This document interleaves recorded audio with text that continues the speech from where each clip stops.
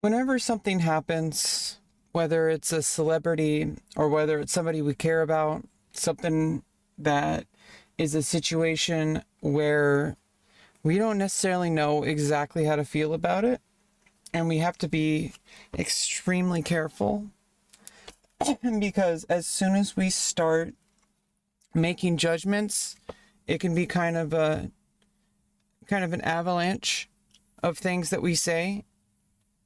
And I feel like it's more important when we get emotional to allow ourselves to slow down. And unfortunately, there are going to be situations where we don't slow down and we take actions that we regret. I want to preface this entire video, this entire stream, with a statement saying that I don't know these people. They're celebrities. You have to be very careful because obviously people are going to come at me and say, oh, but this person did this person did this. And it's like, okay, well, you don't know these people either. You might know more information of what they've released publicly, what they've said publicly. And obviously that's all part of the conversation.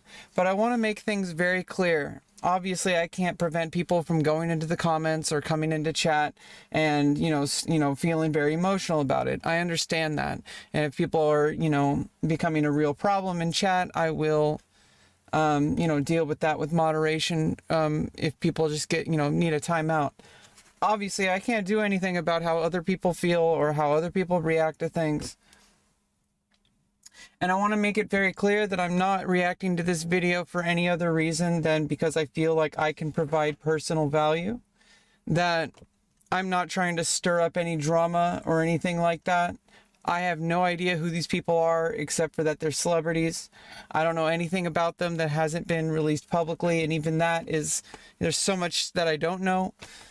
But the reason I use this situation as why I'm even doing this stream is because I relate to this situation very personally.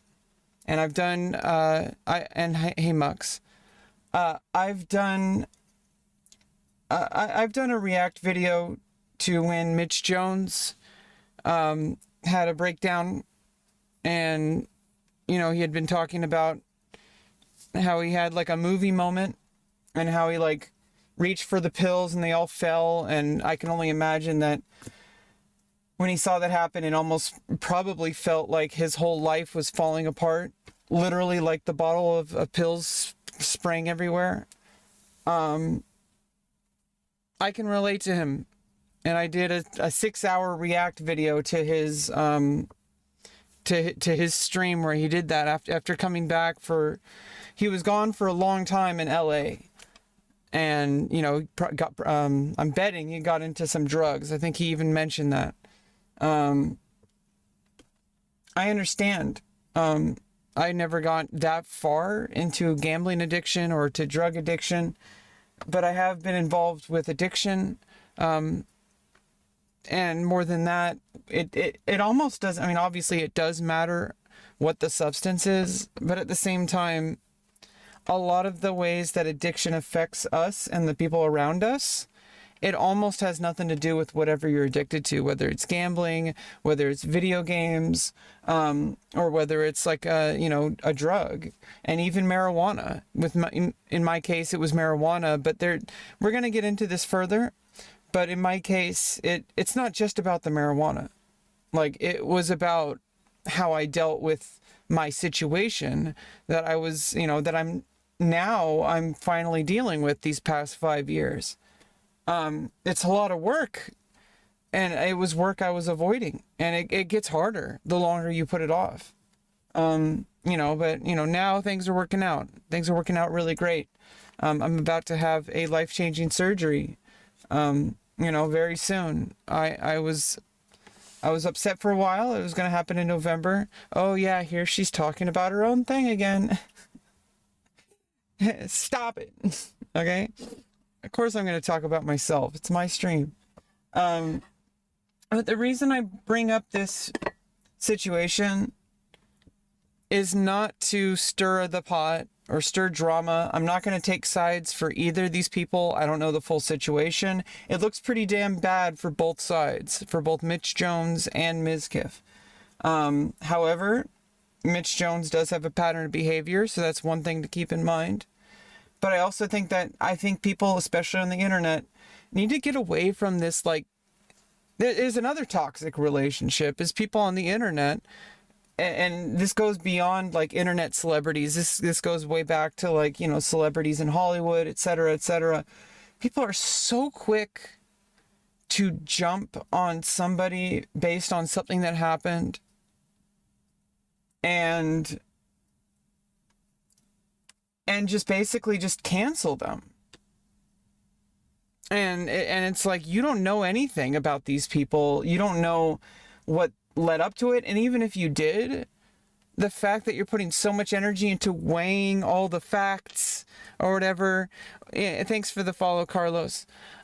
Whether you put all this effort into, okay, what happened, and once I know all these things that happened, I can make a calculation in my mind that this is what the ultimate answer is. Life doesn't fucking work like that.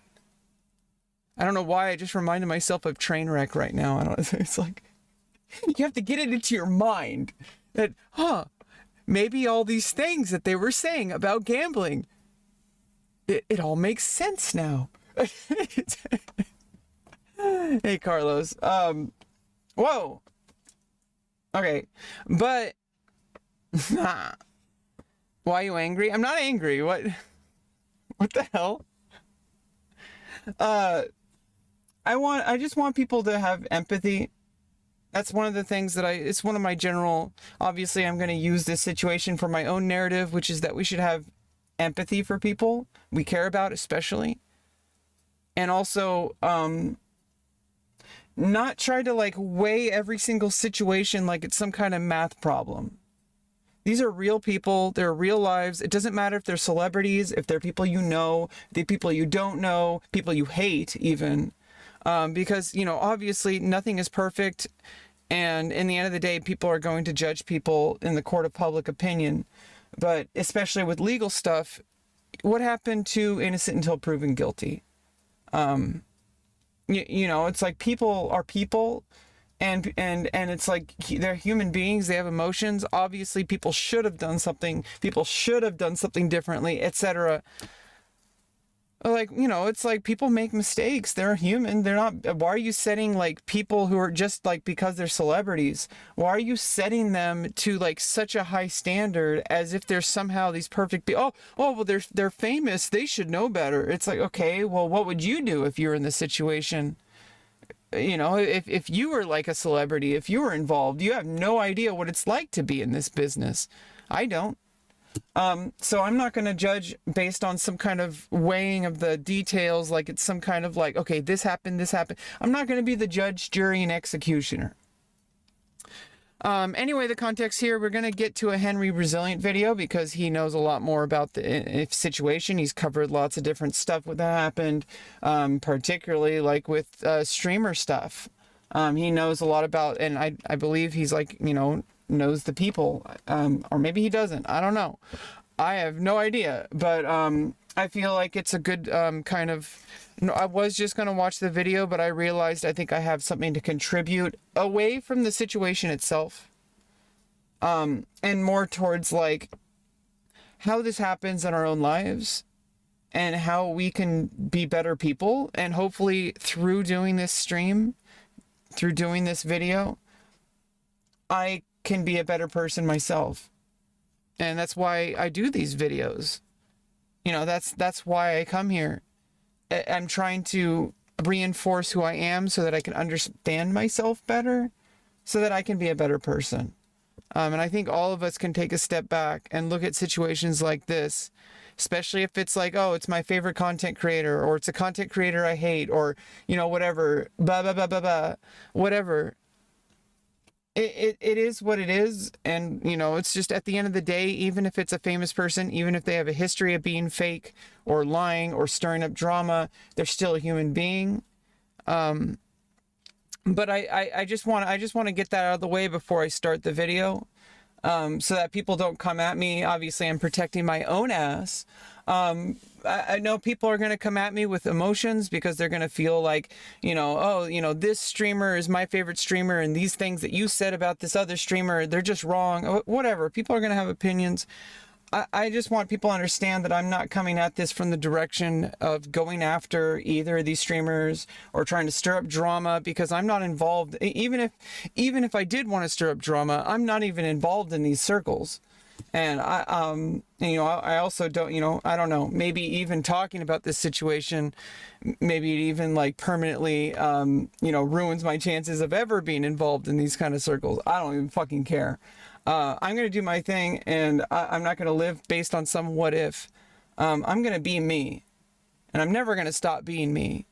And so if people can't accept me for who I am and how I respond to things, I'm pretty generous to people, and I'm pretty understanding of people, and I'm trying to bring this into a place where we can learn from it to improve our own lives and to have more empathy for people who if you're going through the situation that Mitch Jones is going through, or if you're going through the situation that Miz is going through.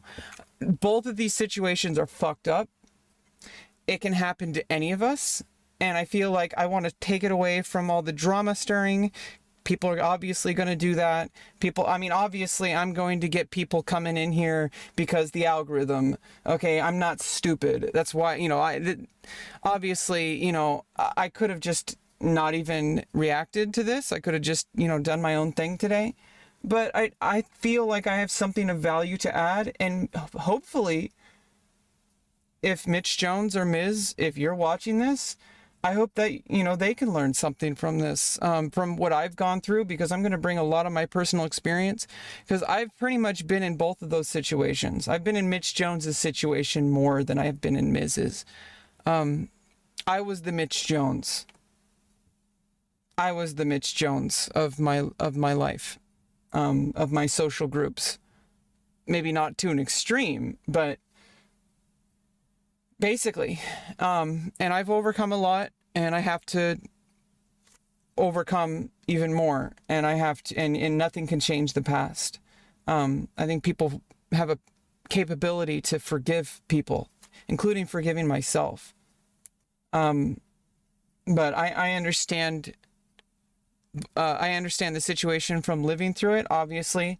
That being said, I have no fucking idea about these people, so I'm not even going to try to speak about these. So that's where we're going to watch Henry Resilient bring up a whole bunch of evidence, including Wreckful, words that Wreckful has had about Mitch Jones.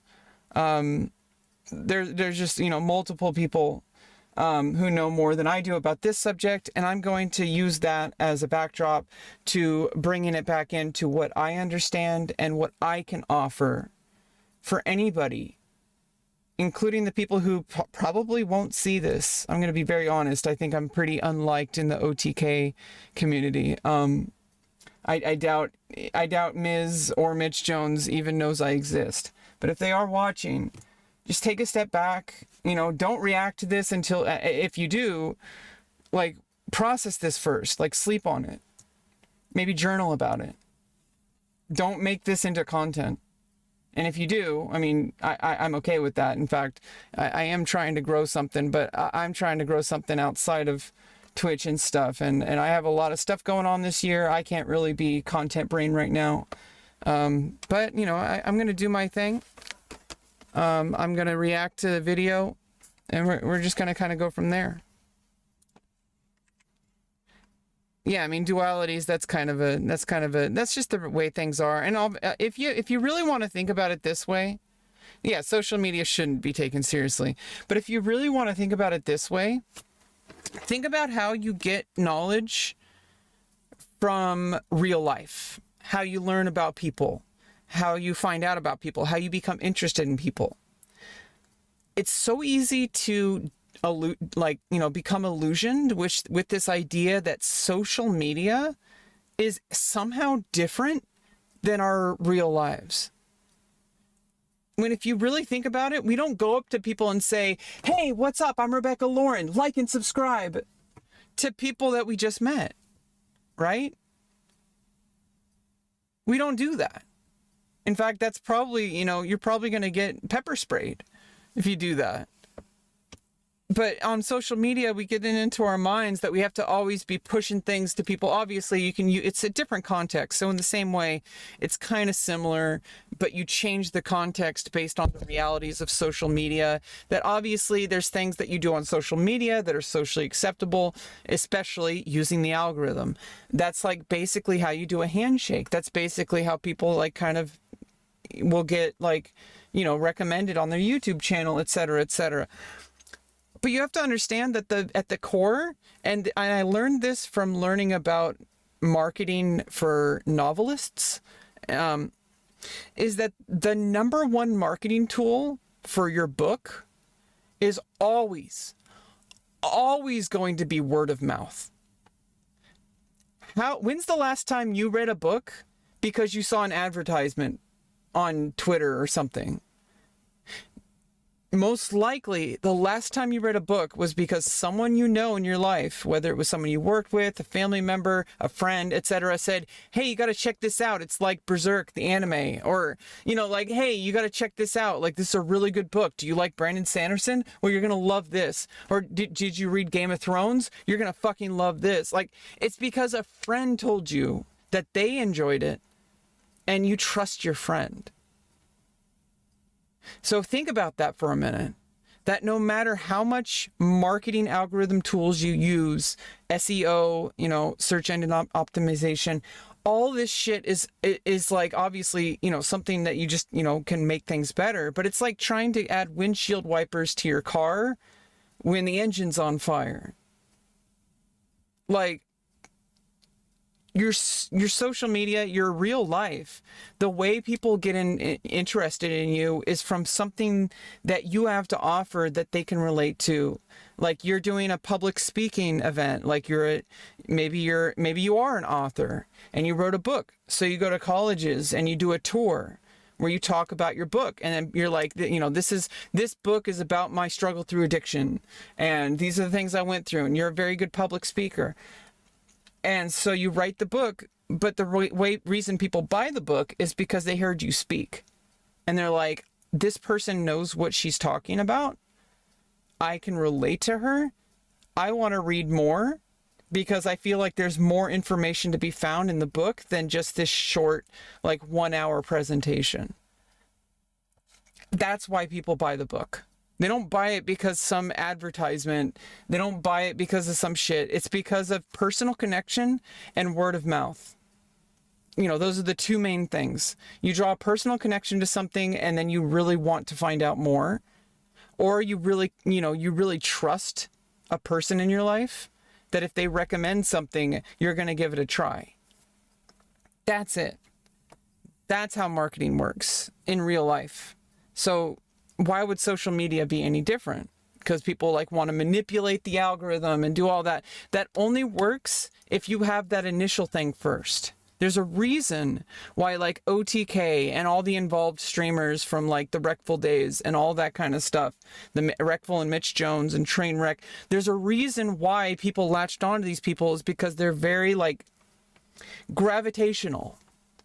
They have something that people want to find out more about. And sometimes that comes across as a very shitty, kind of seedy, oily, kind of, behavior, whatever. You can think about it whatever you want. I'm not here to pass judgment. I could even say that, it might be real, it might not be. I don't know. But I want people to understand that basically, when I'm gonna get to this video, I want people to go into this, especially if it's the people involved, especially if you, Mizkif, or you, Mitch Jones, especially if you're watching this right now, I want you to not treat this like content. I want you to take a walk. I want you to try to understand why people, and why yourself included, do the things that you do. And not that you need to change it to appease everybody or oh, I need to change it because everyone's calling me a piece of shit. I've gone through this. I know how to overcome it. It's hard. It's really fucking hard. But it's a little switch. It's a little switch that you have to have inside of you. Where instead of thinking about it, I need to change because everyone's telling me to, or because, I need to change because I'm doing bad things and bad things are happening. It has to come from a place of genuine understanding, that you understand why you're hurting people. Not that people are saying you're hurting you. It's like, oh, well, I guess I need to change because people said I'm hurting them. I don't really know why, but I guess I need to change because I don't like being treated this way. If it's going to come from a place like that, where you're worried about what other people think about you, you haven't actually done the work to understand why people got mad in the first place. And until you actually understand from an empathetic level of these people care about you, if they didn't care about you, they wouldn't still be around. And if you continue to hurt them, it's not that like you're a terrible person. It's that you don't understand what you're doing and why it hurts them. You're not putting yourself in their shoes and understanding that if somebody in your life did this, how would you react? And a lot of the times, I know we don't like to admit it, but we would react the same way they are. And we would think it's pretty shitty. We would feel pretty shitty. But when it's ourselves, we kind of fool ourselves into saying, oh, well, I'm different. You're not. It's just obviously in order to survive, we kind of have to elevate ourselves a little bit because we're the stars of our own universe. That's how we survive. There's just no other way to exist. You have to kind of put yourself a little bit above just to survive. I think Dr. K talked about that. I just want people to understand that when people want you to change, the reason people struggle is because they're like, well, I don't want to change. Why are people so mad at me? Why don't they just accept me? And it's like, well, you have to come from a place of genuine understanding of how your actions are affecting other people and whether you want to be the person that does that to people. If you're okay with that, then whatever. And people are going to leave. Don't be surprised when they do. Don't be surprised. But if you really want to change, it starts with that moment, that little teeny switch that you have to switch in your brain, the little humanity switch, if we're going to go with the Vampire Diaries. It takes that little teeny switch, and if you don't switch it, no amount of therapy, no amount of medication, no amount of intervention from people who love you, and they do love you, by the way. Otherwise, they would be gone. They would be long gone. And if you really want to, if you really care about them, you have to care about yourself. And that's basically how I'm going to preamble this. We're going to get into the video because there's a lot of stuff that I just don't know about, and stuff I'm finding out for the first time. I'm going to make some tea really quick, so I'll be right back.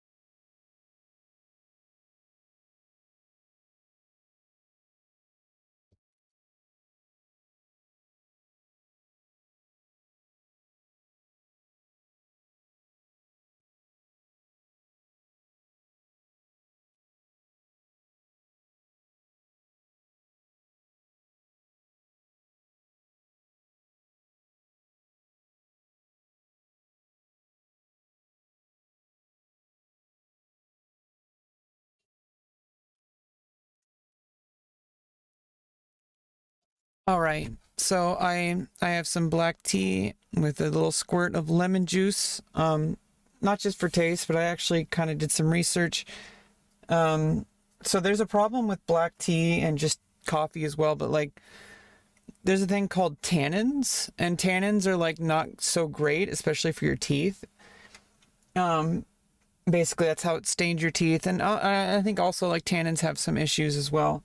But putting a little bit of acidity into it, like with lemon juice, or even putting like milk into your coffee or tea, actually has a reason. It actually reduces the tannins. It kind of counteracts it. Yeah, I really have been enjoying tea lately. I do need to get some more coffee because I enjoy coffee too. But yeah, if you're just joining us, we're going to be covering this situation. I think I have personal experience to kind of steer this away from the interpersonal kind of drama stuff like that. Obviously, people who are drawn to drama are probably going to show up to this video. Like that's just how things are. I want to cover my own ass again and make it very clear to people that I'm not trying to stir up drama, and I'm trying to steer it away from personal attacks or anything like that. I'm trying to make this into something that could be beneficial for people, including myself. I've had to go through 5 years of therapy, and I'm continuing to go through therapy, and I've had to face my deepest, darkest fears. One of which was actually going through this transition was a huge fucking fear. This is really scary, and I'm about to face the biggest one, and it's the most important one. The one that, helped me understand I was trans in the first place, that I needed all this, was my bottom surgery. And so in order to do that, it didn't just happen. I had to face these same demons that obviously I have to make it very clear. I have no idea what the fuck is going on with Mitch Jones or Mizkif for that matter, but I can relate to Mitch Jones, and I have a very deep empathy. I don't know if you've ever seen, and I'm reading this again. I'm reading this book, the Thomas Harris books, the one with Hannibal Lecter. I'm reading Red Dragon, and I just remember that like in the movie it's Edward Norton who plays Will Graham. But in the book, like, it's even more obvious. I feel like I'm pretty damn sure, and I think in another version, like I think there's a Hulu series or Amazon Prime's, no, yeah, there's a Hulu series about Hannibal Lecter with Will Graham in it, and they focus on this part of this aspect of the character, that he's on the spectrum. And it's because like he has like there's a part of the spectrum, and this is the same part of the spectrum that I'm on, is that I have a really difficult time drawing lines between who people are and who I am. Whereas like I'll watch somebody on the internet, and for a while I actually was like afraid that I might be schizophrenic or something. It's actually very different. It's called deep empathy, or maybe just complete empathy. I can look at somebody else and put myself in their shoes to the point where it damages me because I'm starting to judge myself as if I was that person. I've had to really work hard in therapy to get through this, to be able to put a barrier. It's really hard. And I'm a lot better at it now. But I want people to understand that I feel like I could use this to my advantage in order to help people. That I can understand based on personal experience and based on using that deep empathy that I have from being on the spectrum. I can use that to like, do public speaking and write essays and write books. Trying to utilize my experience and my knowledge and my empathy to try to help people in the way that I can, because I'm not going to go to medical school or anything like that. I'm not going to be a psychiatrist or a therapist. That's not something that sounds like an absolute nightmare. I could not handle that. I wouldn't want to, because I know eventually I could, but I'm not going to. I don't want to go that path. I could help people a different way, and I'm a writer. And I can use that. I'm much more practiced with that, and there's enough of a distance with writing and it's more inward. It's more connected to myself rather than with other people. In order to, there's two different ways to go about this. If I have deep empathy for people to the point where I put myself in people's shoes to such a high degree that I actually start to like judge myself based on if I was that person when they're not me by any stretch of the imagination. I have no idea what their values are or what their person, like for example, Nick and Milena. I have absolutely zero idea who these people are except for their content. And, but my mind puts myself in people's shoes and I'm like, what if I was Milena? What if I was Nick? And like, in this situation, and it's like, I have to put a barrier. And I've been getting better at that in therapy, but that's neither here nor there. I'm just trying to preamble this with like why I'm doing this instead of ignoring it, because obviously I don't want to stir up drama, but also I feel like I don't want to miss an opportunity, especially while taught in the algorithm, to try to help people, and especially myself.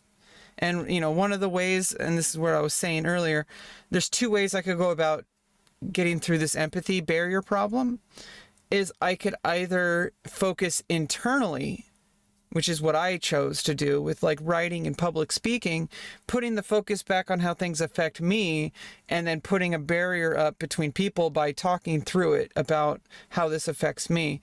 Or if I went the route that I'm not going to go through, which is where I wanted to interview a lot, and I'm probably going to do this too in my own way, but interviewing people, especially like if I were to train as a therapist, by exposing myself to as many different people's experiences by being a listener, I'm able to just kind of bombard myself enough times that I eventually just put a barrier up through practice.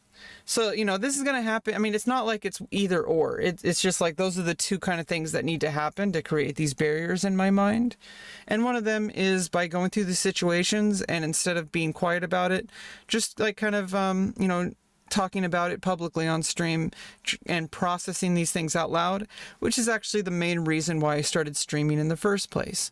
So that I can actually process things out loud in a way that's kind of closer to dictation, but it's very different than actually writing. We're not even going to get into the writing conversation.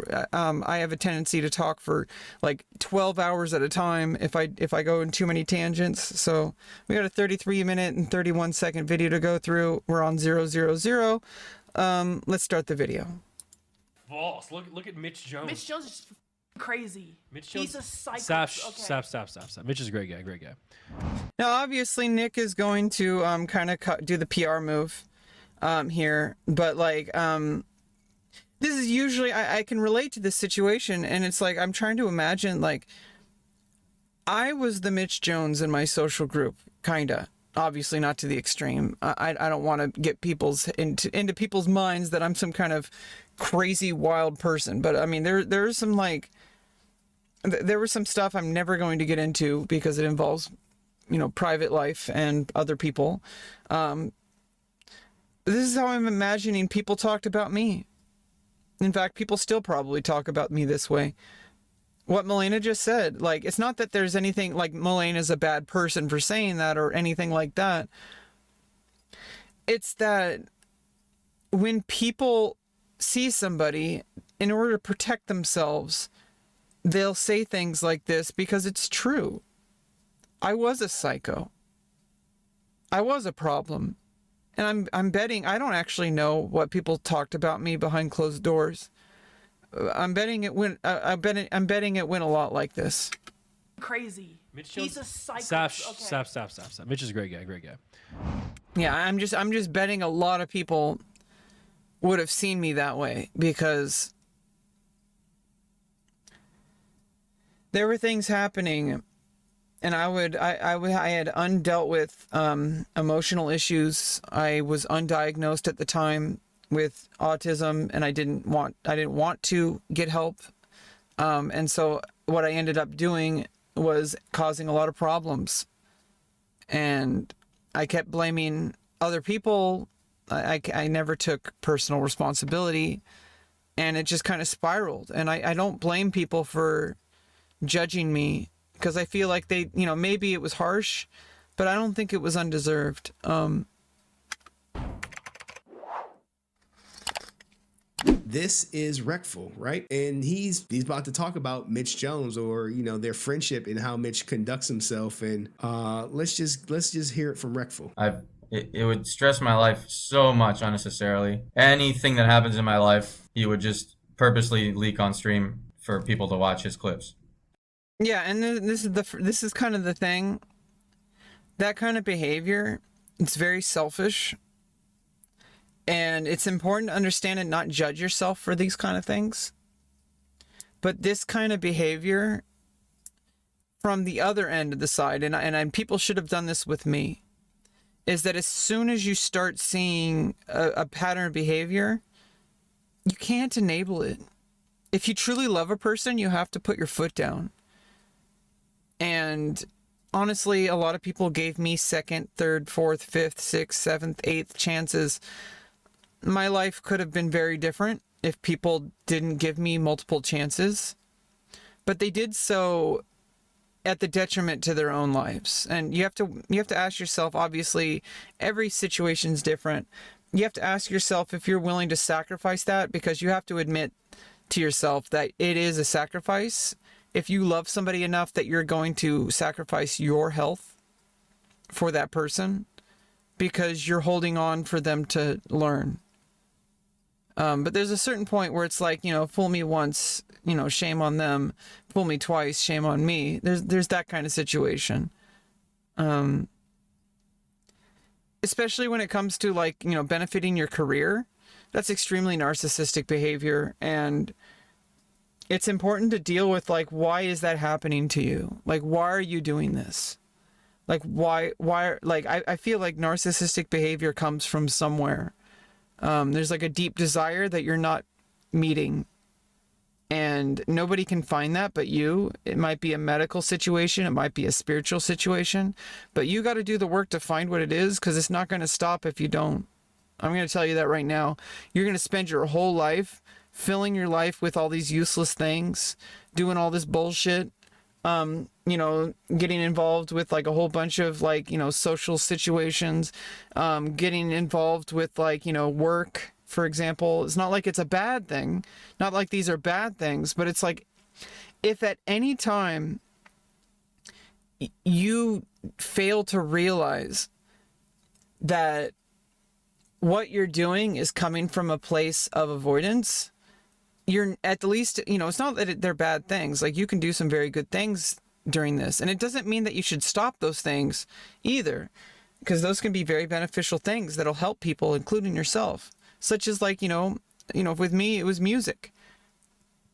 I went to college and I was studying really hard, learning clarinet and saxophone at a college level. I got to a college level in half a semester, basically, or at least ready to perform within an ensemble. But 3 years worth of education, I poured everything I was into it, but I was avoiding my mental health. I was avoiding my gender. It doesn't mean that music is bad. It doesn't mean I shouldn't have done that. It just means at the very core level, my actions were driven by the wrong thing. And I've been trying to find the new thing to drive it that's going to be more powerful. And I think I see it coming back slowly. I have to get through this medical stuff first. But I see it coming back. And there's a point where it's it's not that these things can obviously do good things for you. These can propel your career forward. It can push you to doing things amazing. For example, esports. A lot of people are doing video games and esports. Probably originally, at the very least, and not always, I don't want to judge people, but I'm guessing most people get into video games because they're trying to avoid something. It doesn't mean they should stop playing video games or they should stop, pursuing a career in whatever they're doing, especially if it's video game related career like streaming or esports. I feel like if you have a stronger thing giving you the engine, it's going to propel you even further. So it's not that you should, that the thing that you're doing is bad of avoidance. It's that the avoidance is bad. and you need to look inside of yourself saying, what is my behavior coming from? Is it coming from something that's happening right now, or is it coming from something that happened like 15 years ago? That's actually how he lives his life, and then pretend it was an accident. Don't want to do that, you know. Rat Jones, guys. Rat Jones. Like, I get it when you're a streamer and you popular, and certain things you probably do want to keep private, and you think you could trust someone with a secret, and they just expose your shit. Yeah, never trust anybody, especially streamers, because they have something to benefit from it. That doesn't mean you should be like, paranoid all the fucking time. It just means that your actions should stem from a place of understanding that, hey, just pretend that there's always a microphone in front of you and there's always a camera on you. Especially if you're at an event. A party is not private. A party is probably even more so public than a live stream. Like, you should treat it as if it's a live stream, even if nobody has cameras, because what do you think people's eyeballs are? Like, the people are going to remember shit. Okay, you do not want to get into the habit of thinking that you're ever private, especially with people in your industry. People are going to benefit from anything. It doesn't mean they're bad people. You're going to benefit from things too. That's the nature of the game. But you have to understand it's a game, and there are rules to the game. And if you start bleeding your own life into it, you're going to get burned at some point or later, like sooner or later. You do not want to get into this. And it's like, obviously, how do I know this? I've seen it happen to people. And this is just what I know publicly. And like I said, I have a very deep empathy. I've listened to a lot of people talk about their lives. I've read a lot of books, not enough. But I've seen a lot of movies, and my brain, like I said, I'm not trying to say that like I'm this like super mega, prodigy genius of empathy or anything, but I have a unique brain. I'm on a part of the spectrum, that, like I said, if I want to make a comparison, like Will Graham, the Edward Norton character from, the detective, from Red Dragon, the Hannibal Lecter movie, having that ability is a double-edged sword, but it could also work to your advantage. And like I said, I can use it to try to help myself and to help people. Like, bro, what the It's not fun. It's not a fun lifestyle. It's fun for you guys to watch. It's not fun to live through it. Yeah, and also it makes it, once you start to understand that more, it makes it less fun to watch too. Once you start seeing it happen, especially if it happens in your own life, don't wait for something to happen in your own life to be able to learn from someone's mistake. That's a huge, huge thing to figure out. It might take a huge problem for you to finally change, but you don't have to wait for some big problem to happen. You don't. Like, you can make the changes now before it's too late. I'm not exaggerating. When I was dating Becca, we were trying to like. By the way, I'm not Becca. Well, I am, but like not the Becca he's talking about. He's talking about Becca, the Teamfight Tactics streamer. Think if we wanted to. They were in a relationship, and this is the earlier days of Twitch. And I remember I saw the video of Wreckful and Destiny on like shrooms. It's a great video. I was really stoned when I watched it, so I felt like I was there. Because I don't want to talk about stuff, but basically, I mean, like, he thought Wreckful was a part of him, or like he thought that he was Wreckful, or I understand that because I've done I've done a lot of marijuana stuff, and I understand where that comes from. So it's like anybody who's done like marijuana and stuff is like understanding of that. It's not unique. But yeah, like yeah, that I was just explaining, like, I don't think she streams it very much anymore. I feel like there's not many Rebeccas in the live streaming space. And like, like literally her username was just Becca. Like, it's kind of interesting, right? Like, yeah, like it's like every time I see another Rebecca, I'm like, Rebecca Club, let's go. Make it public. And we saw him in Vegas. Of course, the next day we tell him, please don't say anything. We're still trying to think about it. Of course, the very next day he goes on stream and says, I was hanging out with Byron and his girlfriend Becca right after I was trying to make friends with him again. Yeah, and I can even like he did that Mitch Jones voice perfectly.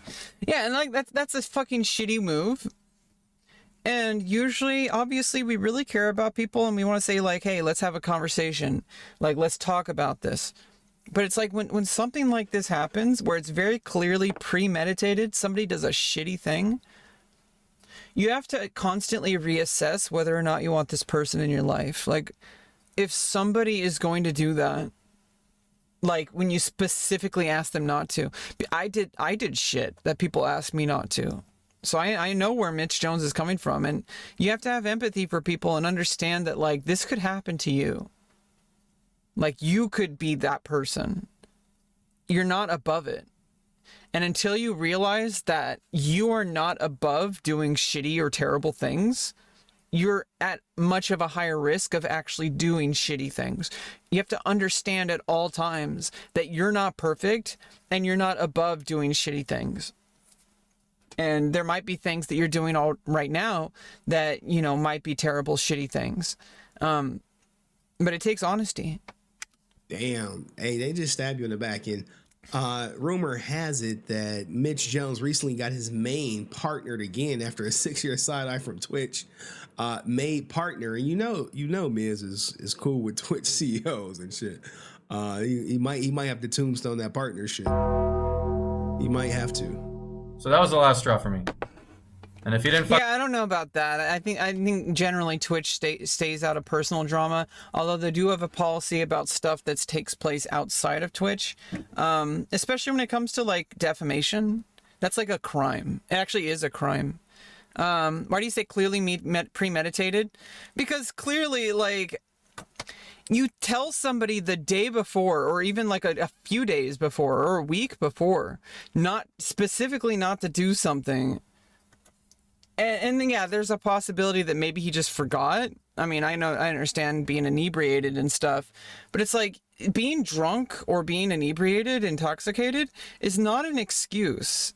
It's definitely not an excuse in the court of law. Like you get under, you know, you get behind the wheel while you're drunk. Like you're still a DUI. And if somebody like dies, it's still murder. Vehicular manslaughter. It's like, it's terrible, and you can't use it as an excuse. Even if you forgot, yeah, maybe Mitch Jones really just is that dumb. But if you just continually make excuses that, oh, I only did this because I'm dumb. I'm stupid. Let's all laugh about it, guys. I'm stupid. It's like, no, make an effort to say, okay, I have a problem that people are telling me is a problem. What can I do to stop, to change that? Instead of just making excuses. And then also, enabling people by saying, oh yeah, that's just Mitch Jones. He's just a dumbass, whatever. Like I said earlier, though, in the end of the day, if you don't want something public, don't tell anybody, especially people in the industry, about it. Like, you can't trust anybody. That being said, if you care less about, if that's assuming you actually care about certain details being public or not. Then yeah, you can sue for defamation. Obviously, in this case with Wreckful, that's not like this kind of thing. I honestly, I wouldn't be surprised if Mizkif sues Mitch Jones at this point. I don't know if he's going to.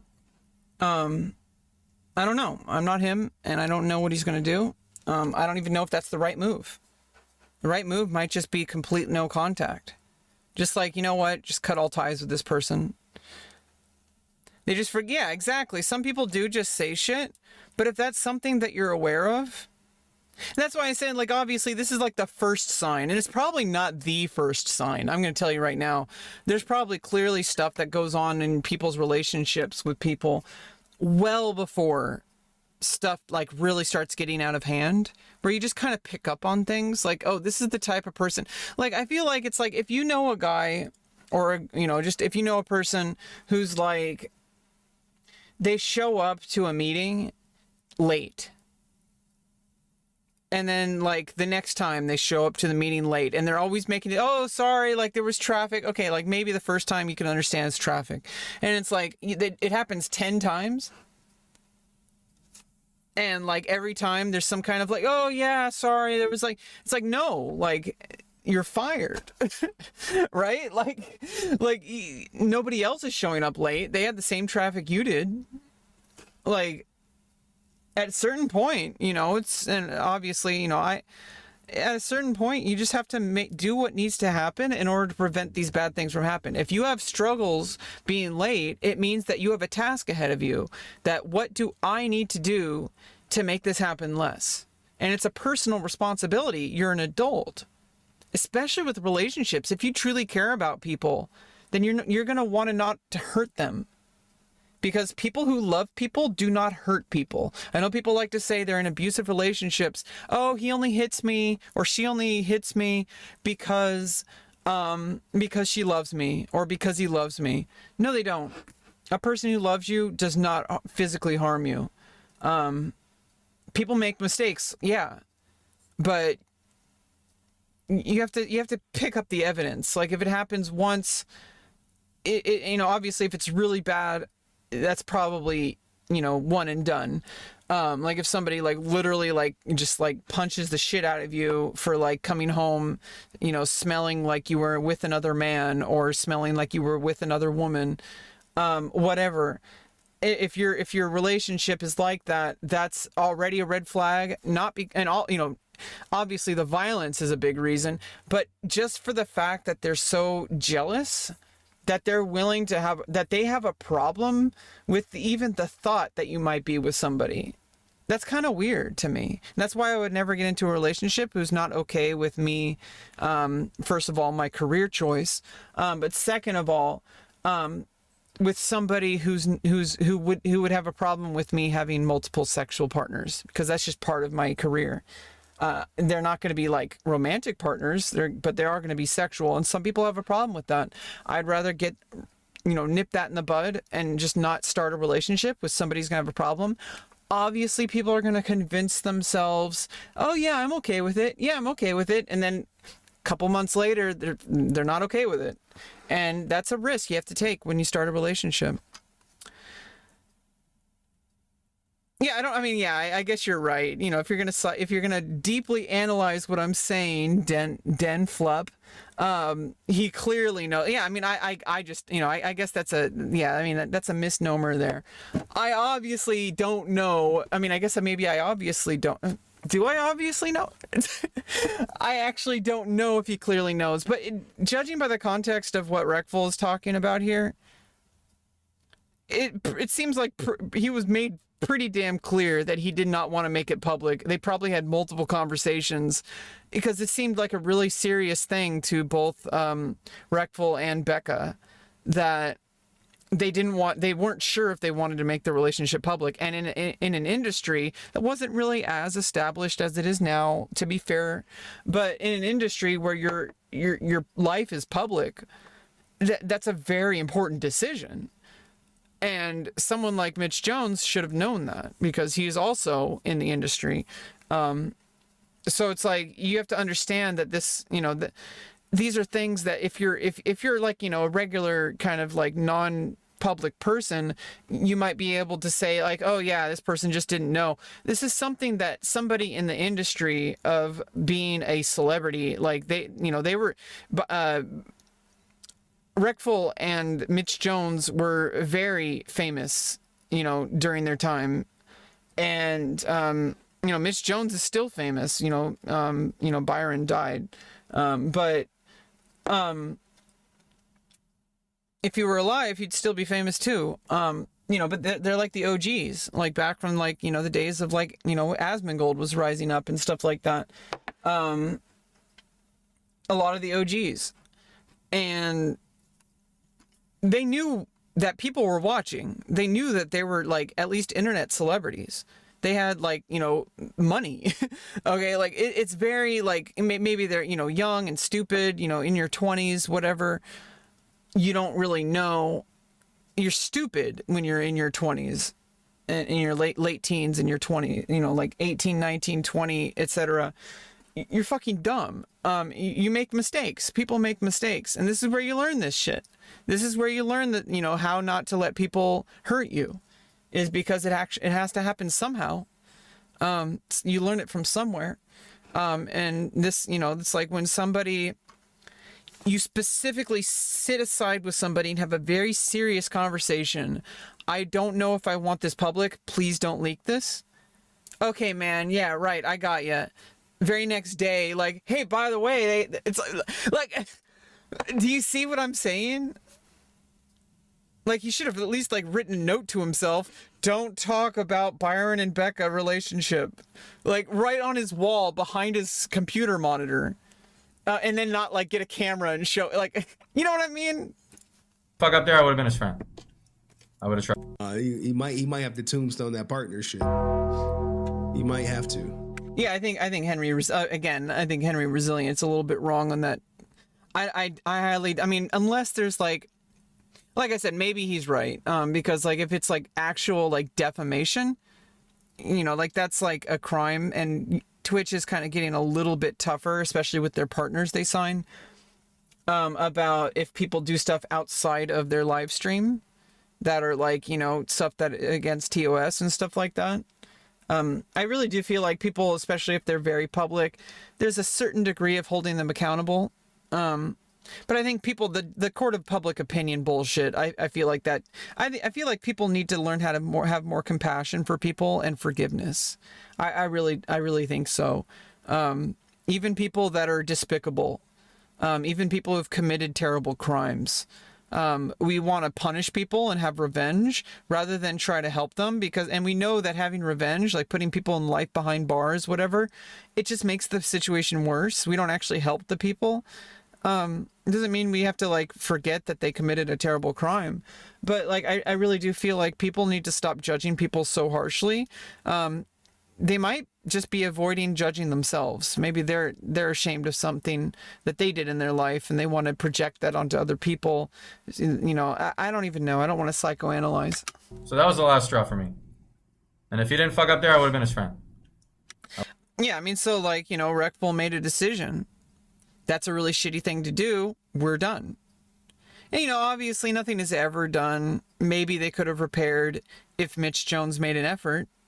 It wouldn't be, Reckful wouldn't be like required to reciprocate, but it could have been better. I don't actually know their private details, and Reckful's dead, so at this time I don't think there is. But either way, even if there is, I think this is we're not like a court of like law. And I don't think that's the right way to approach this situation. English only in chat, please, Ronaldo. I don't think this is the correct way to approach this situation. I think it's better to approach this situation from taking a step back from the actions and trying to understand like why something like that would happen and try to forgive people for that. Not forgive like as far as like, oh yeah, it's okay. It's not okay. Understand that behavior is not always okay, but understanding like where they came from and how, and more importantly, the reason I stream in the first place is knowing myself better so that I can be a better person, and also sharing that with other people so that potentially if I can manage getting through a video without talking for 12 hours, somebody might actually listen to it and maybe they can also benefit from my understanding. So whatever. I would have tried, but that was the last straw.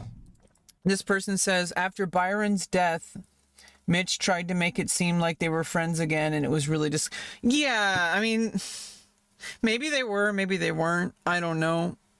I don't know if that person, this Fabian person, I don't know if that's the case or not. Nobody really knows. Only Mitch Jones would know, and only Byron would know. But he's dead, so he can't speak for himself.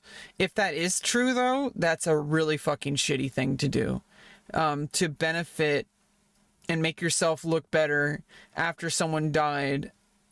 But maybe it was the case. I don't think it's good to like just judge people based on whether or not somebody says something, because, you know, streamers, even though a lot of their lives are public, you know, they have private lives too. And obviously I'm not like famous or anything, but I know this because I'm a streamer and I have a life that's very different from my life on stream, that I don't share with people. And I talk a lot about stuff, but in a kind of way that I would talk to anybody that I meet in public, because I'm a very public person.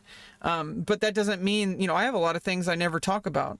Just little teeny tiny things that like are, you know, they're important to me, but, you know, they're not always important to share. And sometimes you need private things in your life. Sometimes you just need, even if it's just like, hey, I saw like a butterfly fly onto a dandelion, and I enjoyed that experience, and I'm not going to talk about it on stream. I'm not going to whip out my phone and film it. I'm just going to watch it and experience it.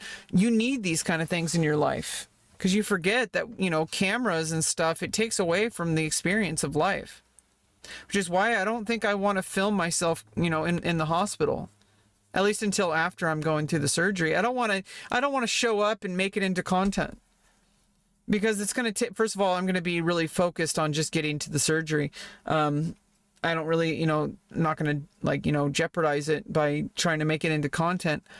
Afterwards, I'll have plenty of time. I'll be in the hospital for 3 days. I'll have my friend bring over my camera when he visits. Oh, I'm going to ask him to visit and bring over my camera. And I'm going to record, you know, and talk as much as I have the energy to put up on YouTube later, and play on stream. But at the same time, like that's only if it's convenient. It's you know, once I've experienced it myself and I'm like, okay, I want to make a video. I'm not going to go into it making it into content, because some things in your life just have to be experienced, because you're the camera, you're the stream. Nobody but you is watching. It's very important to keep that in your life, especially in today's age. Especially in today's age. So, you know, Byron is 100% justified in wanting to feel like he has privacy in his life, especially when another person is involved. That's two people. You know, that's a very difficult situation to navigate. Like, you know, that's a serious conversation between two people that are in a relationship that is nobody's business but the two people, and he lets somebody in on it and he turns it into content. Like, here's some streamer news, here's some, you know, tabloid shit, some paparazzi shit. Nobody likes a paparazzi. Yeah, sure, like it might give you a momentary, like,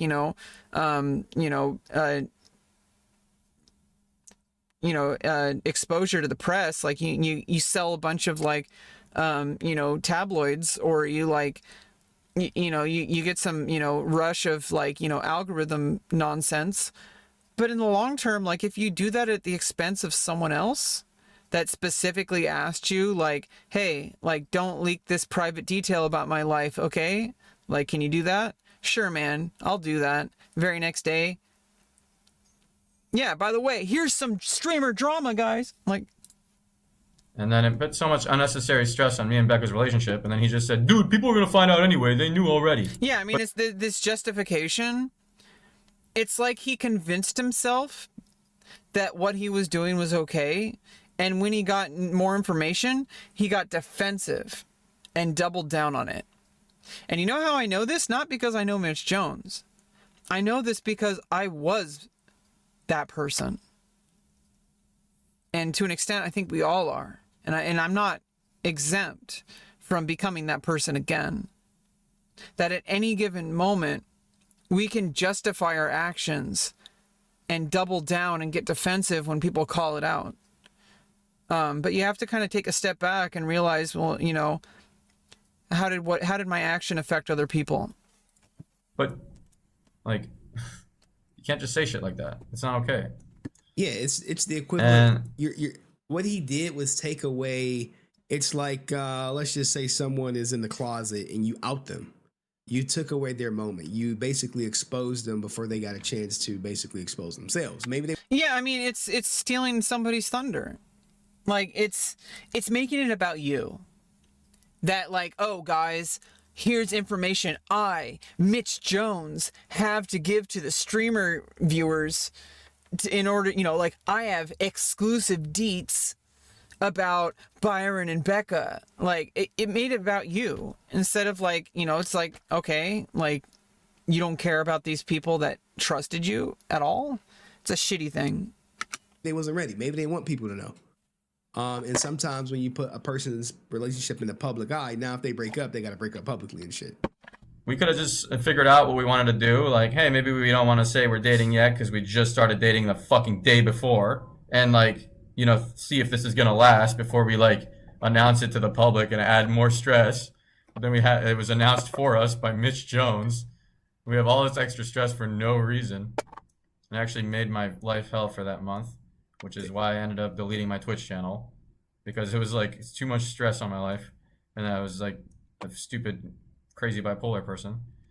Yeah, I mean, it's like sometimes you have to make decisions based on, like, what's going to help you. And yeah, like, obviously, you know, being a YouTuber and Twitch streamer, it's not, you know, it might be like, you know, some people's, like, livelihood and all that, but it doesn't make you who you are. You're still a person. And, you know, honestly, like, I feel like people do make mistakes. I honestly don't know what I would do when I start making my own kind of success. I feel like I've learned a lot from my own experience in life and from watching other people who've had different kinds of experience. For example, I doubt I'm ever going to be successful as a Twitch streamer or a YouTuber, but I think I can be very successful on, like, Pornhub, for example. That's a very different situation. I feel like that kind of distance makes it easier for someone like me to deal with. However, I don't want to, you know, I don't want to discount what might happen. Most likely I'm never going to be successful on Twitch or YouTube, but I also don't want to have the attitude that it's never going to happen. I'm not holding my breath on that. It's also not even guaranteed I'm going to be successful in the porn industry. But I think it's more likely to be because I have evidence to suggest it's going to be really successful. But I have to have the right things in place, and it's not guaranteed, and there has to be a lot of work involved. But you know, I need to get the ball rolling, and it starts with taking care of my mental health and taking care of my medical needs, because it's never going to happen if I don't take care of that. Otherwise I can't even show up to work anymore for like 6 months now. I haven't been able to work for 6 months. That's not sustainable. I can't just work like a month out of every year. I need to be working every week on a consistent basis. And when I do get back, it's going to be on my own time. It's going to be gradual. I'm going to focus on sustaining rather than, you know, trying to get a bunch of money all at once. But I did get a bunch of money, not a ton of money, but like it's enough to tell me that it's worth exploring, because I made more than I made in Twitch in like a single weekend over the course of 4 years on Twitch. I guess like 2 weekends. In 2 weekends on my cam site, I made more money than in 4 years of Twitch. Like, let that sink in, okay? Like, there's a very clear, like, direction I need to take my career. However, I don't want to discount that eventually that could bleed over into Twitch and YouTube, or just, like, live streaming and video making, or collaborations in those kind of, you know, spheres. I don't want to discount anything. I'm going to keep my options open. But, you know, I have a lot of work to do on my own. I'm nowhere near that kind of thinking. I think someone needs money. Yeah, I need money. It's more than that though. It's a career that I really want to do. If you know, I've talked about this before on stream, and you know, you only started coming to my streams lately, like, you know, past couple of months. This is something that took me a very long time to understand. It took transitioning in order to understand my sexuality. Oh, you mean Mitch Jones? Yeah, I mean, obviously he always needs money. He has a drug addiction, and we're gonna get to the addiction part soon. But I think we're needing to we're needing to we're needing to like kind of get through this video, and I'm sure it'll come up. But addiction is definitely a thing, and you know he's talked about how he has a gambling addiction and he has a drug addiction. It's something that is a cycle that people go through. But this is why it's like we can learn from other people's actions, including your own actions.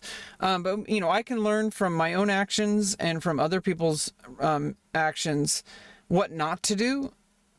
And the reason I was talking about the career stuff, that if I ever get to the point where I really pop off, obviously I don't want to say I'm like perfect or exempt from having problems. But I think I'm going to do just fine. Because I already understand like a lot of things to try to avoid. Obviously, I don't know what would happen before it happens. I don't know what that kind of money and fame would do to me. But I'm not going to let that hold me back. I know a lot of people say, oh, I don't want to be famous because it changes people. I don't want to be rich because that's a copium. Like, that's what people say to themselves when it's like, it's very unlikely for them to be rich or famous. And so they want to justify why they're not pursuing it. If that makes any sense. Like, people will say like, oh, it changes people. No, that doesn't change people. People change people. And if you attach things that change you both negatively or positively, but mostly negatively, if you attach that to an external thing, you're robbing yourself of an opportunity to really improve yourself. Because you need to understand why you do the things you do, because it's so important that if you miss it, you're going to you're not going to be able to avoid any problems that, like, if you don't deal with those core issues, they're going to come back. No amount of money or fame or social standing, like, nothing is going to replace you at your core, your spirit, your soul, whatever you want to call it. Like, nothing is going to replace that. And if it's coming from a very bad place, like, things like money or fame are probably more likely to change you for the negative, because it's going to enable a lot of your behavior. But I feel like it's very important that it doesn't mean you should avoid these things. You shouldn't avoid a career. You shouldn't avoid money. You shouldn't avoid fame. It means that you should know what you're getting yourself into and be extra vigilant on what to watch out for. Damn, man. Like, you think a lot of people in the spotlight could take the heat because, hey, you've been in the spotlight, but some people are like, nah, man, I know I'm in the spotlight. Didn't plan on being in the spotlight, but it's just something I got to navigate now. And that was, from my understanding, from Reckful. Someone chat said he didn't do it on purpose. Maybe he really didn't. No, he did that shit regardless. on purpose. He did that Whether shit it's on purpose or not, I can't really do anything. It's just not like a great friend to have. And Mizkif is like, bruh, it's donezo for Mitch, yo. Like, I think they gave Mitch so many chances, especially when he was waffling with the Adriana Lee stuff. I think it's done. Yeah, like I gave Mitch the benefit of the doubt during that situation, but if I had known like more details, like the people involved would know, like it would probably make a lot more sense. I feel like with that situation, it was easier to kind of say like, oh, he's just a impartial whatever. With this, it's very clearly like narcissistic behavior. You need to notice what these things are. Obviously, even somebody who continually is narcissistic and continues to make mistakes, they're still a human being, and even if they do bad things or if they just do like shitty things, it's still a human being. And, it's like they're making problems, but that in and of itself is, that's a problem. Like, that's a mental illness, and you should kind of have compassion for people that obviously their behavior and their actions aren't okay. But at least understanding that like there's a person who is suffering. Obviously their victims, especially if they're violent, etc., are also, you don't want to like elevate the perpetrator over the victim, but at the same time, like, for example, somebody who commits a murder is also a victim. I know it's like an unpopular opinion. Obviously, the victim is the victim, but the person committing the murder is also a different kind of victim, where now they have to live with the rest of their lives with the fact that they became a monster to commit a crime like murder. That they have to live with themselves for the rest of their life knowing that they did that. Like that is, they're a victim of themselves. That they allowed themselves to become that person. That's something that they can never get rid of for the rest of their life.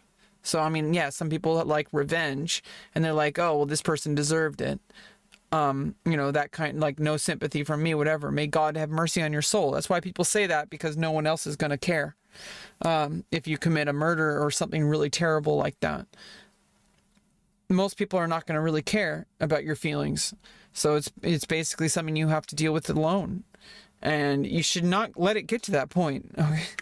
He about to be hanging with Adriana Lee now. Now he might want to join forces and shit. You know, either way, if it's on purpose or not, he never he never really. I didn't really comment on the whole Adriana Lee situation. That situation was like way out of like my ballpark of like talking about. I didn't feel like it was beneficial to really get into that on stream. The reason I'm getting into this is because I have personal understanding of like what it's like to go through being the problem in social situations and stuff like that. There was a very good reason. Like I did not want to get involved with the Adriana Lee thing, but now that it's brought up again, I kind of want to say that like at first, like obviously the original thing with Adriana Lee, I empathized with her a lot. It was a really shitty situation and she felt very pressured. I don't want to get too much into this situation because I just don't know everything. But you're trying to get famous. You're trying to get in with the circles of people, what that can do to somebody to like, what are you willing to do and look and kind of temporarily like be okay with in order to get in with the right people. And then the certain type of people who are going to take advantage of that to get what they want. Because they know when they're in a situation of power, like, at the same time, later, after all that kind of stuff, like kind of settled a little bit and Adriana told her story and made sure that everybody knew what was going on. So more people, more women especially, won't be taken advantage of. Then she later came out and like sued Mizkif and like tried to make it into content, and I feel like I kind of lost like she kind of lost the plot. I feel like she bit off more than she could chew. She should have accepted, if she really wanted to just help other women, she should have stopped with that and not made it into content. I don't know. I think that I forget. I think I can I don't know what it's like to have the be drunk with the power of fame. So I don't really blame her for it. But at the same time, like, if I'm just going to look at the situation, it was kind of shitty what she did later, where she kind of turned it into, like, this is what her content is. Because she turned the situation into an advantage for her later on. And I kind of, like, I was like, that's a really shitty thing to do, Adriana. Like, you like brought to light this terrible thing that happened that's like sexual harassment, especially in the workplace, especially in a situation where people have a power dynamic. That's a very important thing that a lot of women feel silent about, that they can't talk about. And a lot of men too, honestly. People always forget that there are men who are sexually harassed. And I know that's a different topic for another day, but it is kind of shitty, especially. And for example, I saw in the news, there was a woman accused of something that happened in a hot tub leading up to the bedroom with 15-year-old hockey team members, boys. And she's like 38 and an opera singer. And I'm like, why would she ruin her life like this? But at the same time, I had to stop myself from initially being on her side with this, because if I flipped it around, if that was a man and those were girls, I would have absolutely zero second thoughts about like, oh, that's a shitty, like, terrible person. And I needed to check my sexism, that if I see a man doing something like that, I immediately think that, like, just like condemn that person. But if it's a woman, I was very almost about in my mind, I was almost going to like start saying, like, giving her the benefit of the doubt, like, oh yeah, maybe she was coerced, etc. And it's like, okay, well, what if I flipped it around and those were girls coming forward, like, accused? Am I going to say that if that was a man who did that to girls? Like, I wouldn't say like, oh, maybe he was coerced. Like, it kind of clicked in my head that sometimes we really do have to kind of flip it around, especially with genders. You know, the vast majority of the time it's a binary situation. You know, so I feel like some people, obviously, you know, understanding that some people are non-binary, but I feel like people need to be a little bit more realistic that the vast majority of the time we're going to be talking about male or female. Obviously there's going to be situations where people are non-binary. People need to get the fuck over that, because obviously that's a case-by-case basis, and I understand that because not everybody is a trans woman either. So when most of the time people are talking about men and women, usually they mean cisgender men and women, even though they don't say that. But I still am a woman, and I do fall into the category even when people are talking about cisgender women. But I understand that, at least in their mind, they're most likely just thinking about cisgender men and women. In effect, it doesn't really particularly matter, because in the end of the day, when that person is talking about that, I'm still a woman, and for all intents and purposes, you know, because it's true, I am a woman, and I just have a different experience because, like, you know, I'm trans, and like there's all that, you know, and there's like the situation with not being able to get pregnant, but there's also, you know, cisgender women assigned female at birth who are like intersex, or they have some kind of, you know, inability to get pregnant, etc., etc., etc. There's all sorts of stuff. If you are like a 1% of the population, you should kind of understand that most people are not going to include you when they talk about things in a general sense, but in a specific sense, you know, obviously they'll include you. But I, you know, like, get the fuck over it. Most people are, you know, obviously the whole there's only two genders bullshit. That's not true, but you know, people need to get over that shit too. But like, when people talk about things in a general sense, like, I feel like people need to not get so offended that they're not including non-binary people when it's like 1% of the population. Like, I feel like that's just, you know, like, both sides need to calm the fuck down. Like, stop being so adamant that there's only two genders, because there's not. But also don't get so mad when somebody's talking about a general thing that has nothing to do with you and they make it binary, because 99% of the time that's the case. Anyway, this is neither here nor there. I just got... Welcome to my life. This is how I am, Leon.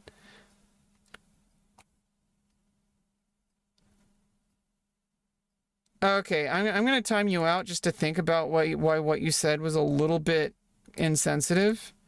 But I understand what you're saying. Just, I'm not like canceling you. I want you to understand that the reason why you said something is and like why that could be seen as a very insensitive thing is because a lot of people bring stuff up like that. A lot of people, you're going at it from the wrong angle, because it was totally wrong what happened. It was totally wrong what happened. And if you don't admit that from the beginning, if you start defending, you know, Crazy Slick, and you start accusing Adriana, you're going at it from an angle where everyone loses. And that's the wrong thing to think about it. Sexual assault is wrong. You need to come from an understanding that sexual assault is wrong, and nothing about the situation makes it okay. I'm pretty sure you understand that. Before you go further, I want to give you a timeout to kind of think about it a little bit.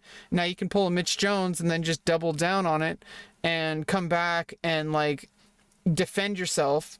Or you could take a moment to take a step back and you know, kind of think about like why someone might be upset by what you said.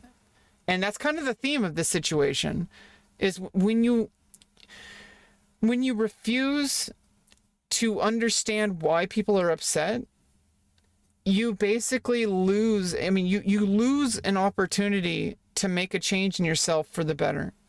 And this is what happens with Mitch Jones. This is exactly what happened. This is exactly what I was talking about. Takes the blame for it. He's like, yeah. Versus, I think You know, either way, if it's on purpose or not, he never really takes the blame for it. He's like, yeah, dude, I'm sorry. And then the next day, he'll be on stream. He'll be like, yeah, everyone was gonna find out anyway. You know, like, Yeah, it's that kind of behavior. It's that kind of behavior. Justifying what you said, doubling down, getting defensive. Nobody's trying to. I mean, obviously, people are going to try to cancel you or whatever. Fuck those people. Stop feeling attacked. Because, and even if you are being attacked, when you start to feel attacked, you start making mistakes. And you start lying to yourself and lying to other people. And, stop caring what other people think about you because, like, oh, yeah, people are going to think I'm a bad person. If you're not a bad person, then it doesn't matter what people think. Because your actions are going to speak louder than words. And one of the actions that speaks louder is doubling down and getting defensive about something that you don't 100% understand. Because sexual assault and sexual harassment and coercion are things that only the people that were there understand, because we don't know what happened. We don't have video footage of the party that she was at.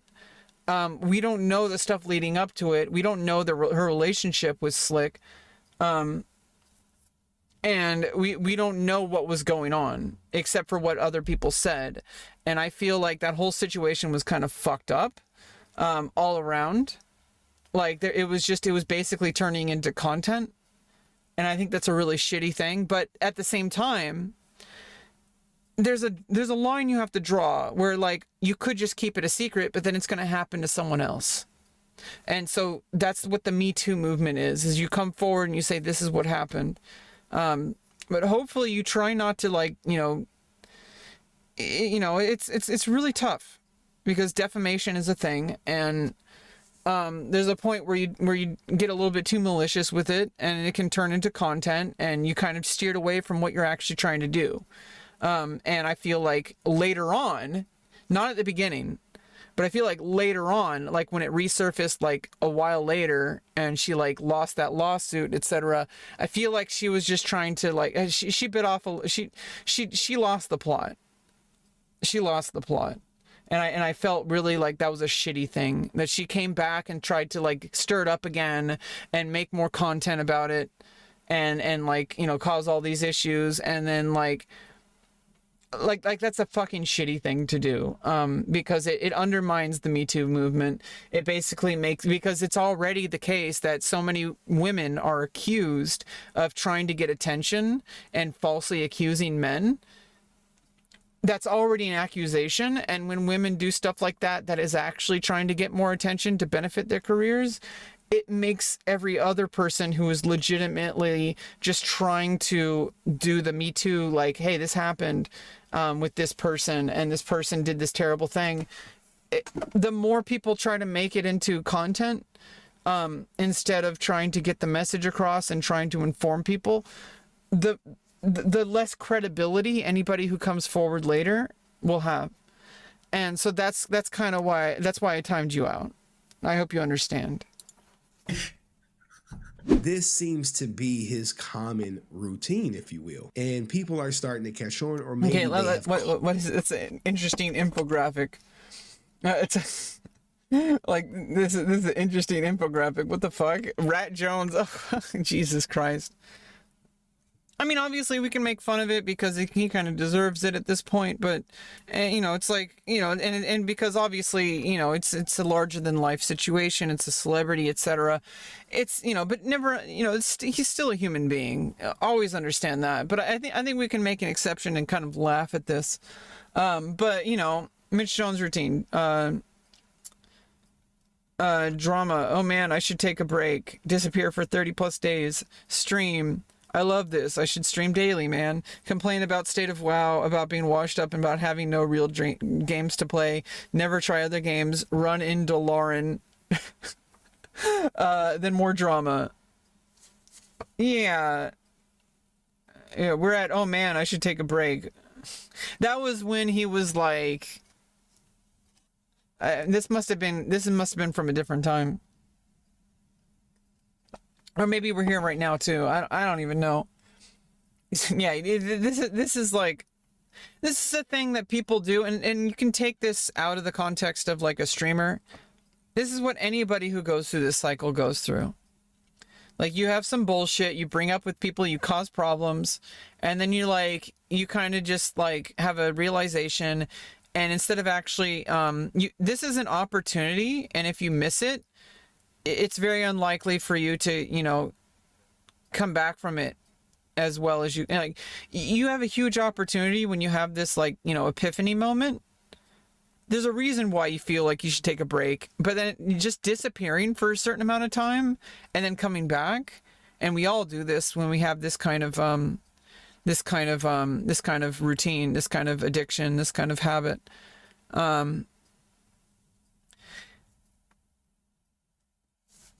Yeah, he hasn't been streaming much. He's doing new music. Yeah, I mean that doesn't mean that that's a bad thing. He has a huge opportunity to just completely break out of this cycle.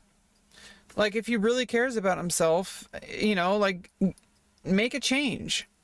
Maybe focus on his music and just never come back to streaming. And obviously, maybe he could come back to stream, but like, it means that he has to fix this problem. Go to therapy. Do something different. Don't do the same things, because just letting time. See, people say time heals all wounds. That's actually, I mean, it kind of does, but that's fucking bullshit. Disappearing, because this is what happened multiple times. He just kind of disappeared, and he probably, and we find out later, basically did the same shit every single time. Then he comes back thinking that it's okay because he was gone for a while. It's like, no, it's not going to change if you didn't make a change. And then he got the false positive, that he felt better from streaming. And this is great. It's great to find things that you love, but that doesn't make up for the thing that caused this problem. It's a thing to move towards. If you love streaming, then try to focus on things that are going to benefit that, rather than using it as an avoidance. And like I said earlier, every time we take an action that is based on avoidance, we're sacrificing, we're not allowing ourselves to bring the thing that we're doing to the full extent of what we're capable of. Every time we do something from a place of avoidance, we miss out on an opportunity to bring what we're doing to this full potential. For example, playing music, writing a novel, streaming, anything. It could be anything. It's not that it's a bad thing. Like, going to college is definitely a good thing. Like, getting an education, getting a degree, it's definitely a good thing. But if you're doing it from so it's not like it's like you should stop doing that. What it means is that if it's coming from a place of like, oh, I'm going to college because, it's like my relationship is in shambles, I'm in a marriage that I hate, and so I want to like do something differently, and maybe if I go to college and get it, change my career, maybe that'll fix our relationship. It's like, no, it's not going to. The thing that's going to fix it might, but like the thing that's going to fix the relationship or whatever problem is having, like, oh yeah, I have a drug addiction. Maybe if instead of, instead of playing video games or streaming or whatever, I need to go back to school. And it's like, well, the problem that caused you to get into this cycle in the first place is still there. And all you did was change one of those variables. Like, if you replace stream with anything else, like replace stream with like go to college, or you replace stream with like get a different kind of job, or if you like do music, write a novel, like whatever you want to do. Like, if you replace the activity without replacing the root cause of the problem that started this cycle in the first place, you're going to do it again. That's all there is to it, because you convince yourself that you're going to be okay this time. But all you changed was like this one variable. And then apparently you're going to find some reason to complain about it, or you're going to find something that's going to be causing problems. And it might be kind of stemming from the thing that you're doing. But if you really look at it honestly, you're really complaining about the thing that caused this drama.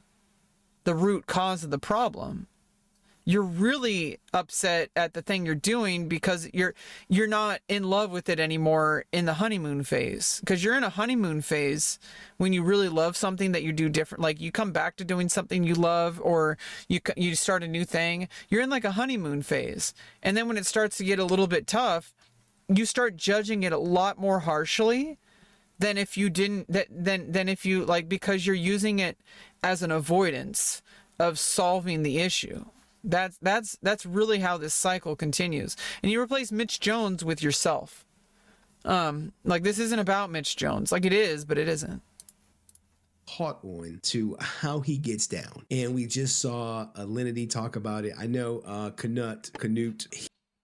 Oh, that's awesome. I mean, he should do more stuff like that. And like I said, I'm not here to point fingers at either Mizkif or Mitch Jones. I'm not here to do any of that. Like, I'm not saying he's a bad person, even if everything is as it, based on this habit of cycles and stuff like that. And, same goes with Mizkif. Even if Mizkif is a total asshole here, I mean, I think it's like, nothing really ever has to get to violence. And, I think people make mistakes. I think Mitch Jones made a mistake. I think Mizkif made a mistake. People... and testosterone, I can understand.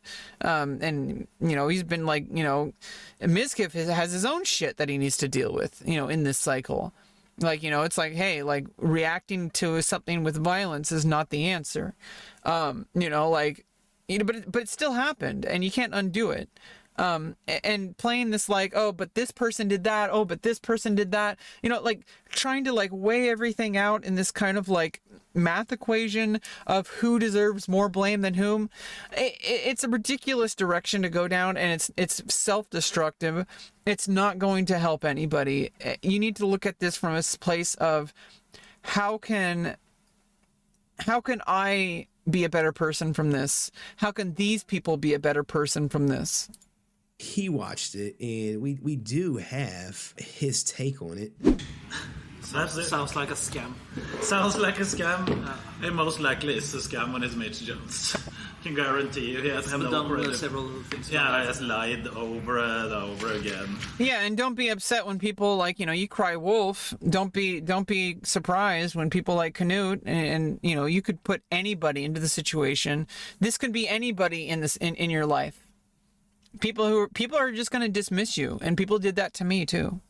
And they probably still do, even after I've made a bunch of changes. You can never expect people to come back. They might, but you can never expect it. But this is what's going to happen, is if you keep crying wolf, people are going to stop caring. Even if the next time you cry wolf, it's actually true. So keep that in mind.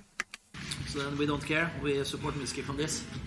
Of course I would have done it. Even if it beat him up, it would have been well deserved almost. Yeah, I mean, it's a joke, obviously. But, at the same time, it's like, yeah, if something, we didn't see the whole video, so maybe there was like something really bad that Mitch did. Or maybe Mizkif really did do the things that Mitch is accusing him of. I have no idea. None of us do, because we don't have the video. But, that being said, like, violence, I'm sure, I mean, Mizkif hasn't talked about it, but, knowing coming from a place of sometimes in the heat of the moment being very violent, at least verbally abusive, it's something that just kind of like happens. Like it happens so quickly. It just boils up and you get red. Like it same like, just like the thing earlier where we talked about like, oh yeah, sometimes people just forget things and oh yeah, they would have found, justifying the situation. It doesn't make having a rage, verbal or physical abuse, it doesn't make it okay, but understanding why it happened is the first step to changing it. But it can happen really quickly. It doesn't excuse the behavior, but understanding like that it can happen in a split second. That something sets you off and you might be in a bad mood or whatever, and things can just heat up. So I'm not trying to like say, oh, boo-hoo Miz or, boo-hoo Mitch Jones. I'm not here to say that. I know a lot of people are probably going to accuse me of doing that. They're fucking dumb. Be an adult. Try to have compassion for people and understanding, and and also if you're thinking about this as like, oh, this is streamer drama, etc., maybe you're part of the problem. Maybe you're watching all the streamer drama to avoid your own life. Maybe you should make some change because you're no different from Mitch Jones at that point. Sorry for that joke. Good joke. He watched the clip. Is this the Lindy one? Because then he does shit like this, right? And then months later, he comes to me and he cries and he tells me, Alinity, I don't know what to do. Everybody hates me. Yeah, and so like this is another thing I wanted to talk about when I saw this clip earlier, but yeah, he's going over every single clip, so I thought this was good to watch, and I said, you know what, I think I need to watch this on stream because I think I can add some value. But the thing is people obviously for some reason still fucking hate Alinity, even though, like, move the fuck on, okay? Like, Jesus fucking Christ, like, move the fuck on from blaming Alinity. Like, you could say, like, oh yeah, she threw her cat, or oh, she didn't throw her cat, or she did that shit. It's like, fuck off, man. Get the fuck out of people's assholes. Like, your nose is so fucking hard, like, so fucking far up these people's assholes. Like, they're public figures, and you're from the comfort of behind your own computer. It's so far away from these people's lives, and you're going to come in and you're hyper analyze every single little thing some person does because it happened on camera. Like, calm the fuck down. Like, they're still human beings. People make mistakes. Like,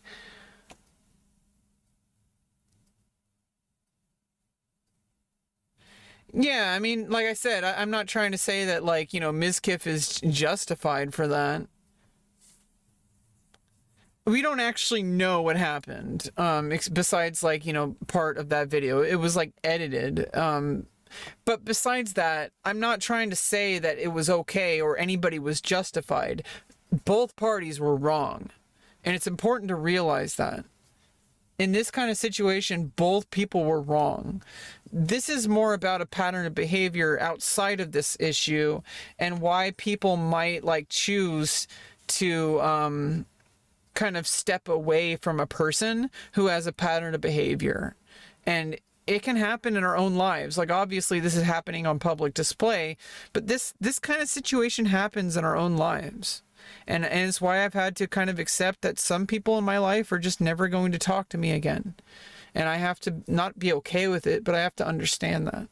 No matter how much I change and no matter how much I've improved, which I have a lot, everybody who's still by me after 5 years of therapy and continuing to improve my life has told me that I'm not even the same person anymore. And that's for the better. And I know that I'm a better person, and I know that I come from, I'm not perfect, but I've made a lot of changes in who I am. I don't hurt people anymore. And sometimes I do get a little bit upset. I think people can understand, though, because I'm autistic.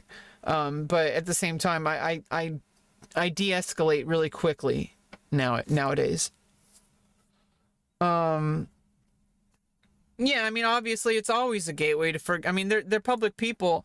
You know, obviously, even I'm using it for content. I'm not going to lie and say I'm not using it for content. What I'm saying is that I feel like there's a responsibility because these are human beings. And at any time, you know, I'm in the streamer space too, even though I'm really small.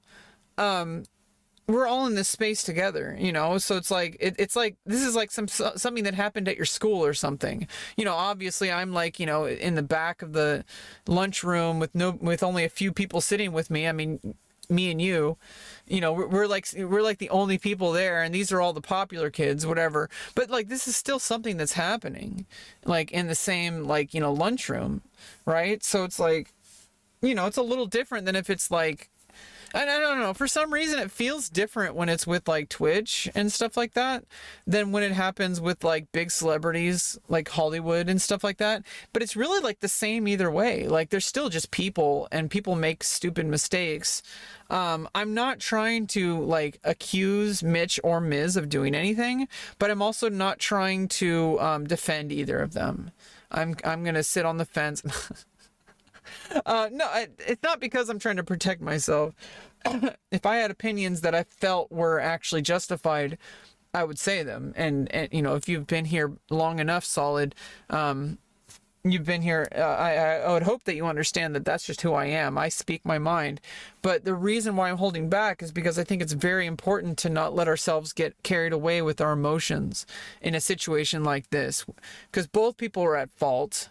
Both people could have done something better. And we can learn from that situation so it doesn't happen in our own lives.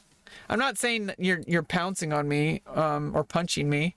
I have to make it very clear.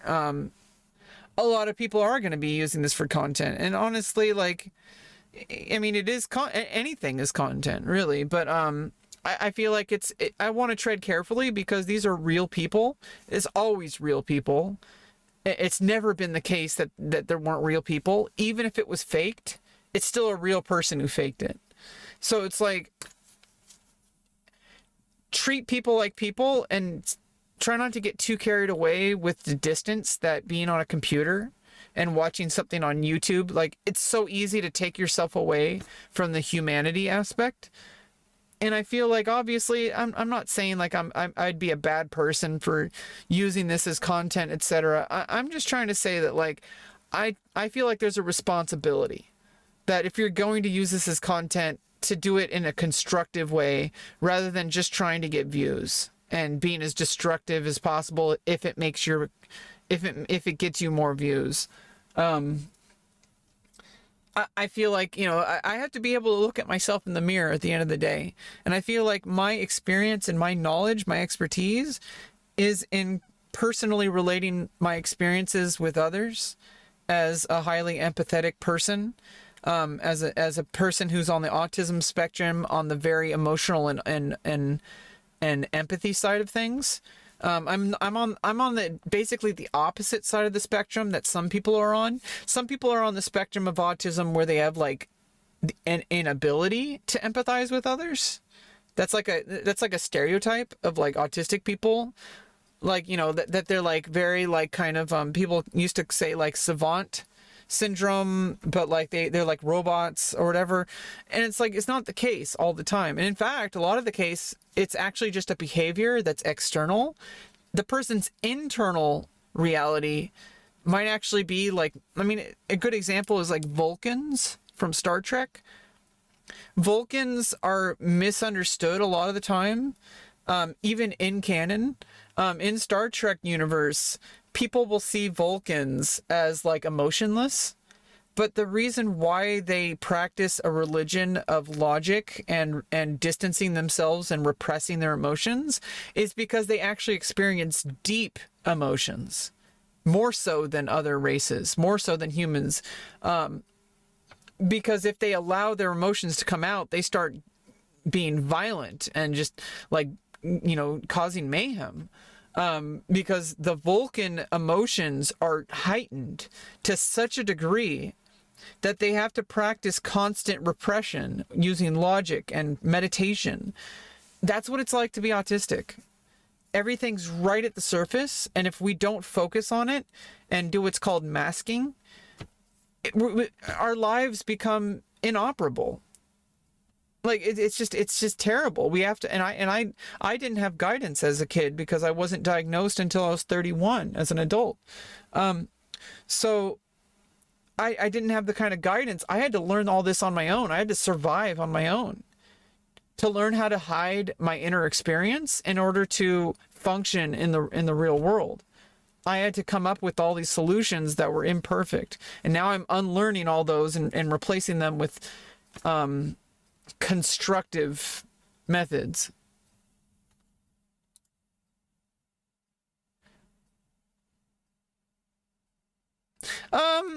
I feel like Alinity does have plenty of right to get involved because she personally knows these people. She knows Mitch Jones. She knows Mizkif. I feel like she has every right to get involved. And she's basically saying the same thing, like that Reckful was saying. Like, this is like, she does not want Mitch Jones in her life, and that's a good decision. And Mitch Jones needs to accept that his actions are going to have consequences, especially after years and years and years of the same cycle that people have given you chance after chance after chance. Morris. People have given you so many chances, and it's almost like the situation with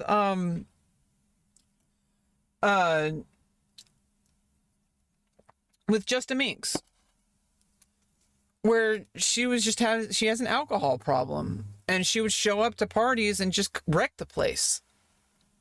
And Cutie Cinderella had to make a decision. Like, I stood by you, I helped you, I held you, like, while you cried, and like I was trying to help you, try to get into rehab, like, you know, with you at the hospital, and then you come back and you continually do this behavior, and you have to say, I'm going to step away. You have to say no. You can't enable people that you care about. It's the same kind of situation. Like, you see this kind of happen, and Alinity's going to talk about it shortly. I'm depressed. I don't want to live. Like, all this shit to try and like gather sympathy or whatever, right?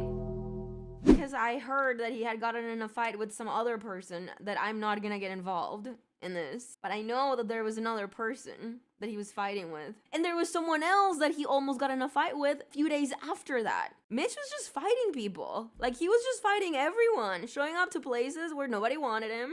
What is that? Oh shit, what is that? It's like a never. Yeah, I mean, honestly, that's like kind of funny, like this meme. This is what it's like. And I know this personally. I got invited to a lot of parties. I was actually very socially active in my 20s. My teens and my 20s. I was very socially active. I got invited to parties. But I was not dealing with my demons. So every single time I went to those parties, I used it as a distraction, and all those problems come out, especially if you're drunk. Those problems start becoming problems in the real world. And if you don't deal with them, they're going to, and it's not just being drunk, like that's an extreme example, but if you don't deal with shit, it's going to start affecting people, and it's going to start affecting people you care about. And if you really care about people and you care about yourself, you have to start dealing with those root causes, because it's just going to keep getting worse.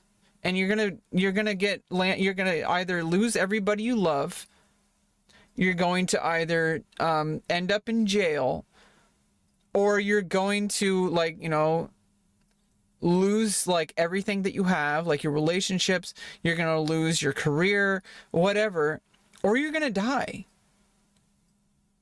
And it's not worth it when you have an opportunity to be honest with yourself.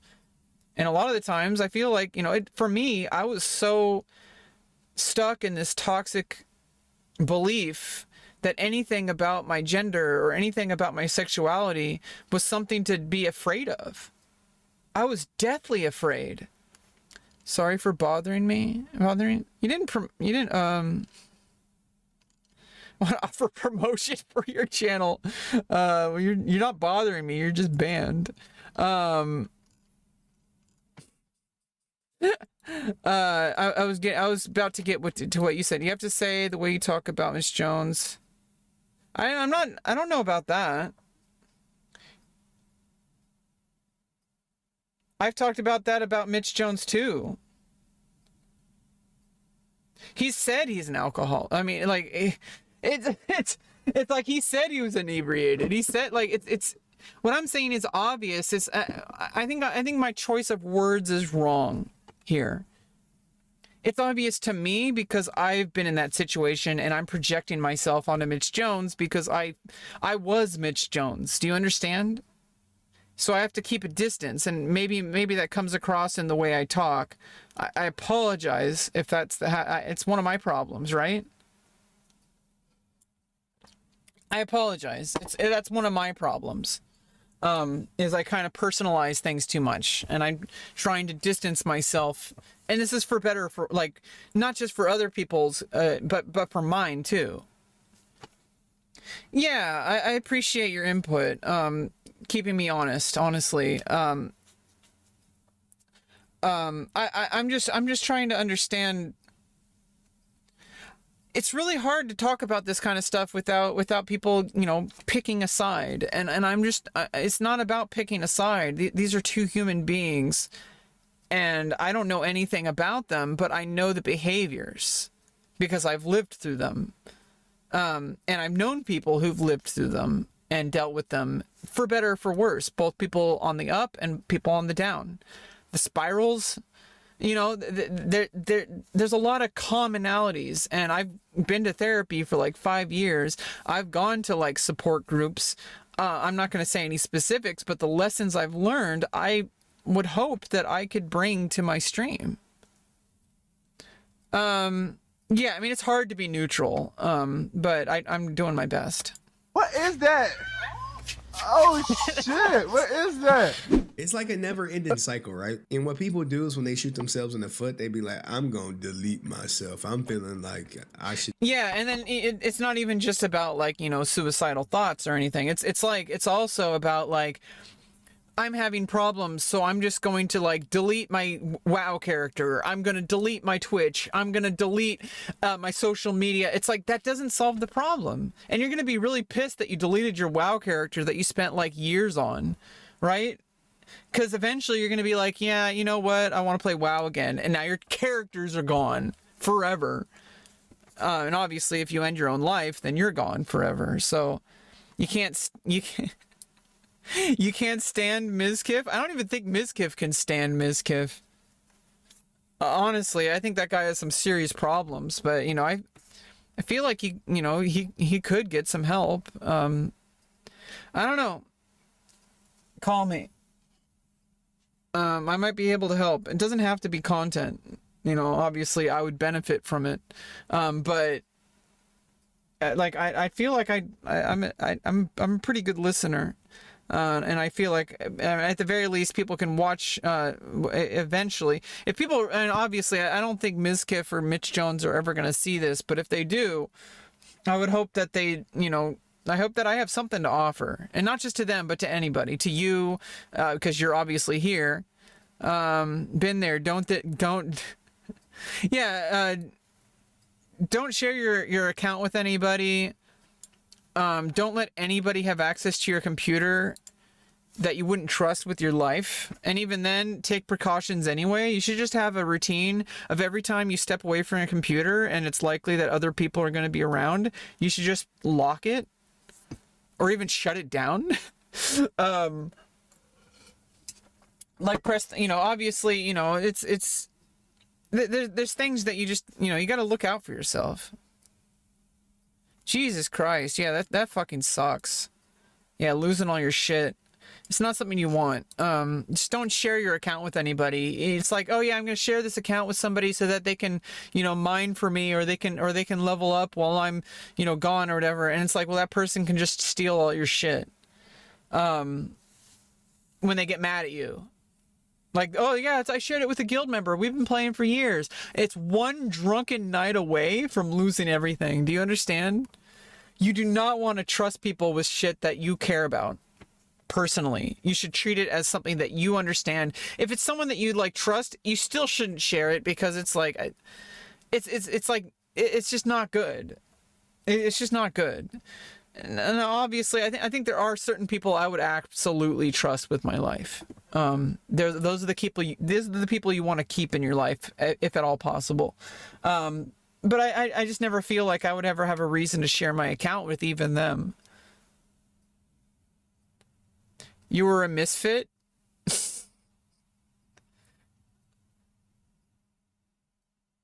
Yeah, I don't know. I don't even know what you mean by that. Are you comparing yourself to Mizkif? Like, I don't know. Misflit? What I don't know. Is there something I just maybe am I stupid? I don't know what that means. You said you're a misflit, a misfit. Like, what do you mean by that? To do something, I should hurt myself, and some people call them victim Jones. That's actually a good one. Yeah, no, the thing is like every single time you do something like that that's self-destructive, you think it's going to solve the problem and it's not. You're missing an opportunity. It's like that infographic I showed earlier. Victim. Oh, Jones. I should keep that victim. I should keep that infographic up. Just a second.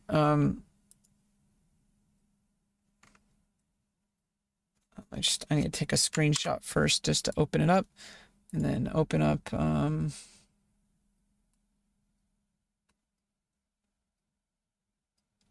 Oh, it doesn't. You can't open up that way. Let me open it up this way. Screenshots. Yeah, I learned from a very long time ago not to open up folders with that'll have images in it on stream.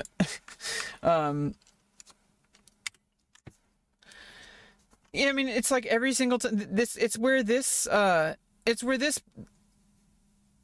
part. You know, we are here. This part. Every single time you make a decision that says, "Oh, maybe my life will get better if I delete my WoW character.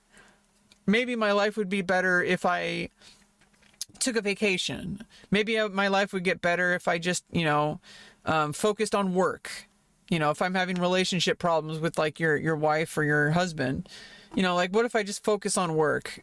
And it's like, eventually you're like, cool, everything's good. It could be. I'm not saying it's not going to be good, but it's like you're not allowing yourself to take that moment to reflect and make the changes that led to that happening in the first place. And you're just going to find little teeny tiny things that slowly like kind of add up like water torture. And eventually, I think this one's like just a meme. Eventually, you're just going to happen. It's going to happen again. And your goal shouldn't be to avoid it because things are going to happen. We're human. But what you can do is you can understand yourself better and de-escalate quicker, especially before bad things happen. And maybe it's not going to be so bad. Like, don't let it escalate. But it's more likely to escalate if you don't take this opportunity to make changes. That's basically what I'm saying. Oh, I closed it again. I need to keep that open because I'm probably going to bring that up again.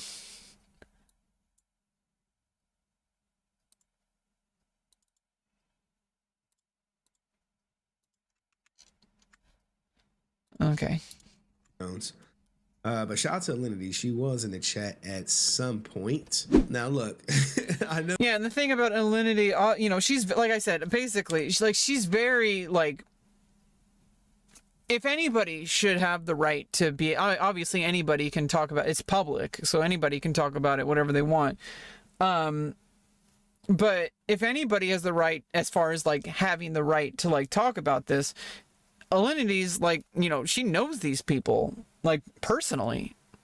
She may not be like close, it might just be a working relationship, business, relationship, but at the same time, like she knows these people. So it's like, people are not fair to certain content creators, especially Alinity. Yeah, Power World was great. We might play later, but I might still have stream problems with it, so I don't know.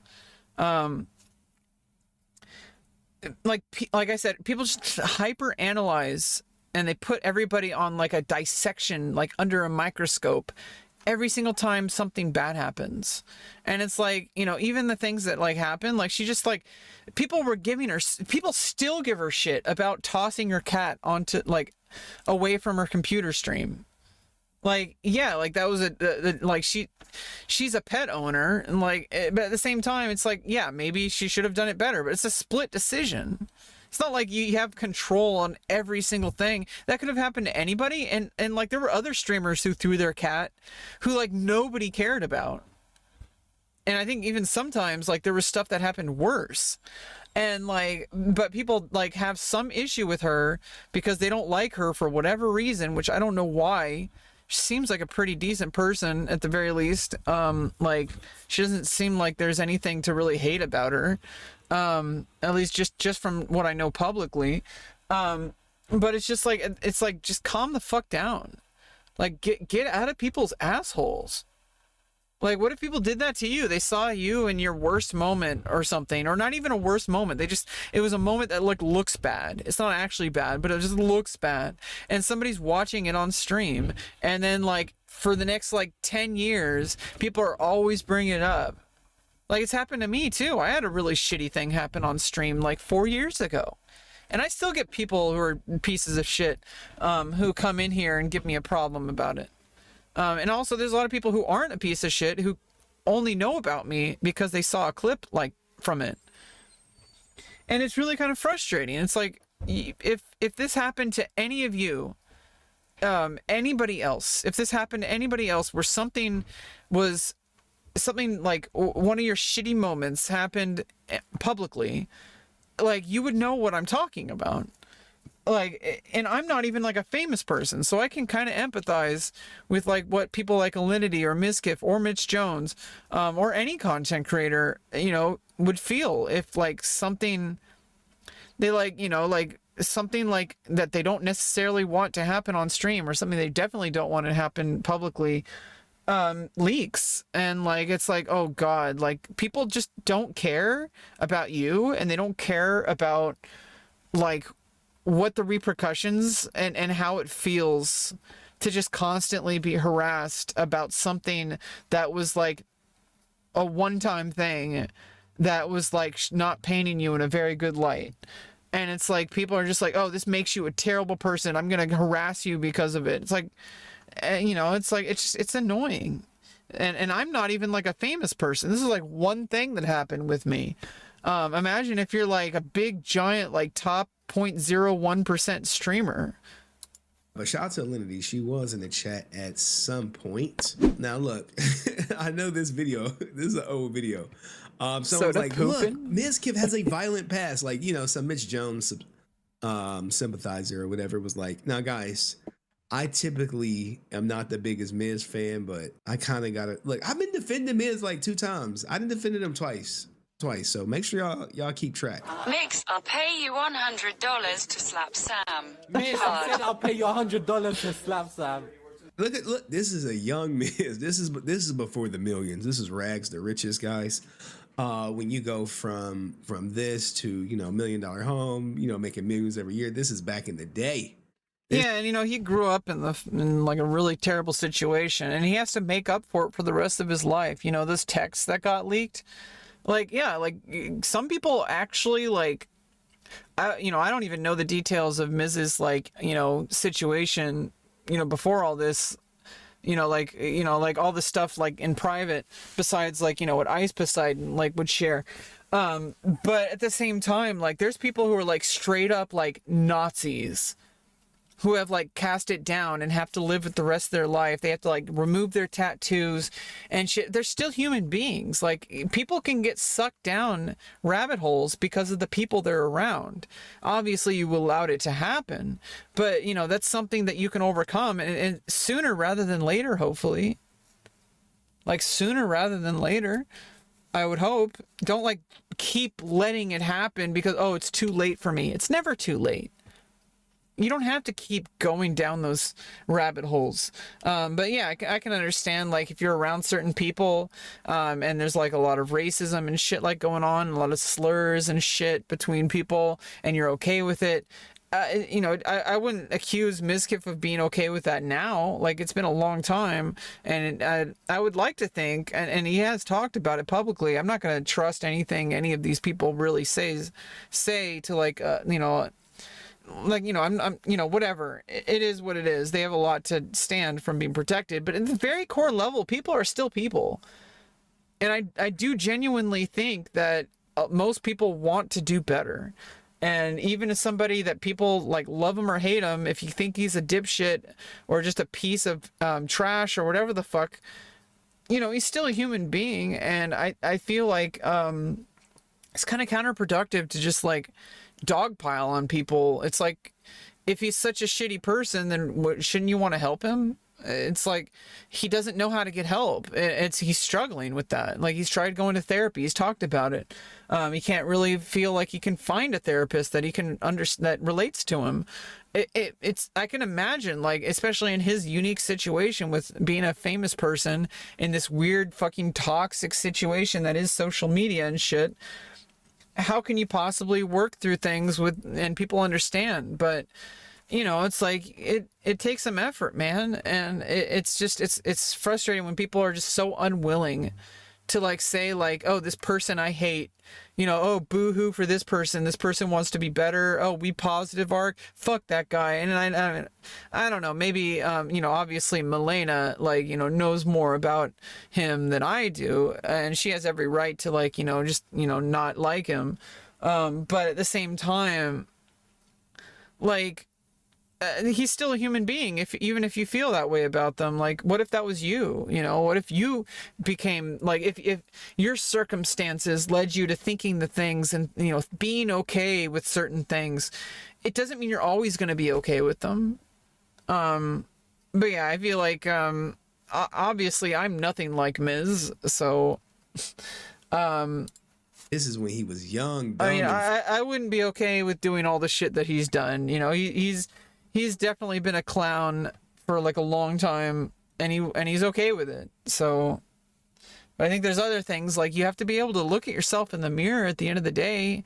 No amount of money is going to solve that. No amount of clout is going to solve that. You have to be able to look at yourself in the end of the day. And if you can, it doesn't matter if like what you're doing is like fucked up. If you're okay with it, then you're okay with it. Now, you know, if you're doing really shitty things and you're okay with it, well, I'm not going to be okay with it. But don't be surprised when everybody in your life leaves you. You know, if you're okay with everything, then obviously you need to find people who are okay with you doing that. And usually they're not the best people. So, you know, you have to ask yourself what you truly want in your life. Do you want to keep doing the same shit, or do you want to do something different? Full of allegations. But we not gonna show violence. We're not gonna show violence. We're not gonna show violence. Hey, how the hell you watching all my videos but you ain't subbed? Come on, man. Hit that sub button. And one thing you can't forget about Mitch Jones is there is a streamer who actually took his life, Wreckful, and we'll get to that after. But even Melina, like, look, he had to tell her, like, hey, be quiet. Look, he had to check his girl or whatever. You know what I'm saying? You don't. I mean, it's because defamation, like, that's actually like a crime. It could be, and obviously somebody has to press charges for that, but you know, it's like, it's in their kind of situation, you know, it doesn't mean, like, obviously I'm not going to blame Milena for, you know, speaking her mind about it, whatever, but there's such a thing as, like, he didn't want it to go too far because she could have gotten to specifics. I can understand where Nick's coming from. I can also understand where Milena's coming from. The one streamer that will not do a react on this situation, I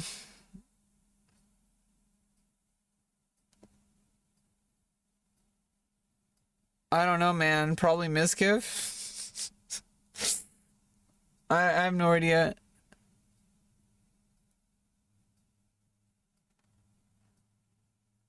Oh, you mean Nick? Yeah. I don't think Nick would ever fucking. I mean, I don't know, man. Oh, Zaryu. Yeah, Zaryu. I don't think he gets himself involved with drama. Yeah, there's two types of streamers out there, okay?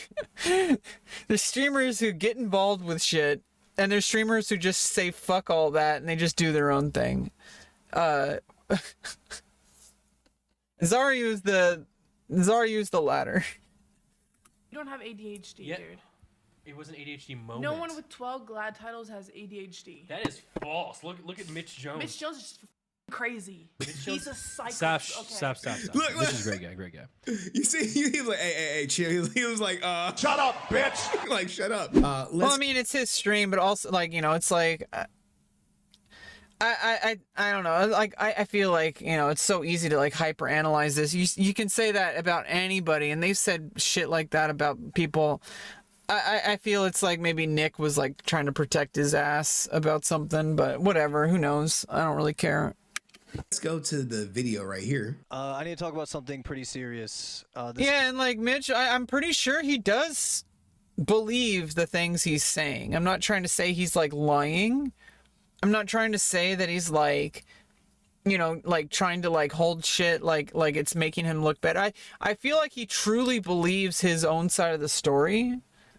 And I feel like that's a mental illness. And it's important to recognize that, because I've been in this exact, not this exact situation, I've been in his mindset. Where you make everything about you, and you make everything match your narrative to make it where everybody else is out to get you.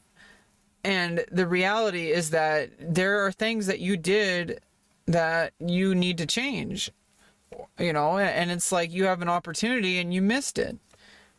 And it's like, then he, like, puts his fucking medical record on, or, you know, it's like his fucking, like, medical thing on stream. Like, what the fuck? Situation has been me for months, and I still have lasting issues from this situation, physically, emotionally, mentally, whatever. Career-wise, it's affecting my entire life.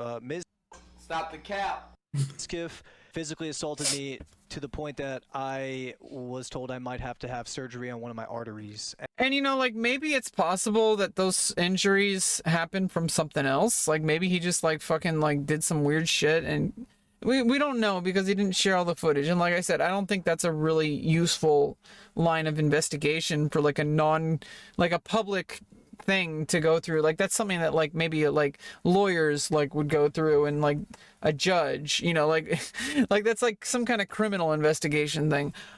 I feel like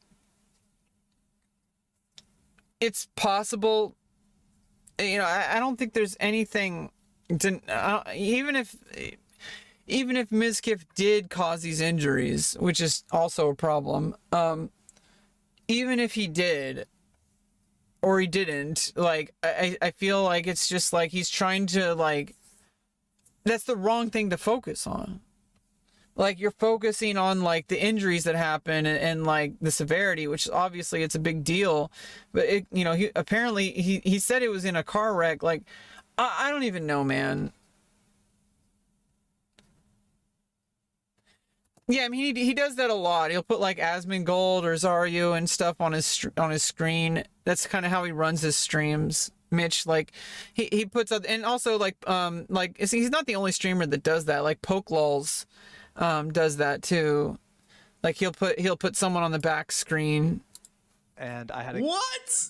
You might have to have surgery on one of your arteries. Oh gosh. And we're gonna do. Also, I don't think Mitch is understanding enough about medical stuff to really understand what he was told by the doctors. I'm not trying to, like, insult him. Just judging on how I've heard him talk about stuff before, he's not the brightest.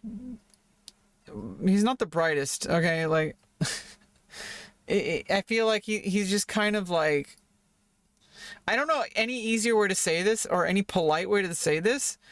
He's just kind of dumb. I don't mean this in, like, a mean way. It's just like he just kind of doesn't know what he's talking about. Like, I'm pretty sure, like, even if he was talking about medical stuff, like, he misunderstood stuff. I don't even know. He could be right. I'm not gonna blame him for this. You know, it's like, yeah, I mean, it sucks that, like, this injury happened. It shouldn't have happened. But also we don't know all the details, and especially if Mizkif is to be believed, and I'm inclined to believe him just based on, like, Mitch Jones' public behavior, and people talking about him enough, of being either drunk or, like, on cocaine or anything like that. It sounds like a very likely thing for you know, like some bullshit to happen. Like it's like you know, it's like if you put your hand in a jar full of scorpions, don't be surprised when you get stung. Yeah, he did say that about like being in a wreck. Maybe he was in a wreck and now he's just trying to make this into content, and he found an opportunity with his ring cam. Or both of him and Miz are in on this and they somehow feel like they can actually benefit from this. I think that's very unlikely. I think Mizkif is very aware that people are always watching what he does. It's definitely a possibility in this weird fucking celebrity world. Even if it's not a good thing, they might convince themselves it's a good thing at the time and then regret it later. But it's not in the realm of impossibility that all of this is just a setup and like he knew he was being filmed. And either way, I don't know. I'm not going to give that too much credibility because I don't know if that's really good. Like, especially since Mizkif is in like an org and he's already been like removed from the org before or whatever, or like temporarily like stepped down, and then he like basically like there was a whole situation involving Mitch Jones as well, by the way. You know, there's a whole situation where he like, you know, brought bad press to OTK. And OTK is bigger than just one content creator. It's bigger than Asmongold. It's bigger than S-Fan. It's bigger than Mizkif. It's bigger than all of them. I really like OTK content. Now, I don't agree with every single streamer and what their personal beliefs are all the time. Asmongold particularly, I tend to agree with him, but there's things that I highly disagree with, and I think that's fine. I think we don't always have to agree with, it's impossible. You can't agree with every single person out there. But, you know, it's like, you know, obviously, you know, it's multiple streamers within OTK have been involved with shit, but look at Hollywood. You know, it's like people have done like some crazy shit in Hollywood and nobody seems to care when the next big blockbuster comes out. You know, it's like people like their content, and I like OTK content. They have a whole bunch of new shows coming in. They got Will Neff now. Like, Will Neff is great. Like, you know, Mr. Beekeeper. Like, he's fucking awesome. Like, there was like an improv group that like he was a part of, and during like I think it was during the shitcon thing. One of the days, like, they went to like an improv thing and I watched that. That was fucking great. I want to do stuff like that. I want to do like improv groups, and like, you know, I want to go back to school when I possibly can, way later down the line after my surgery recovery stuff. I want to go back to school and take acting classes. I want to be involved in stuff like that.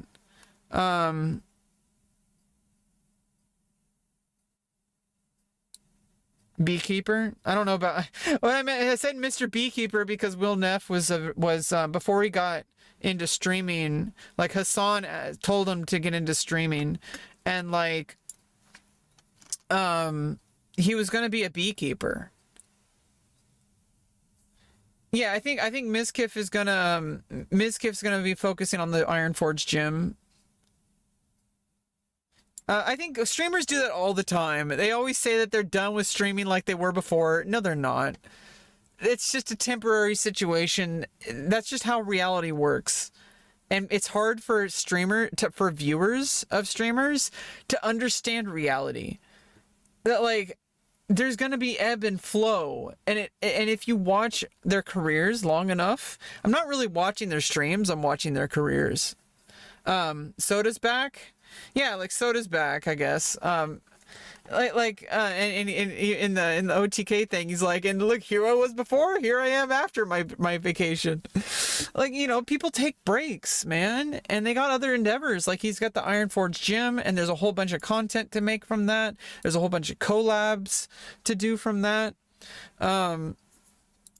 You know, it's like it's like he's got that thing going on, and it's like you can't be streaming like fucking like 14-hour days of GTA RP and do Ironforge. Like, you have to make sacrifices, but it's worth it. And it's like, for some reason, Twitch viewers just think that everybody is just 24/7. Oh man, I'm sorry to hear that.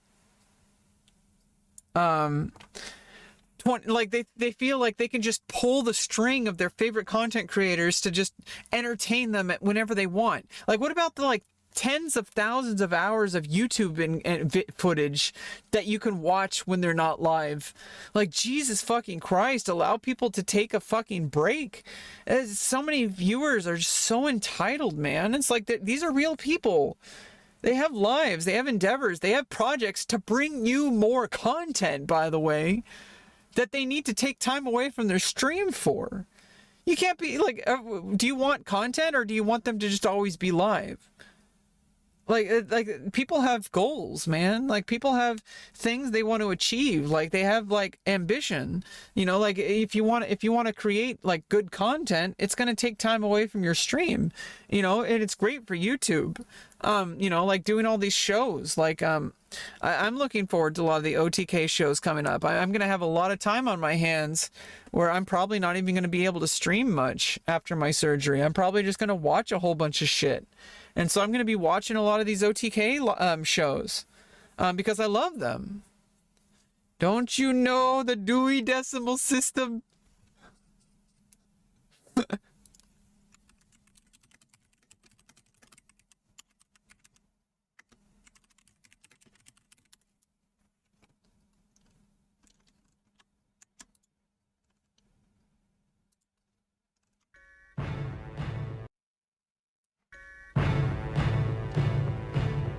Never before in the history of motion pictures has there been a screen presence so commanding, so powerful, so deadly. He's Conan the Librarian. Can you tell me where I can find a book on astronomy? Don't you know the Dewey Decimal System?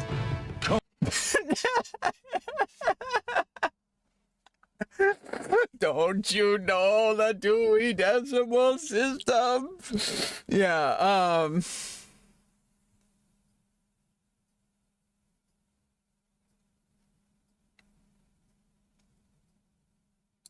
Oh yeah, you're gonna give me hell for not streaming. Like I haven't been streaming for like a week, okay? Like I haven't been leveling, I haven't been mining. I'm such a loser, man. I've been reading books, writing my novel. What a fucking loser. I should be streaming World of Warcraft. I need to get back on, man. Have surgery on one of your arteries. Oh gosh. And we're gonna do a little deep diving on his paperwork. Still have a concussion. First, I'd like to start by showing the damage that. Look, he put a slideshow together. This is a production, guys. This is a production. He been sitting on this for a while. Just Mizkif must have pissed him off. He's like, all right, I'm about to put it out there. Yeah, I feel like Mitch, it's not even about money. Obviously, I think he has like addiction problems. Maybe he's out of money. But I also think it's like a personal thing that he just needs people to be paying attention to him. And like I said, I can highly relate to Mitch Jones. Mitch, are you trans?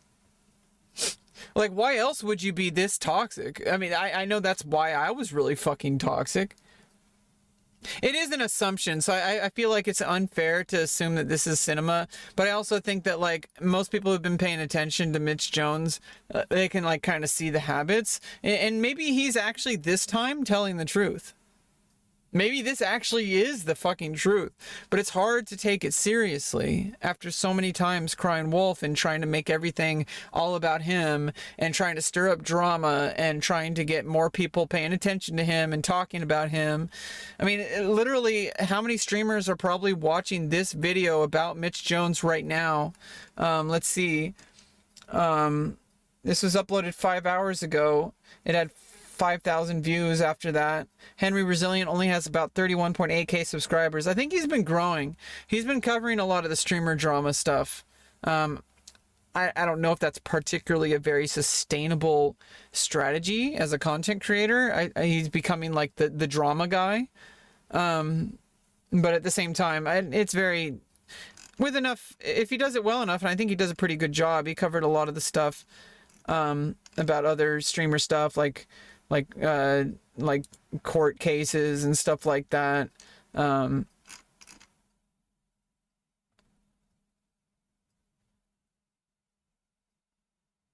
I mean, Mitch Jones, like I did a whole video about Mitch Jones. He when he came back from streaming a while back, I might even be able to find it. I might be able to find it. Mitch Jones. Mitch Jones homeless arc. Yeah, I did like a 6.5 hour react to Mitch Jones's situation. It's best to listen until proven otherwise and believe people. You have that you've collected from like raids, like in WoW, if you want to use the WoW analogy.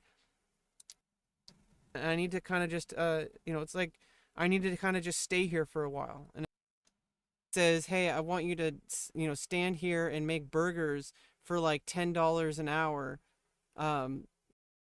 Was the only thing that you were good for, which I don't think it is. Like, you got like this whole music, stuff that you do. Like there's all this shit that you're doing. Like there's all this more stuff you could be doing, and you could do, like, there's all these things that, like, you could just, like, change your entire life right now, like doing anything. Like, you could, like, I use, like, tools that I've built in therapy. So yeah, like, he was going to therapy and he was like taking medication. Like, I understand Mitch Jones, not as a person, but like,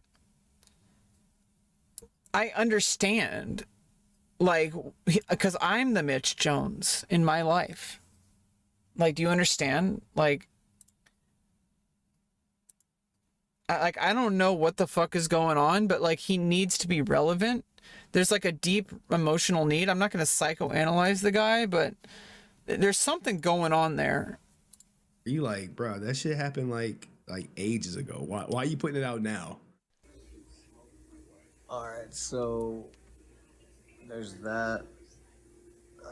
I guess I got socked here first, and I also have like swelling over. And also, like, I think that's a very unfair thing for Henry to say, because a lot of the times you can actually get sued for defamation, and also maybe you actually do care about people involved, and it's more than just about one person. It's a very complicated situation. And if Mitch Jones, if I'm going to take him until innocent until proven guilty, about like judging him or if he's lying or not, I only know like what he's saying, and some people know based on his past behavior and stuff. But in the end of the day, even if you knew everything about past behavior, this is something new, and it's just like, there's reasons why you don't want to make things public, especially in their industry where there's so many people involved and where you're very likely to get sued for defamation. Yeah, I mean, it's 100% that this whole situation could affect him mentally, like 100% affecting him mentally. Maybe, yeah. Oh, maybe it was a suggestion of his therapist to talk about it publicly. I don't know if a therapist would advocate for that. Therapists usually don't advocate for you to take anything, like, as far as like, unless you brought it up, they won't really like tell you what to do. Like, they're not going to tell you to like quit your job. They're not going to tell you to like stop taking drugs, even unless it's like harming you. They're going to be like, hey, like you're coming to me, like you want help, and you usually go to a therapist for help, and they'll help you with what you're capable of being helped with. And there's certain things where it's like, it's your decision if you want to keep doing drugs. A therapist is going to try to get you to stop, but they're not really, they're literally incapable of making you stop. Maybe a therapist might even stop working with you if you don't really seem to be making an effort, but they can't like tell you what to do. I feel like in this case, there's like legal repercussions that can happen, and I honestly don't know if Mitch Jones is actually going to get sued this time. It's possible. I would not count it out. I think it's highly possible Mitch Jones might get sued after this. Over here. Yeah, I don't know. And the fact that Mizkif hasn't been talking about it, unless there's something new hot off the presses, but that might be a huge reason why Mizkif isn't talking about it, because if there's legal stuff happening, you do not want to talk about stuff publicly. Very bad thing to do. I didn't say that. Tell you what to do. I said suggest. Yeah, I mean, suggestion is like a thing. I see what you're saying. Like, usually a suggestion like, hey, do you like want to talk about this? And therapists would probably, I mean, it depends on, that's obviously private shit. Doctor-patient confidentiality.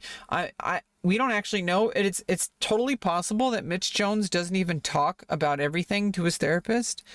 You don't have to include every single detail of your life.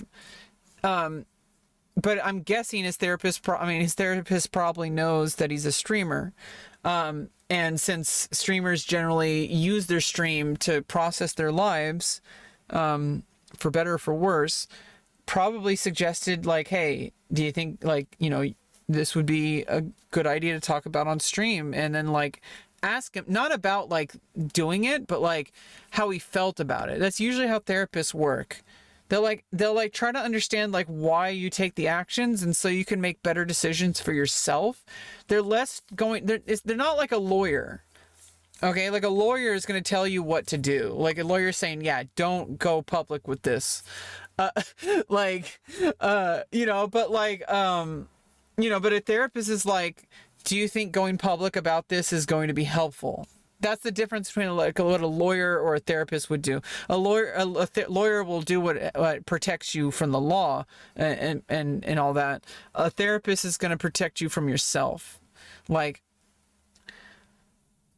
do you think this is productive to talk about this thing publicly?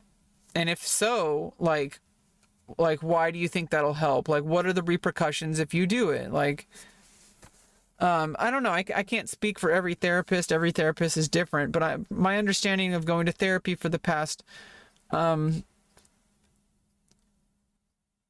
years, like I've been going to therapy since September of 2019 when I had a mental breakdown and finally had to move forward. I've talked about this many times, but 2020 was when I started, January 2020 was when I started seeing my current therapist, and, she knows me really well. And, I see her every week, and for the past 4 years, I've not missed a single appointment. I've gone to,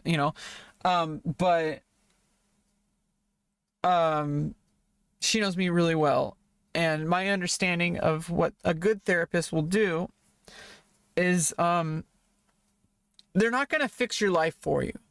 They're not going to live your life. They're not going to tell you what to do. And this is what a lot of people have trouble. They have this misconception that when they go to therapy, their therapist is going to like tell them what to do. And it's like, no, you are the only one that tell you what to do. Maybe you're afraid that you're going to tell yourself to do stuff.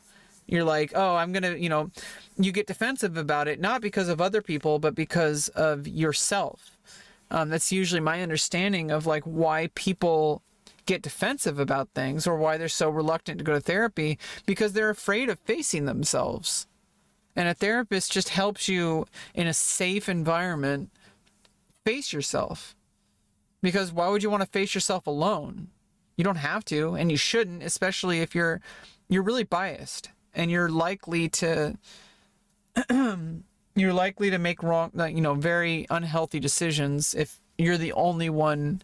If there's no like professional there to like help you, like, keep yourself honest.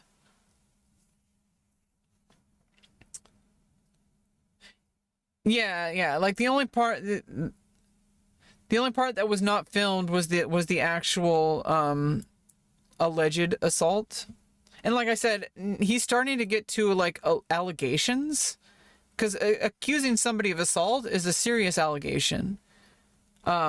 That's why I'm serious. Like, I highly believe there might be legal action against Mitch Jones for this, whether or not he's right or wrong, like whether or not he's telling the truth or not.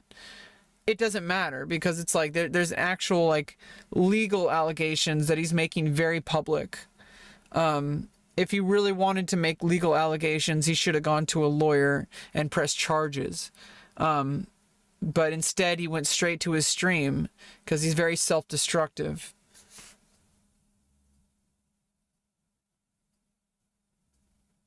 Yeah, I'm glad that you've been working on yourself, Solid.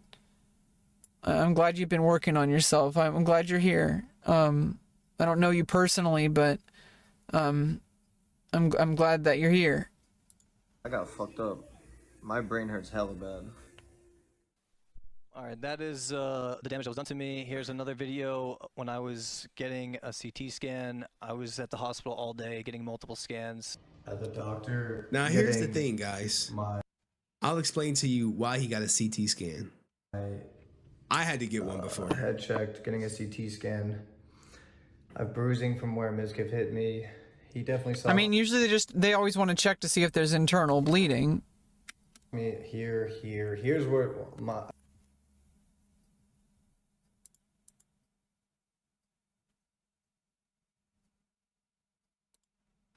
What the fuck?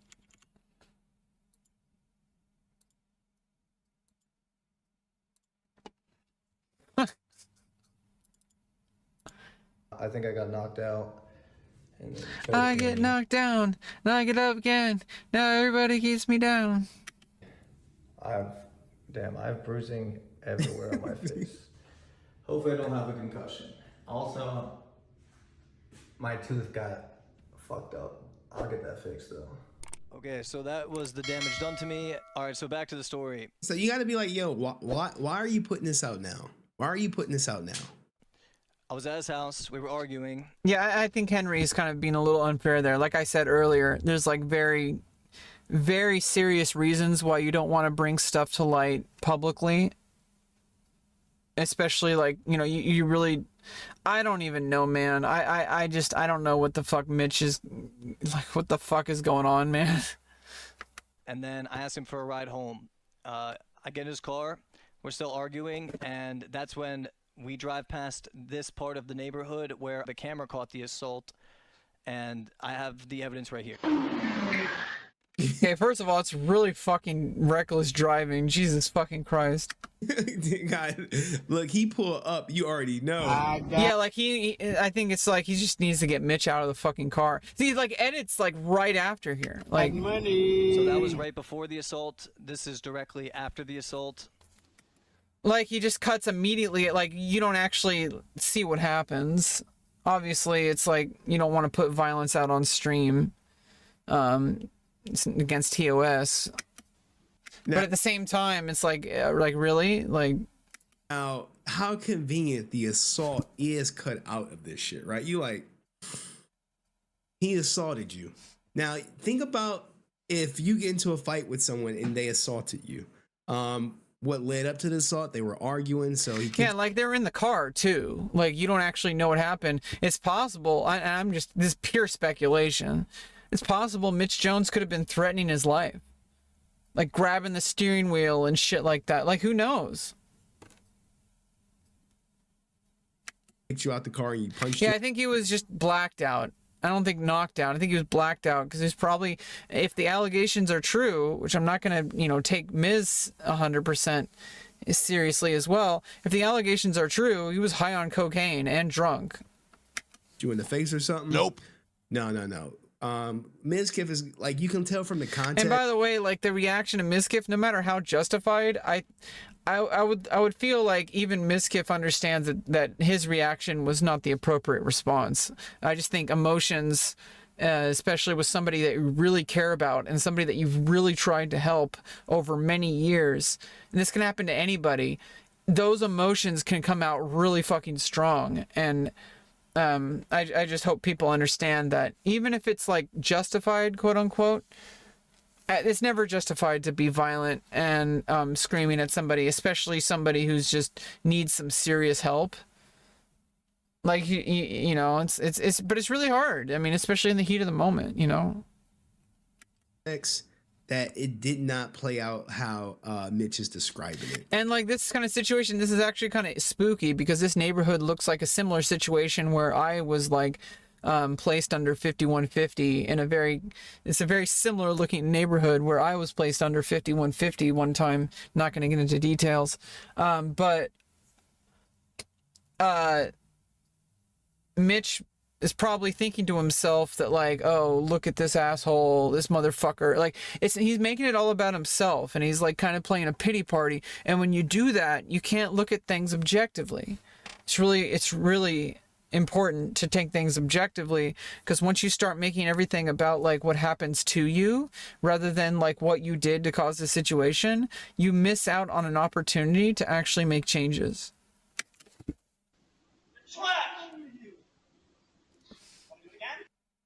Here, let's slow this down. Let's slow it down a little bit. Mizkif, let's go back for a second. Mitch, what's wrong with you? Mizkif, you're trash. He come back over there, and is he just wearing? Oh, he wearing socks and shit, bro. Do you want to do it again? As in, like, hey, you want to go again? This is a cocky ass position right here. Like he's already dominated him at this point. Yeah, I mean, like I said, sometimes people people accused Miz of being on steroids. You know, that's possible. Like, dude, like, you know, Miz has some shit to work on too. You know, both, like I said, both of the people in this situation have some shit to work on, and it's really important to be honest with yourself. You know, bad things can happen when you don't resolve your issues.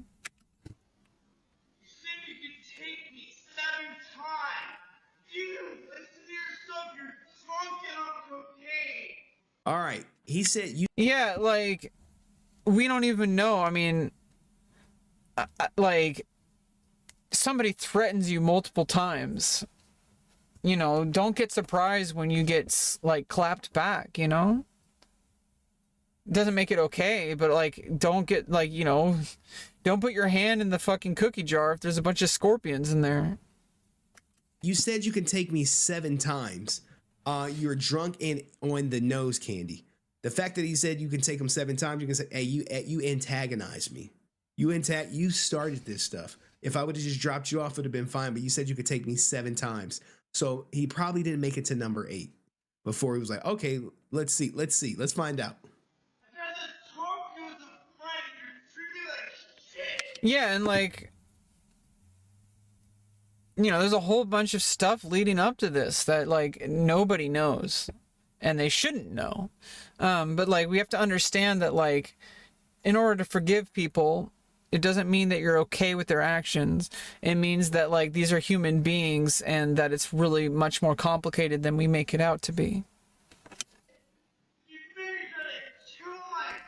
Yeah, and Miz has some serious issues and suicidality, so, you know, it's like, yeah, Miz needs some help, man. Damn, man. But like, you know, it's like, you know, he's talked to Dr. K about stuff like that, and it's like, dude, like, if you can't look at yourself in the mirror, then maybe it's time to start making some changes. You know, it's like, stop doing the same shit over and over. It's just gonna get worse, and you're like, oh man, I, and then you blame yourself for it. You're like, oh, I can't stop making the same mistakes. There must be something wrong with me, and it's like you're making it all about you, you know. And it's just like, it's your behavior. It's not you. You can change your behavior, and if you willingly refuse to change your behavior, then it starts to become like a pattern of behavior that you're like not even doing anything about.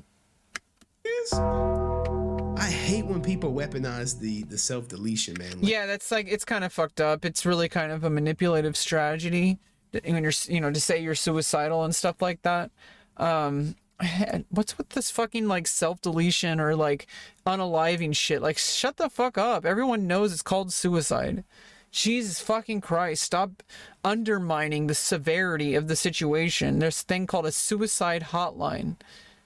Okay? It's a very serious thing. Don't take it lightly. When you say things like delete yourself or unalive yourself, it makes it into a joke. It's not a joke. If you or anybody is contemplating suicide, get professional help. Like, your actions are going to lead to me unaliving myself, and it's just like that's probably one of the only issues I have with the tape. But you're treating me like trash. One, like, both of these guys are millionaires, right? No.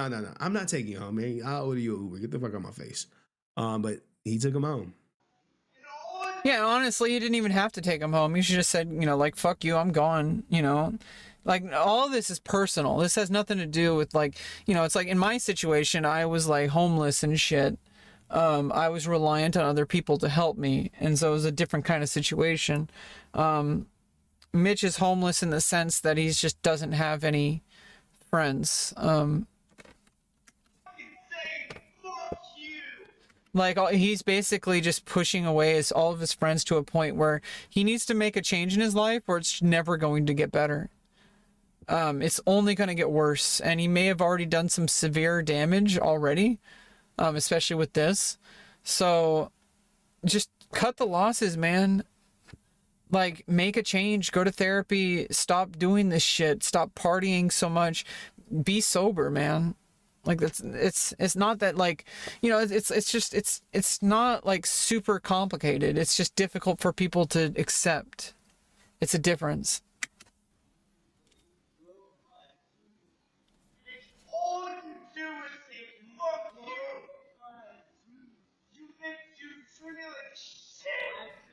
It sounds like a relationship, right? You know, like Well, they are in a relationship. They're friends. They're very close friends, and when you care about somebody, it makes it hurt that much harder when that person like hurts you. Like, I've been down for you for so long, and this is the thanks I get.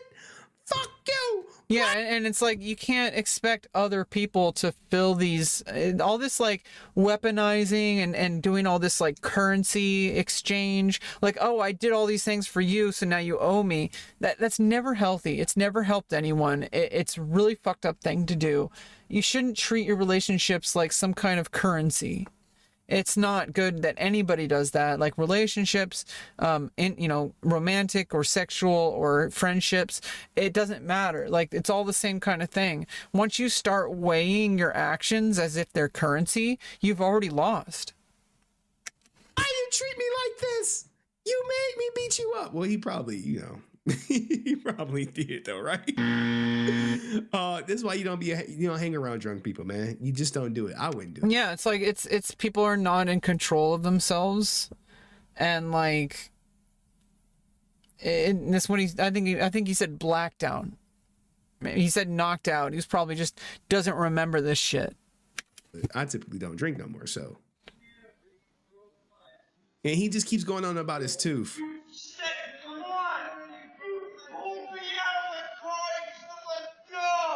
Oh, there it go right there. So this is how stupid Mitch is for uploading this. Mitch pulled Mizkif out the car and said, "Let's go." And this is when you start snitching on yourself. Hey, you pulled me out the car and you said, "Let's go." Now, what most people... somebody, especially somebody like Mizkif who grew up in the fucking hood, like in Jersey, you pull someone out physically, which is also assault, by the way. You pull somebody out physically and say, "Let's go," to someone who grew up in the hood. What do you expect when you get a broken tooth? Like seriously, like it's like a response. Like if you grow up in a violent, neighborhood and shit like that, somebody puts their hands on you, it's like a survival response. It doesn't make it okay, but like, what do you expect? People don't know is Mizkif could have killed Mitch Jones and got away with it. Well, not get away with it. Obviously you'd have to like live with that, but at the same time, like he would, if somebody commits assault on you and you defend yourself, and it's and you're very and you can basically, it's like you didn't know if your life was in danger, and you took an action to get yourself away from the situation. However, Mizkif should have just driven away. This whole thing should have stopped at him dropping Mitch Jones off. I would say it's a huge mistake because you're already out of this danger. As soon as you start coming back, circling back, and further engaging with him, you're creating further conflict. And now it's harder to defend. I'm not like a legal expert, but I would imagine that that's a lot harder to defend in court, because it's like if he just went back in the car after dropping him off, and then Mitch Jones came over and tried to attack him more, maybe that would be understanding. But if you drop him off and you're already safe and getting back into your car and you can just drive away, that's the preferred option. Like, just get the fuck out of there. Like, get yourself out of the situation. It's not a good situation to be in. You do not want to be around somebody like this. Escalating is only going to make it worse. Like, you're not going to be able to stop yourself from escalating. It's just a really fucking tense situation. You need to get the fuck out of there. You got away with it. You know why? You like no way. You know, like no way. You like no way. You know how he could have killed Mitch Jones and got away with it? This was his opportunity to really unalive. No, he wouldn't have. He wouldn't have been okay with it. The law would not be okay with it, because in this situation, like I said, Mizkif had every single opportunity to leave the situation, and if he came back right now as he is, when Mitch is on the sidewalk and Mizkif is over him, this would not fly if Mizkif inflicted physical violence in any form. Even the verbal talking right now is kind of bad. He should have just got away from the situation entirely. He's already removed himself. He's already removed Mitch Jones from the car. At this point, the smartest thing to do, and obviously not everybody makes the best decisions, and like I said, there's emotions, and he cares about Mitch Jones, so he's more likely to want to have this conversation that he's probably been holding back for a long time. It's really hard to deal with these kind of things. But yeah, the absolute objectively smart thing to do, get Mitch Jones out of the car, get back into the car, drive the fuck away. Live him. And he probably spared him.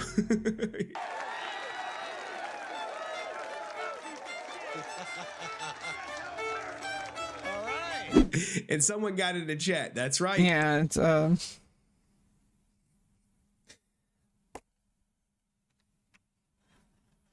yeah, that's pretty much it. I gotta go to the bathroom. I'll be right back.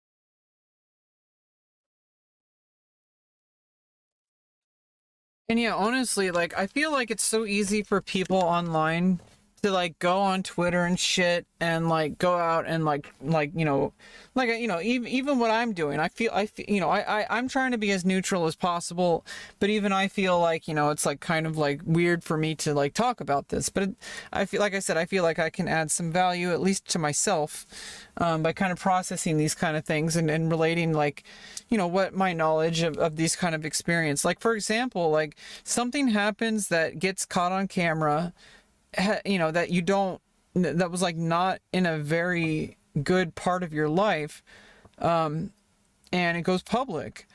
That's happened to me, and the same shit happens to everybody. Like, people get into shit like this.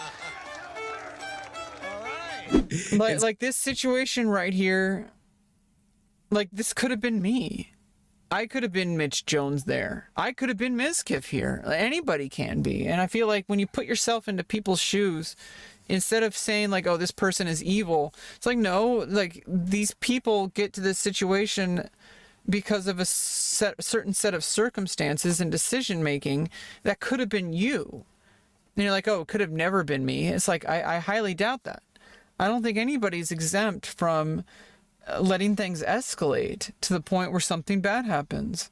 And it's very important to remember that, because if you forget that, then it's more likely that something bad's going to happen. You have to constantly be aware that you're not perfect, that you're not above doing something terrible. Something bad might happen if you allow it. Someone got in the chat. That's right. That's right. In Texas, there's mutual fight defense. Oh my God. I don't even know about that. Mutual combat is still allowed in Texas? What the fuck? But it's not an open invitation to fight. Fist fighting is legal in Texas as long as both parties consent. No serious bodily injury is done, and it's not part of a criminal street gang. Holy shit, Texas. Jesus Christ. It's like, basically let people duke it out. Like, you know, like, Jesus Christ, man. Right. The good state of Texas, you know, all my exes are in Texas. I used to have somebody say it's only steers and queers in Texas, boy. Now Jesus Christ. And I guess LGBTQ community reclaimed the term queer. They used to mean something very different. But hey, I mean, Texas might be a LGBTQ pride flag pretty soon, man. You know, we got the gay agenda taking over Texas, okay? Anyway, mutual combat is still allowed in Texas, okay? Still allowed in Texas. Basically, you know, the TLDR is if someone challenge you to mutual combat, you can unalive them and walk the hell away. All you need is consent. You like, no, you can. No serious bodily injury. I think death is pretty serious. Wait. If someone dies because you kill them, you know, even if it's mutual, you'd have to then prove self-defense, I believe. I know y'all like, wait. You telling me if we agree to fight, you could unalive me and then be like, it was mutual combat? What the fuck is this unalive bullshit? It's like some fucking Zoomer shit. Stop fucking like changing words of things that are serious. Like, Jesus fucking Christ, it's taking away all the seriousness of murder and suicide. Like, Jesus Christ, what is wrong with people? Oh, we can't say that because it's like, okay, well then what are you gonna say? Something that just people are gonna laugh at? When it's a serious thing that nobody should fucking take lightly? Jesus Christ. And look, him pulling him out the car and saying, let's go. If I'm on a jury, I think that's grounds for mutual combat. Yeah, but not here. Not in this situation. Like, not when, like, he had ample opportunity to, like, he was already on his way back to the driver's seat to drive away. But now he came back, and now he's, like, in a very kind of dominant position over Mitch Jones.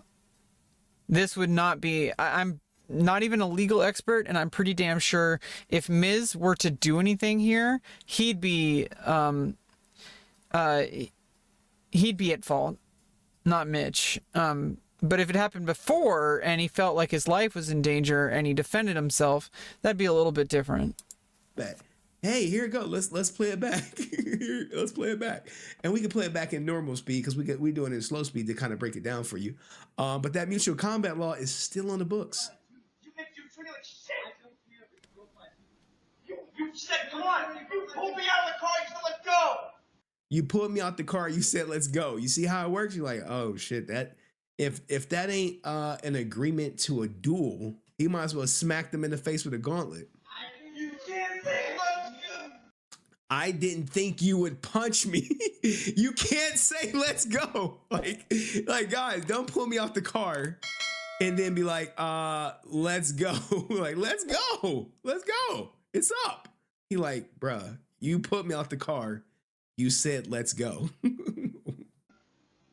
So all right. So now he's about to, like, I don't know why he thought this was going to, Yeah, I mean, I don't know if you said it earlier. You said something like this earlier. If Mitch was drunk and high on cocaine, there should not have been an ass whooping in the first place. There should have been some restraint on. I mean, obviously, I think Miz, it's got some rage issues. Mitch does not look knocked out. I think what he meant by knocked out, he's probably blacked out. I think he just misunderstood what knocked out means.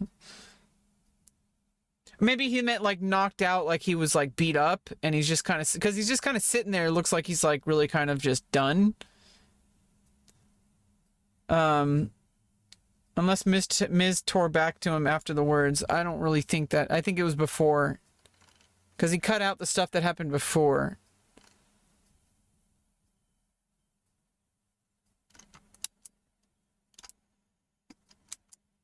Yeah, Mitch cut it out before. We actually didn't see it. People that are reacting to this better bite their tongue. Exactly. They need to be really careful. Not just to protect themselves, but just because, like, you know, it's just we don't know enough information right now, and I think it's more important now than ever to take things like carefully. You know, like, I'm trying to be neutral here. I'm just reacting to this because it's like, you know, while it's fresh, there's a lot of things that I can learn about myself and possibly share that with you know, you and anybody else who's watching, possibly in the future. I guess people do watch my VODs, but I guess not. Maybe not. I don't know. It might happen in the future. Yeah, personal defamation is definitely a thing. I think that's why Mizkif isn't talking about it. I think he's trying to. He's probably been advised by his lawyers, but even if he didn't, I think it would. I think it's just common sense that after something like this happens, let Mitch like kind of shoot himself in the foot here. And then, you know, I feel like maybe Miz. It's possible Miz might not even sue. Because maybe that would just make it worse. Unless it gets to the point where it's like if he doesn't sue, then Mitch is actually going to make things worse. But if he sues, it's like it almost gives like Mitch like more talking points. But I don't know. Either way, I have no idea. This seems like a personal feud that's probably been going on for a long time. Make himself look good in any light, but you know. I mean, in Mitch's mind, he probably thinks that he has a open and shut case on this. I don't, like I said, I really don't think Mitch is that. I don't really think he's all there. I don't know how to say this politely. Maybe it's not a polite thing. I don't think he's all there in the head, man. Some of these streamers, you know what I'm saying, they forward thinking just don't be they shit, you know what I'm saying? They don't be there. I got knocked out cold, and a major issue with this is that he continued to beat on my face so badly that my tooth became dislodged, and then strangulated me to the point where I still have the scars. I'm sorry. It's not funny, but like just the word, man. Strangulated? You mean strangled? We don't even know all the information. Like this all could have happened. Like he could have just fell on his ass, and like his tooth like hit the ground. Like maybe his face hit the ground. It's possible. We just don't know because the footage was cut out. Like, or he could have gotten beat up by Mizkif. We don't know. On my neck now, and I was so majorly concussed that I still have symptoms to this day. Yeah, I have all the evidence. Still have the scar. What did he do? Strangled so badly that he continued to beat on my face so badly that my tooth became dislodged, and then strangulated me to the point where I still have the scars on my neck now, and I was so majorly concussed. Oh, come on, man. I mean, I'm sure Mitch really does believe what he's saying, and maybe it's true. So, I mean, it's possible. that I still have symptoms to this day. Like, it's so easy to laugh at him because of how Mitch has behaved, but what if this is the time that he's actually being truthful? But now nobody takes him seriously because he cried wolf too many times. It's completely possible, and we just don't know. Yeah, I mean, I can relate to him a lot. He's a lot like me. And a lot of people... I didn't start streaming until very late. Like, basically only a few months before I finally had a breakthrough and started going to therapy and started transitioning. I was Mitch Jones. I don't know how to, like, state that. Like, but it's like... I was Mitch Jones. Like, he is, like, when I saw all the shit that was going on, obviously he's, like, in a very public life and it's very different, but, like, I relate to, like, that kind of, like, cycle of behavior because I went through that cycle of behavior. I was the one causing problems in all my personal relationships and all the social groups and all the parties. I was that person. And people care about me. And I do have redeeming qualities. I'm not saying Mitch is an evil person, or anything like that. Just like, I mean, I would have to condemn myself, because, everyone's forgiven me except myself. It's harder to forgive yourself if you keep making mistakes, though. It's easier to forgive yourself if you just make a change. I don't know. Hopefully something... Obviously, it's, you can't really undo anything and make something, good out of it. But, like, there could be, like, something different here that Mitch does where he doesn't go down the same cycle this time. That maybe he does something that'll make his life better. But he may have dug himself an early grave with, he might actually be facing defamation charges this time. And then he's going to really have a hard time coming back from it. And with the problems he has, he might not be able to come back up from it. I don't know, man. I'm just a nobody looking on the sidelines. And I'm not saying this because I'm, like, clout chasing, but I wish sometimes people struggling like Mitch Jones, I wish they would give me a call.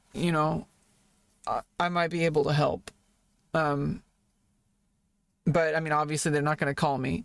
But at the same time, it's like I've dealt with this personally, not the literal stuff, but like not being famous or anything like that. But, like, this was my life for, like, over a decade of just going through a cycle of self-destruction and everybody in your life trying to help you. Like, I've been there, man. And I don't know, maybe one day I'm going to be the person that all the people come to talk to. I'm just like that, I'm like that porn star that everybody feels like they're safe to talk to. I was going to say something earlier about alinity. What's this, 1630? I was going to say something about alinity earlier, the way she explained that, like, Mitch basically came to her after, like, having all this like stuff happening and then come crying to her. That's a very, like, kind of standard behavior of a lot of people who are going through this. It's like you'll rage with a lot of people, and usually, especially if you're a guy, I was raised as a guy, it's kind of normal to kind of treat other guys with, like, antagonism. And then see women as, like, like a motherly figure that you can, like, cry on her shoulder. And it's a very toxic behavior. Because it's like Mitch is just treating people like they're there to benefit him. It's a very selfish behavior. It's very narcissistic. To be able to like always have antagonism, all this shit happen in your life, and then you start feeling sorry for yourself, and then you go to somebody who's like a woman usually, and you're like, oh, I need to be around this woman because when I'm around her, I can talk about things. It's like, no, you don't need some woman to be around. You need a therapist, and that therapist could be a woman. But if you feel more comfortable talking about your emotions with women, then maybe find a therapist who's a woman. But don't go to people use them that way. It's really abusive behavior, because you're pulling on people's heartstrings. You're playing with people's emotions. Probably because now's the time to bring it up. I don't know why. I mean, do you have an issue with Alinity? Now's the time to bring this up, and she's like friends with Mizkif, and she's been friends with Mitch Jones. So bringing up all this stuff now, it's like, I mean, yeah, she's capitalizing the situation, but all the fucking streamers do this shit. It's like, I feel like she's trying to defend Miz. She's friends with Miz, so that makes sense, right? Somebody's talking shit about somebody that you know, and you have a side of the story to tell. Feels pretty natural to bring it out into the open when this is a public arena that people are. When Mitch made the first move, like Mitch, I mean, as far as like making it public, like Mitch is the one who brought it to public. So, don't be surprised when people are going to defend one side or the other. Also, if people defend Mitch Jones, like Mizkif shouldn't be, surprised when people come out and defend Mitch Jones, or, and Mitch Jones shouldn't be surprised when people come out to defend Miz, because this is a person and their career is at stake. Do you understand? Like, that's a really big deal. That could, like something you worked for your entire adult life can just come crashing down because of allegations. Like, that's a big deal. And it's so easy for us sitting over here behind a computer screen most of the time with anonymity. It's so easy for us to diminish that, but that's a big fucking deal. People like ruin their lives over this kind of shit, and sometimes they're not even at fault. And even if they are at fault, I don't think people should lose everything because of it. Yeah, I mean, I don't think she's really friends with either of them anymore. Who knows? And when I say friends, like, that's a loose term. They work together. I don't know. You'd have to ask her. I don't know. And, or you could go to a Discord and talk to other Twitch viewers and ask what they think about it. But like, or, it's like, maybe not care so much about those little nitty gritty details. And instead of like, it's as the world turns. Yeah, it's like kind of a soap opera thing going on. But at the same time, people in general are this way in everyday life. Like, that's why I'm responding to this. That's why I chose to respond to this, because this is something that anybody most people have dealt with. A person like Mitch Jones, most people have dealt with a person like Mizkif. And also, like, they've had friends like people like step up and like talk about stuff like Alinity. They've also had people talk shit like Nick and Milena, like kind of saying like, oh, that person's a psycho, when they're talking about somebody when they're not there. Like someone saying that they just can't, like, when Reckful saying that he just, there was a straw, and, Reckful said no more. Like, I had just started a relationship the day before, and I asked you specifically not to tell the public about it, and then the next day you told the public about it, like that, and that was like, that was it. Or like Canute, like kind of making a joke about it, saying like it's some other bullshit. People are gonna do that. This is real life here. And yeah, these are all kind of like celebrities. I would even call them actors. They are actors. We're all actors, really, on this grand stage we call life. But either way, like, these are entertainers, and they're very aware that the cameras are watching. In fact, they're the ones who turned on the cameras. So you have to kind of put that in perspective. Still have symptoms to this day. Yeah, I have all. He's talking like he's about to sue his ass. It sounds like a civil lawsuit is brewing. I mean, it might be. In either case, the worst thing you could be doing right now is making it public. If that's the case, you're losing so much legal. I'm not even a legal expert, and I know this, I think. I mean, I might be wrong. But the worst thing you can do is talk about something publicly before instead of dealing with it privately in court. Like, talk to a lawyer. Like, I don't think any lawyer would, like, I feel like Mitch Jones' lawyer is like freaking the fuck out when he went live. Like, why are you going live? Like, seriously. You fucking dumbass, turn the stream off, deal with this shit privately. Like, all the evidence right here. This happened on September 26, 2023. I have the doctor's And then it note- just shows this fucking doctor's thing with his like medical account number and shit like on it. His full legal name. Like, pretty sure people already know his full legal name, but Now here's the thing with this goddamn doctor's note, right?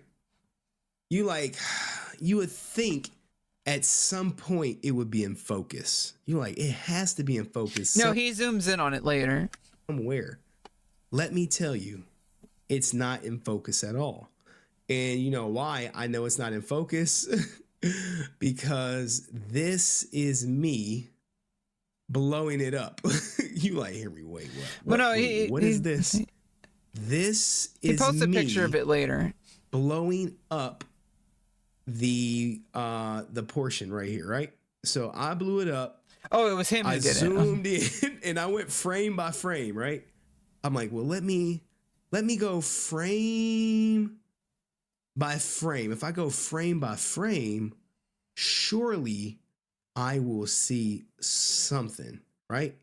doctor's note right here when I went to the Now, it goes by so fast, but we're going to go really slow, right? We're going to go through it frame by frame.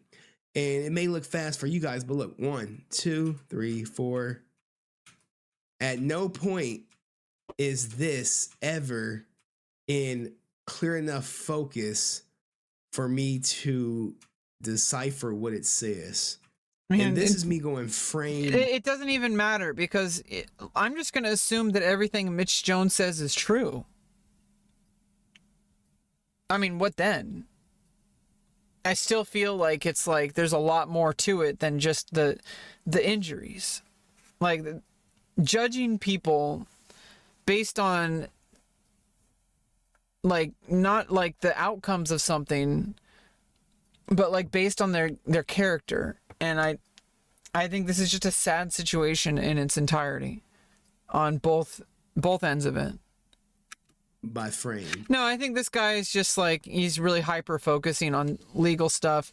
And this guy has done videos before about like Rich Campbell lawsuit. Like, I mean, this guy has done a bunch of stuff like this. So he, I don't know, is he, he's a former investigator. So, I mean, he talks about the legal stuff. I remember seeing him during the XQC stuff.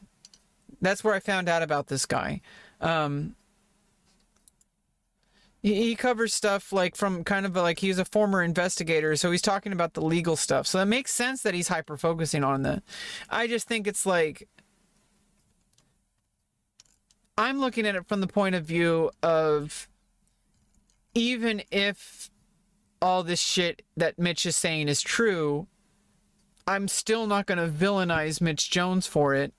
And also, even if it's not true, I'm not going to I'm not going to villainize Mizkif for it. And even if it's not true, I'm not going to villainize Mitch Jones for it. I feel like that's the wrong thing to do. It doesn't help anybody. And it's what, sadly, what most people on the internet immediately do is they just judge everybody based on one single point of evidence, and they've already decided who the person is. This person probably left 2 hours ago, but Solemn Dipper, thanks for that was the person I banned. That was the person who self-promoted. Now, if there's some AI tool out there that can help, then maybe we can go with that. No, I mean, Mitch, has he not seen the whole video? He must not pre-watched it. Mitch puts a picture of it later. Because someone was like, the dates don't match. And I'm like, I zoomed in to try to figure out what it said. At no point. Yeah, near the end of the 4:35, he shows it. Yeah, he hasn't seen the whole video, or he's purposely doing this to draw out content, I guess. I don't know. Is it in focus? How convenient, right? How convenient. How convenient. How convenient that none of that is in focus at all. I found that to be very interesting. Right here when I went to the hospital. Someone said run it through an AI enhancer. I could, but I couldn't make out anything. And AI enhancers are great, but it's usually great for like blurry faces. I'm not sure if they're one for text. And got multiple CT scans. I have post-concussion syndrome, and I have sprain to my ligaments of my cervical spine. It's all right there in the paperwork. 2 days. Yeah, I mean, it's kind of weird that, like, I don't know, maybe he felt the need to, like, you know, somehow prove that, like, the injuries were real. And it's like, okay, like, I don't know. I just feel like if you're truly honest, you shouldn't have to work so hard to try to convince people.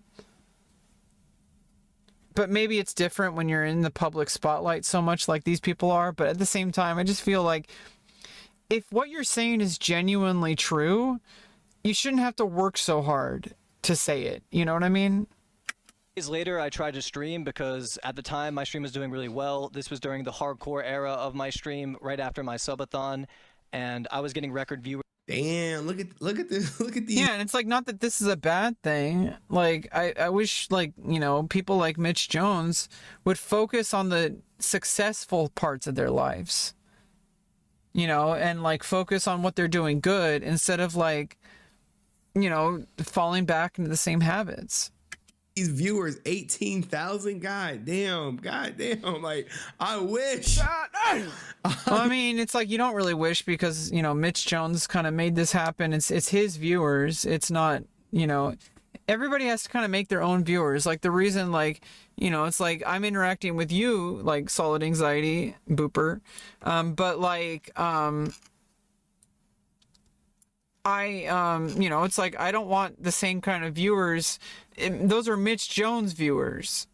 They're not my viewers. So it's like the people that I grow in my stream and in my content and stuff, it can't just be transferred. Like, you can't just raid somebody and then take all their viewers. You have to, that kind of has to organically happen. Like, that, you know, people might find out about you, but they have to invest time into figuring out if you're a content creator they want to add on to their you know, their watch list. I mean, you know, so it's like, it's hard to really quantify, like, this comparison. And I just think in the end of the day, you should never really compare yourself to someone else. Saying like 18,000 viewers, like, goddamn, I wish I did. And it's like, no, like, pay attention to the viewers you have. Like, you have 31.8K subscribers. Pay attention to them. All these people, they're not your viewers. Those are Mitch Jones's viewers. Like, pay attention to your viewers. I wish. Jesus. Max 31,000. I would quit my job if I pulled any. I mean, it's like, you don't really know that. There's a lot that goes into it, and there's a lot of like stuff that happens outside of the stream. Like, there's like sponsorships, and it's like a career in and of itself. Like, you don't really want to like approach it like streaming is going to be your career, because your streaming is not even, it's just a part of your career. And I feel like the best way to treat it is that you're not your job, you're the things surrounding the job. So it's like, there's all these things that you just don't know about. Like, I don't know about, like, for example, like, there's a, you know, you have to make like conversations with people that you want to collaborate with. You know, like, there's daily things that you have to do in order to make something like a stream be a part of your overall career. Like, you know, streaming is one part of it, but it's not just about streaming. Like, you know, obviously all I'm doing is showing up streaming. I don't have anything else going on in my life that surrounds that is a part of that. You know, all I'm doing is the streaming part, and I don't have many viewers. If I had more viewers, there'd be more things for me to do surrounding streaming, which means I have to add additional responsibilities that have nothing to do with streaming at all. And I think people misunderstand like what streaming as a career actually is. People don't just, they go backwards. They're like, oh, people are streaming and that was their career. And yeah, for like these people who are like kind of early adopters, that's kind of how it worked out. But for the most part, like, even the people who are still around today, they have like a huge YouTube thing going on. They have a whole bunch of sponsorships. They do big giant events that like are on YouTube. You know, like the game shows and stuff, for example. Those are big deals, and like people are making a lot of money. They're spending a lot of money too. There's a whole bunch of shit going into it, and it's entertainment business. These people who are super insanely successful, it's not just about their stream. I wish people would get out of their minds that streaming is a career, because streaming is a part of an overall career, and it might not even be a part of it. It might never be a part of it.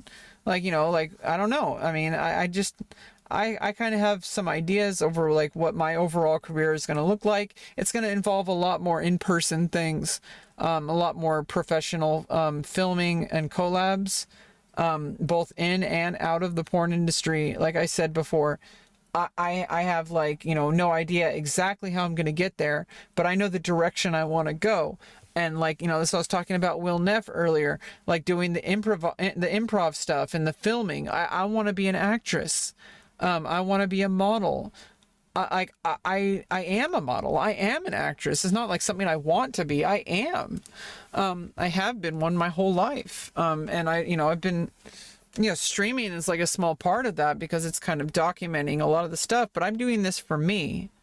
I'm not doing this as a part of a career, and people just see the end result and they're like, oh, so this person is a successful streamer. If I start streaming, I'm going to be it's like, no, like there's a whole bunch of stuff that you just don't know about that like situations, circumstances, like conditions that need to be in place in order for a stream to even be a part of your career. There's all these things that have to be in place. And it's like, your job should be to make those things come into place, and streaming shouldn't even be your goal. It can be a goal, but like you shouldn't be thinking about your streaming as like a revenue. Like you should be thinking of your stream as something that you just do. And if it becomes a part of your career, then it's only would be in the case that you have something going on where that could benefit it. If that makes any sense. Like if you're a big YouTuber and you're like, okay, I'm going to do a live stream. It's because you're a YouTuber and you want to supplement your material by being able to connect live with your viewers. It's not because you're a successful live streamer and then you became a YouTuber. It's like you became a successful YouTuber and then that spilled over, basically even without trying, because you already did the stuff that led to the success happening, and then it just spills over onto your live stream because you've already made the success happen. Does that make any sense to anybody? These numbers on average, I'm like, oh shit. I would quit my job and be like, all right, y'all about to get me every day, twice a day. I'm about to be streaming 8 hours a day. Viewership, and I was actually there's a point where you really want to just put in the hours, but like you don't get there. People are putting like, a lot of people get into streaming and they think, oh, if I stream for 8 hours a day, I'm going to start getting viewers. It's like you should stream less or not at all, because you don't have the conditions in place to justify streaming for 8 hours. If you're getting these kind of viewers, streaming for 8 hours makes sense. But if you only have like 1 or 2 viewers, 8 hours of streaming is not going to help you get more viewers. Like, yeah, like people might discover you every now and then, but like it's like a drop of water in the ocean. Not saying that you're a drop of water in the ocean. Like, you found my stream and you even joined my realm on World of Warcraft. Like, now we play the game together. Like, that's kind of cool. But I hope you understand, like, that's a drop in the ocean as far as like making it into a career. I see Twitch and streaming as something I do, not as something that is a part of my career. Just having a great time with friends in the guild.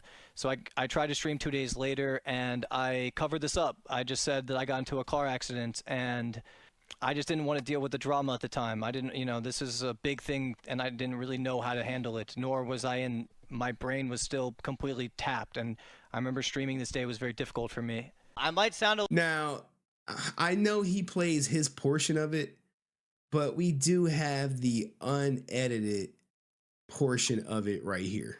Coming from a car accident, already doing giveaways, I mean, dude, you already know I gotta hook the boys up, chat. Fuck, dude, I didn't even like my car. It's totally fine. We chillin', boys. We are chillin'. Yeah, I'm just excited to raid today, man. I'm very excited to raid today. Yo, thank you very much, bro. What up, Mike? So I guess he has a van at something. Tyson, thank you for $3, baby. Welcome to the stream, boys. Good looking. You guys are looking. How is your Wednesday going, chat? Or is it what even is today? My beloved minivan How's your died last Thursday? night. That tailpipe was too good to be gone this soon. Rest in peace. On Yeah. a serious note, glad you're okay. Make you rest up. Look at this. Yeah, and also I know a lot of people might even jump to saying like, oh, all of his viewers are delusional, whatever. Like no, like people only know what they're told, and if they and I don't think Mitch Jones is a terrible person. I think he's a pretty good streamer. Like he does care. I feel like he does care about his stream. Otherwise, he wouldn't be doing it. But I also think that like if you know, he has like obviously a lot of people who are, you know, really behind him. And so it's like, I feel like anybody who would come after like his viewers, I feel like now there's another like point of people just blindly supporting their content creator as if they're like some kind of like god or whatever. Like that's kind of ridiculous. But I'm just talking about, there's people out there that they would hear these people donating and stuff and saying like, oh, these fucking simps or whatever the fuck they would call them people. It's like, dude, like they're people like supporting their favorite content creator. You can't blame somebody, especially if they don't know all the information. And even if they did, like it's still okay to like support people you care about. Just like if Mitch Jones wanted to make an effort to repair his relationships, I feel like people might be willing to give him another chance. But comes a time where it's like it keeps happening over and over and over again. And I hope it's not. I mean, my friends say it's never too late. I feel like I've made too many mistakes in my life, and that even these past 5 years of going through my transition, of going through therapy, sometimes I feel like maybe I shot myself in the foot, that maybe it's too late. But my friends tell me it's never too late, and they also, you know, say they love me very much. But that being said, I don't think things are ever going to be the same, and things will never be the same. But I think there's hope for me. Maybe there's no hope for Mitch Jones with, you know, maybe he has to start his life over basically. But he has to do something or it's going to keep happening. Even if he changes where he lives, even if he changes his career, even if he changes his friend groups, it'll just happen again and again and again. And you got to start trying. You have to start trying, you know, like actually making an effort to change. Right? You like, well, I had to lie to chat because I was really messed up and shit. You like, yo, what the fuck? Hey, yo, what the fuck? Like, you gotta be like, some of these Hey, yo, streamers what be the doing fuck? this shit in real life. They're like, I'ma just lie. I'ma just lie. I'ma just lie. Yo, thank you, bro. Thank you. I mean, to be fair though, like there's a serious chance of like actually, you know, somebody being able to press charges of defamation. So like you really don't want to share everything, you know, at least without speaking to a lawyer. And maybe it took a year to do that. I don't know. But it's also, you know, it's also possible he's just trying to stir shit up. And he was just saving this as a weapon, which is a really shitty thing to do. If something bad enough actually happened that Mitch Jones was in the right here, then, you know, there would be legal reasons to hold it back. But I feel like he just, you know, basically pulled a dick move, and doesn't make Mizkif okay in how he acted. But at the same time, I feel like it's understandable why it happened. And also, I feel like it's a dick move on Mitch Jones's part to save that footage as a weapon to pull out now when he wants to stir up drama to get people talking about him, which we're doing right now. I appreciate that. Yeah, I'm fine. Enjoy the prime. Your hard work is paying off. Thank you, guys. Thank you. Thank you for the 10 gifted boys. Look, do I sound shitty, though, or do I sound okay? I don't know, Mitch. We think hype had something to do with the accident. We gotta deal with that bitch. Did hype have something to do with the car accident? No, this had nothing to do with hype, guys. We're fine. Now listen to the accident. Like, look at this dumbass story you about to tell. Anywho. We're totally fine, man. Thank you very much for the 10 gifted subs, bro. Appreciate that. Yo, Renegade, thank you very much, bro. How did the accident happen? I was just driving bad, and I hit a curb, and then I, like, swerved off into a tree. So, yeah. It was, like, it didn't even happen in, like, on the main road. It was, like, on an off-road in the middle of nowhere. and then I just hit a curb and lost control, and then I hit a tree. What the fuck? Like what? Hey, yo, what the fuck? The story does not even make sense. The story. I was on an off-road. I hit a curb. Then I ran into a tree in the middle of nowhere. Like, what the fuck? Like, I don't know, man. I don't know, man. I don't know what to say. I think Henry is being a little bit too a little bit like kind of unfair, but at the same time, if I don't think anybody deserves that kind of like unfairness, but at the same time, if anybody does, it'd probably be Mitch for the multiple times of just stirring drama and shit. Man, we gonna miss the van. I'm so sorry. I'm so sorry. I mean, don't blame his viewers for that, I'm so sorry. Ran into a tree called Mizkif. I know exactly. Yeah. Guys, to tell you this, I was in I almost feel like still Pate. Like, is that somebody who knows? Like, man, in the middle of nowhere, and oh no, that's his viewers. Okay, no. I was thinking that was Miss Jones's chat. I ran into a tree. Like, we can run that back because it's just so hilarious. So yeah, it was like it didn't even happen in like on the main road. It was like on an off road in the middle of nowhere, and then I just hit a curb and lost control. And then I just don't think Mitch Jones fully understands words that he says. Like, he says off road. Like, what does that mean? I think what he meant, like, it's some like, neighborhood that's like out of his usual neighborhood or something. Like, I think when he says off road, maybe he thinks it's like a road out somewhere where he's like, in some like neighborhood somewhere that's not like a populated area that he's not aware, like, used to driving in or something. Like, I just don't think he totally understands the words he's saying. I hit a tree. You ever have a beard that long, Mitchie? You were drinking? like No, it. I was not drinking. Look, I was not drinking. I think. I mean, obviously, you're not gonna say that, even if like. Cat knows him to be an alcoholic at this point. The chat like, you an alcoholic, ain't you, boy? He like, no, man, no. Nope. No. I definitely was not drinking, dudes.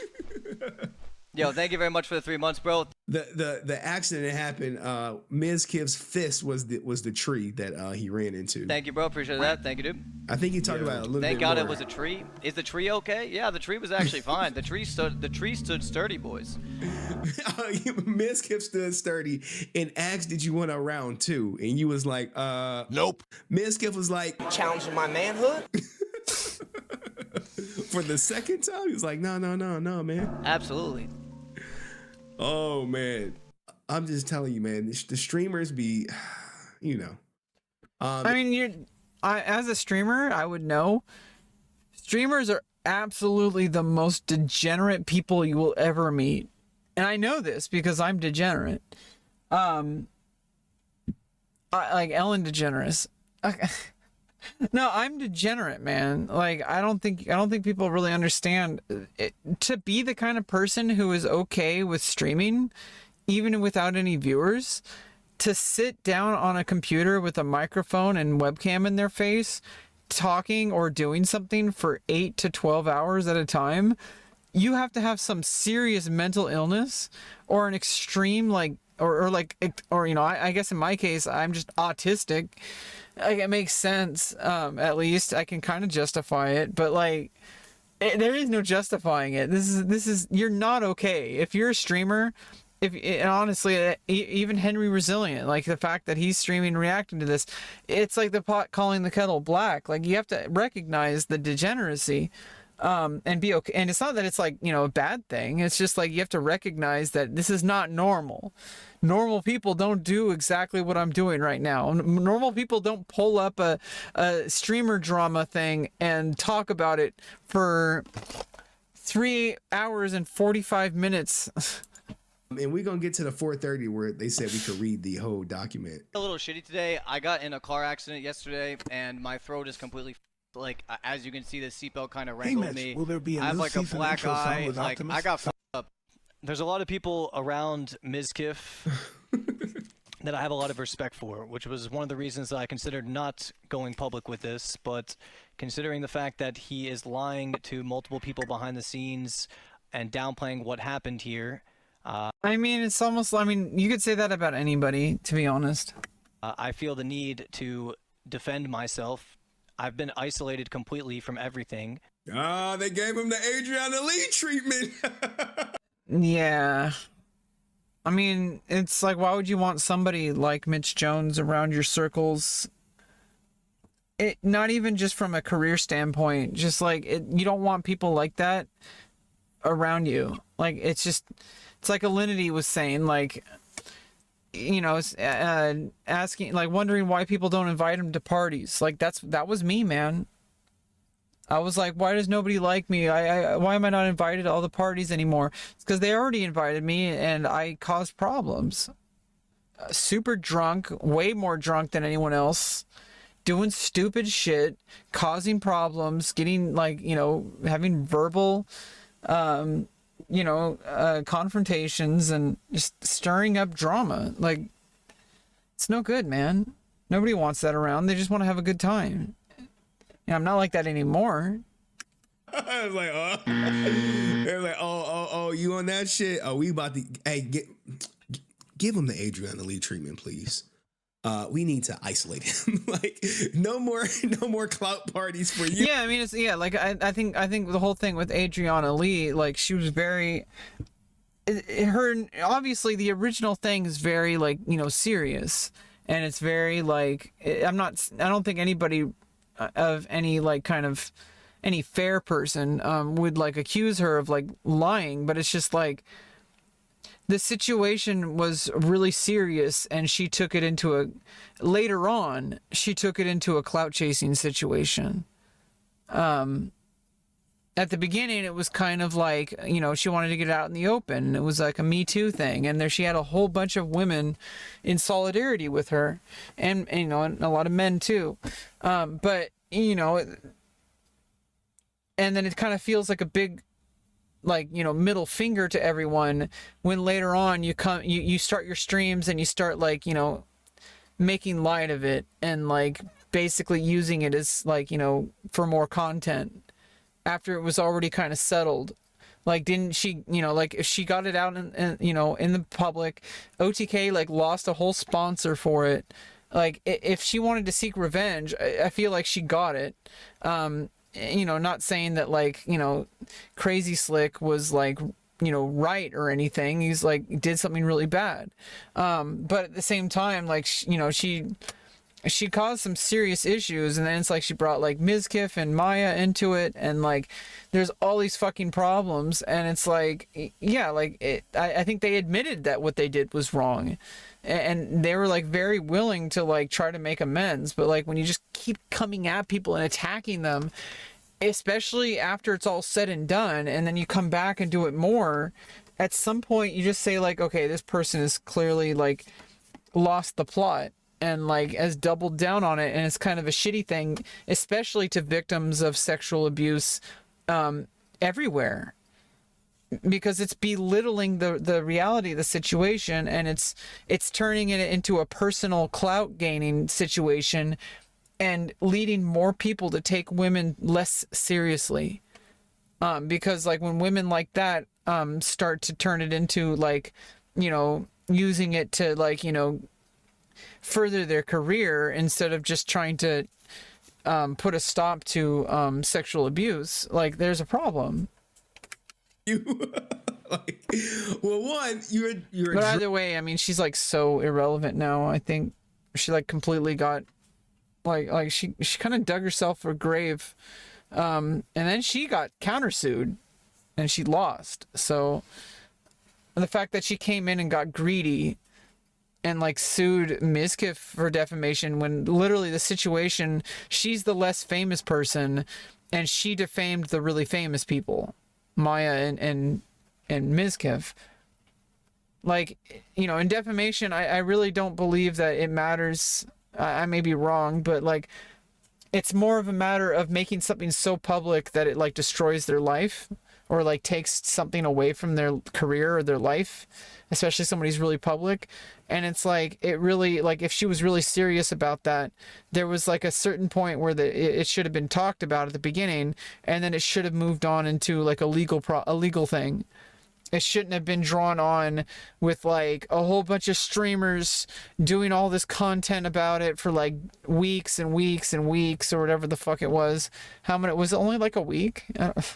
Drunk and you're allegedly on the nose candy. So there's that component. And typically if I'm OTK and I'm focused on my business relationships, I can't have liabilities. Yeah, I mean, that's a serious liability. It's the same thing like with like Justaminx. Like, if you're going to be drunk everywhere you go, you don't know what that person's capable of. It's just, you know, it's like, it's just a no-brainer, really. Around me that could potentially jeopardize business relationships. And with that being said, yeah, you should never be drunk when you're on business. Like, yeah, there's a point where you go to parties, but like I said earlier, you should never treat parties like it's a party. Like, everybody's watching, even if they don't have cameras on. You know what I mean? But either way, it's like you might let something slip. And it's not even like you're trying to protect your ass or whatever. It's just like you might do something that you regret because you're inebriated. I don't know. Just don't get so fucking wasted that you're like, you know, doing like terrible, like stupid shit, you know? Some people just don't have control though, and if you're going to be like that on a regular basis, why would you want that person in your circles? It's just, like you said, it's a liability. We had to, you know, we can't have booger sugar bandits Booger sugar. around us, okay? Booger sugar bandit. That's fine. I don't really need to be in those friend groups. It's not about that really. But It sounds like a copium because he clearly wanted to. And now that he can't, he's like, oh, I never really wanted to be in it. I never wanted to be in it anyway. A lot of people that I've But you do. But you do. You better go with Adrian and Lee and start streaming now. Watch them become friends and shit like. Oh, God.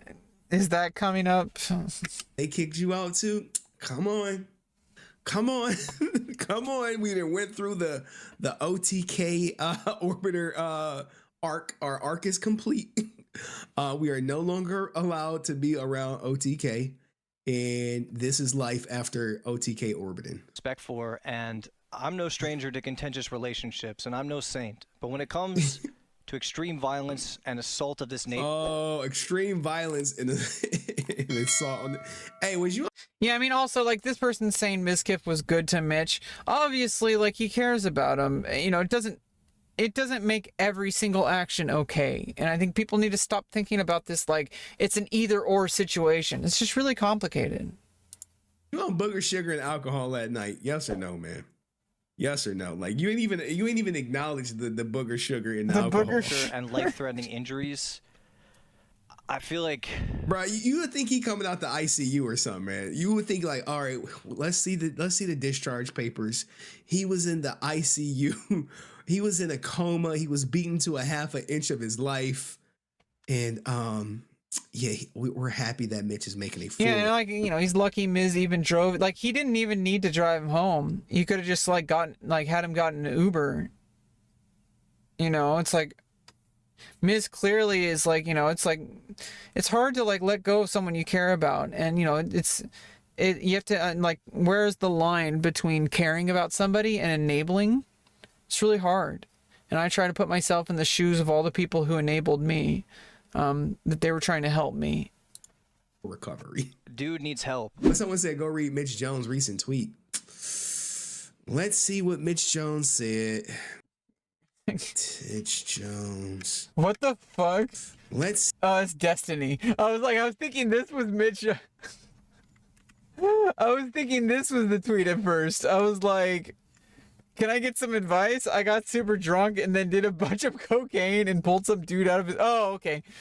Okay, this is Destiny making fun of Mitch Jones. Okay, can I get some advice? I got super drunk and then did a bunch of cocaine and pulled some dude out of his car, but he ended up beating the shit out of me. Lol. Is there any way I can make myself the victim and make this all about me? Let me know in the comments. Thanks, guys. Come. See what Mitch Jones said. Mitch Jones. It better be like, I'm pressing charges. What's his at? What's his at? Where's the people at? Mitch Jones. What does he say? Final statement. I saw the final statement. Man, we about to get a twist. Oh, this is exclusive, y'all. Oh, we're about to get an exclusive. Editor, add this to the video, please, please, please. We're getting an exclusive Mitch Jones final statement about being assaulted. Guys, he is not. And is he gonna make more statements too? Like he says final statement, but is it? You are not a victim here. You have never been a victim here. When I decided to share what happened to me at the hands of Miz, I knew that certain things would be taken out of context in relation to the incident.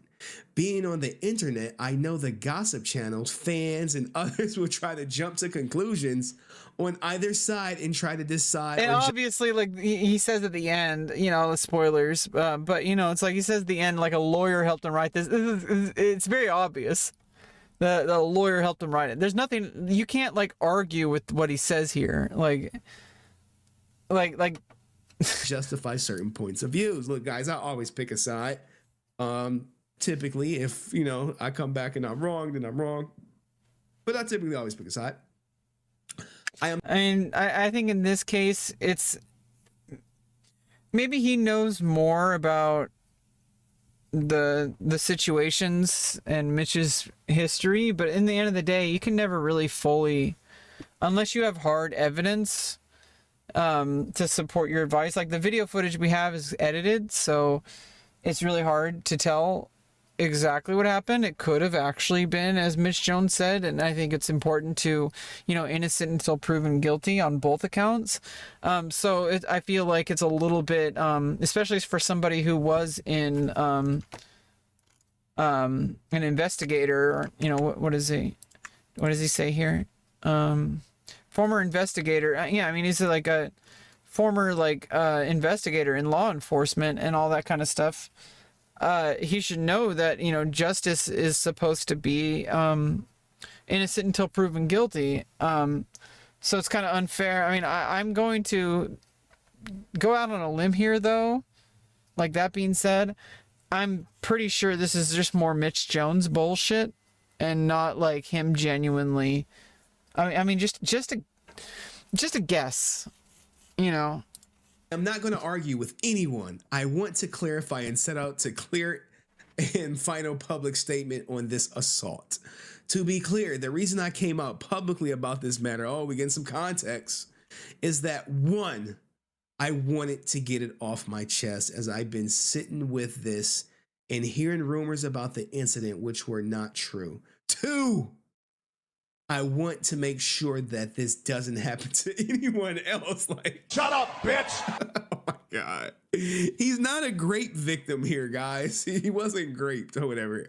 I don't think Miz is running around Austin giving people the beats. I want to highlight that violence is not the answer to an art. You challenged him. I want Miz to take responsibility for his actions. I do not plan to take any legal action or personally push this further. But if I have to, I will. Like, oh my God. Hey, yo, what the fuck? Oh my God. I kind of feel bad for Mitch Jones, but not because of like the things he's saying, but just that like he doesn't seem to really have it like all together upstairs, you know? Like I kind of feel bad. Like it's hard to talk to people who like don't understand what you're telling them. Like, I don't know if I could already imagine having a conversation with Mitch Jones. Like, you have to always, like, kind of explain what you mean with things before because he feels like it's like he's probably the kind of person, when you tell them something, he just, like, assumes what you're, like, he gets the wrong conclusions based on what words you said, and you have to explain it to him again and again until he finally clicks. I've had people like that in my life where they just don't understand what you're telling them, and it's really frustrating because you're like being very concise, but they just don't know enough about like critical thinking or even have like a decent vocabulary to even understand the words you're saying. It's so frustrating when people are like that. I could already imagine the headache that it would be to talk with Mitch Jones. That being said, doesn't have to be content, but if these people ever want to talk to me, I'm always open. I do care about people and think that people are generally trying to do better. And I'm not going to judge people unless they do something that's very obviously bad. But even then, they're still human beings. There's a point where I'm just going to say no. I don't know. I have a lot to benefit from clout chasing, but clout chasing doesn't really work. And also, there is such a thing as as bad press. I don't know, man. That being said, somebody as small as me, I think it would be crazy to refuse to be on stream with either Mizkif or Mitch Jones. No matter what you think about either of those content creators, I think it would be absolutely brain dead dumb, like stupid, biggest loser on, biggest fool on the planet if somebody as small as me refused to have the publicity of being on either of those people's streams. So he will look. He may be willing to call the police. Bad boys, what you gonna do? Oh my goodness! While I don't want to continue to talk about this, I realize that certain out of context statements could be confusing. You don't say. To stop people from jumping to conclusions or pushing the narrative, I will be correcting some wrong information and owning what I did or did not do. How can you own something you didn't do? I will not be appearing on any podcasts or shows to talk about this, so please don't ask. How much you want to bet he's going to show up on someone's stream to talk about this? I mean, I'm just going out on a limb here. I don't think he's gonna stick to his word. Look, hey, if you change your mind, Mitch, and you want to come on the Henry Brazilian channel, we'll be happy to have you and let you air out your side. Let you air it out, right? We'll let you air it out. You know what I'm saying? We got you. Yes, I was intoxicated. There goes your lawsuit right there. I am not proud of the situation, but my personal mistake. Yeah, like, dude, like he didn't need to say that. Like, mistakes do not just. It makes me feel like the lawyer either like said like, hey, it's gonna be pretty hard just to like based on your history. Like if he was talking to a lawyer, it's like a lawyer would probably think it's more beneficial to state that clearly than to omit it. But at the same time, if I'm just like, even with my brain dead understanding of legalese, saying something that you aren't required to say, like admitting that you were intoxicated, like that sounds like a really stupid move to say publicly when you had the opportunity to come up with a statement. Justify or warrant being assaulted based on a verbal argument. Well, it sounds like you challenged them to mutual combat. Yes, I said some things that were not so nice, and so did Miz. in reaction, like he wasn't just calling you a piece of shit. It was like, you did this. This is why you're a piece of shit. Yeah, I mean, assuming that it went as Mizkif said. If somebody comes at you, pulls you out of their car, like pulls you out of your car, gets in your face, and says "let's go," that sounds like someone's gonna hurt you, and I can understand trying to defend yourself there. And I guess in Texas, that can be considered mutual combat. I don't think that's something you should want to do, but. Like I showed earlier, like there was a time where Mizkif had a very, very clear, obvious attempt where he could have just left. But instead he went back and he towered over Mitch Jones and started continuing to shout at him, which is a mistake. You should have just left. It makes you look worse. Obviously people are going to like say, oh yeah, he had every right to do it. It's like, dude, like, why do you care what some idiots on the internet think, who have absolutely like no fucking bearing on your actual life? Like, it's just not good, man. It's not a good look. when it's like you're already clear, like people, if he had just driven off, it would have been like a lot easier to like say, oh yeah, Miz did, you know, completely nothing wrong. But now it looks like Mizkif is a little bit more on the aggressive side here, because he didn't drive away when he had the chance. He just like went back and towered over him. That makes him look like the bad guy now. Anyway, we are in verbal argument going back and forth in the heat of the moment. We both said things that would not have said otherwise, but nothing that was justified being knocked unconscious and choked and strangled. Oh, he probably tried to put him in. He wasn't unconscious. Like, he was on the fucking, he was talking. I don't think this guy understands what unconscious means. The sleeper and shit, you know, just got him, you know, he didn't tap. There was not another person involved or a second incident with. I mean, he's talking about like what Alinity was saying. I'm highly inclined to believe what Alinity said here. She has nothing to gain really from being the bad guy. She's already been the bad guy several times to the internet, even without trying. I don't think she deserves it. I think she's she seems like, I mean, I don't know about good person because I don't know any of these streamers, and they might just be all seedy people. I mean, am I a seedy person? I don't know. Maybe I fit right in with them. Who knows? But either way, she seems pretty genuine, and she like, you know, does her best to like stay out of drama. There's a lot worse content creators out there who get involved with drama. You know, and it's like, I feel like the only reason she chose to step up was because there's actually something backing it up. There's a pattern of behavior, and she didn't even mention any names, and that's good. But at the same time, it's like, I'm not gonna like hold up a freaking sword and shield for Mizkif or whatever.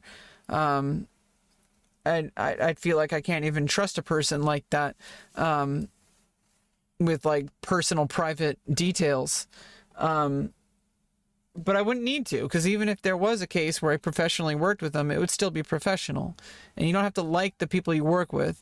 And I mean, I feel like it's possible to like give people benefit of the doubt, and also treat people like human beings and not be rude and shit, and not just cancel people in your own mind just because of something you believed happened when you really don't know everything.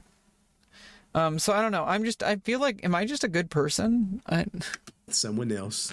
This is just false and stated by people with other motives or trying to create a false narrative. Miz did this and assaulted me in what was a heated verbal argument. Why he decided to attack me is not something I understand or agree with. No, I did not physically. Oh, okay. Well, show the damn tape. Show the tape. No, I did not physically pull Miz from the car or make any aggressive contact with him in any way. The statement that he made in the video was that by our verbal argument and statements, I pulled him from the car. I never hit him or physically engaged with him, but was choked, punched, and attacked. So let me get this straight. You didn't pull him out the car. He got out the car and just put, this is as a result of the argument, punched, choked, and attacked you. Okay. No, I do not plan on releasing any more incident-related documentation. I am putting this out to set the matter straight and don't want to continue to go back and forth with people about this. The truth has been clearly stated, and I want to make sure everyone knows where we are with this. It's always, he said, she said, he said, whatever. It's always that, man. It's always that, but you don't really have much else to go on. So it's kind of, it's kind of a dilemma. Okay. 6. The facts are the facts, and while you may not like what I contributed to the situation, nothing gives the right for another person to put another person's life in jeopardy over a verbal dispute. Yeah, and that's true. Like, it's never okay to start, pulling out violence, unless it's to protect yourself, which it may have been. But even then, you get yourself away from the situation as soon as possible. God damn, man, this is like a book and shit. I'm getting fatigued.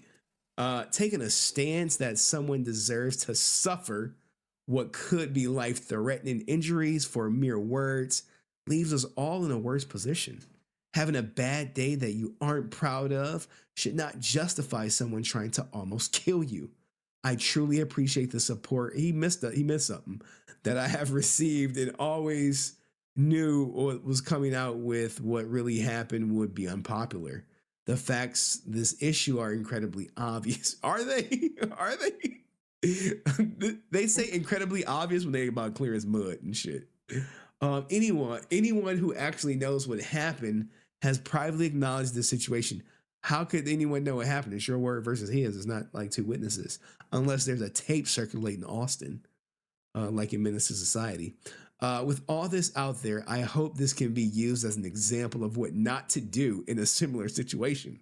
Hopefully, someone can learn from this and we can turn into something that is positive. And yes, I worked with my lawyer to write this because I'm bad at writing stuff like this, but the truth is the truth.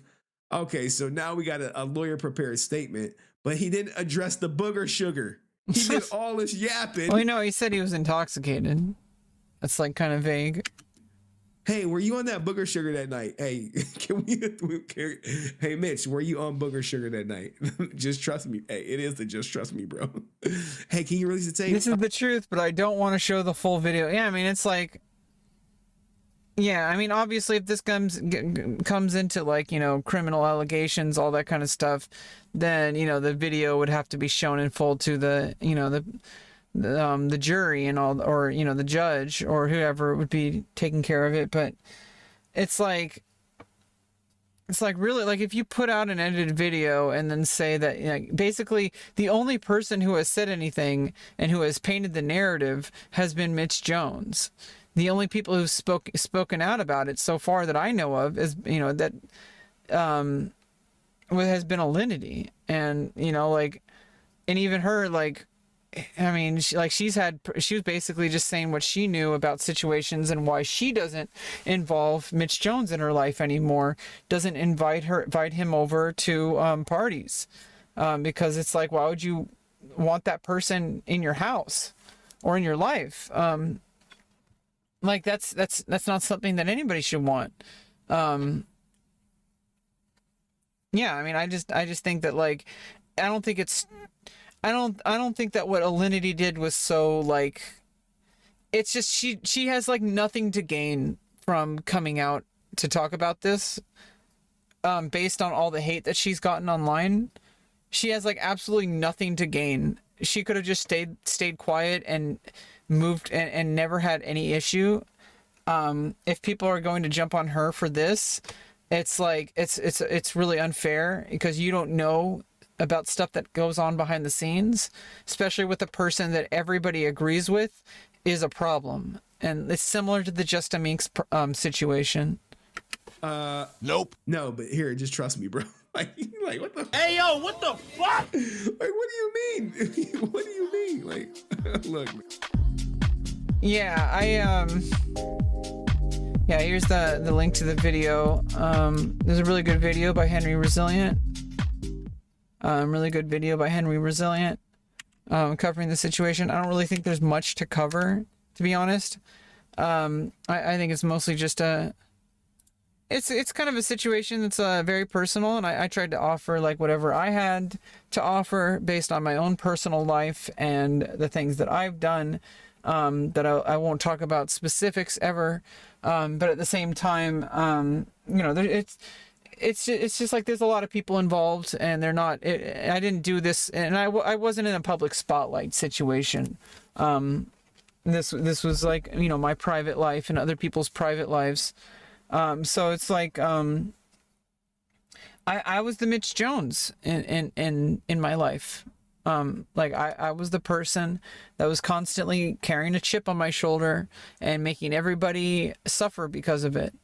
And with me, it was because I was avoiding the deepest, most difficult things in my life. And for that, being trans is really fucking scary, and having to go through trans medicine is even scarier, of a commitment, that I just knew I had to do, and I didn't do it. And for my whole 20s, and I fucked up. I really fucked up. my 20s. Okay, and I burned a lot of bridges. Some of those bridges are never going to be rebuilt. And unfortunately, that's just reality. Sometimes you make huge mistakes and you burn bridges. But you can kind of like, cut your losses, and you can start making amends the best you can. And it starts with yourself. It starts with being able to admit that you were wrong and making changes to how you think. Not necessarily that you did something wrong, but that there's something that was bad enough that caused issues. That there's something about your behavior that you need to inspect. With me, it was, transitioning when I knew I needed to, and was too afraid to. My whole entire 20s, I was too afraid. Maybe that's what's going on with Mitch Jones. If that is the case, I'm here for you, girl. It's a difficult thing to do. And obviously it's most likely not the case. We're only 1% of the population, but there's got to be one famous streamer at the very least who's secretly trans. There has to be, like, statistically. Like there's gotta be. I'm waiting for the day for like someone to come out as like, I've been struggling with this for a long time. Who's it gonna be? It's almost like porn to me. Like, is that weird? Like it's almost excites me. Like I want like a famous person that like to like come out as like having been struggling with being trans. Like. Like, you know what I mean? Like, is that toxic? But there's really not much else. Maybe it's because that's what I personally struggled with. And so, like, it's obviously very easy for me to project that. I can't understand anything else that would cause somebody to be this self-destructive. There's not that many things in life that cause somebody to be this self-destructive. He needs some help, man. And so does Miz. Like, everyone needs help. I need help. I'm getting help, but I'm not getting all the help. I mean, I wish I had the kind of resources they have, and I think they probably would wish they have the mental resources that I have, because I have resources inside of myself that I think all these millionaires would give anything to have. I actually truly believe that. And I need to recognize my own strength. There's something inside of me that was willing to be honest with myself, to be able to go to therapy and improve my life. Any of these millionaires would probably give anything to be able to do that. And, but they have something I don't, which is like, connections, resources, coaching, lawyers, all this kind of stuff. Like, they have fame, but like the fame didn't just happen. Right? Like there's resources. Okay. There's like social connections. Okay. Like they got stuff I don't have. Okay. And maybe one day I'll have more. I have to make them myself. Okay. And I'm going to have to inject myself into my part of the industry. And when I say inject, I'm probably going to get injected somewhere, if you know what I mean. She's talking about anal. Yeah, I don't know. We'll see how that goes. It's going to be quite some time. I got a very big surgery that's going to basically just completely demolish that part of my body for at least 3 months, probably 9 months to a year, if not longer, before the swelling goes down. But, I can't even do sexual stuff for the first 3 months. So, yeah, stay tuned. My career has not even, I haven't even hit ignition yet, let alone left the runway, I'm gonna, when I hit that ignition, things are gonna start to happen in my life that's gonna lead me to a lot of success. So either way, I need to take all that negative energy. I am not Mitch Jones. That situation has nothing to do with me.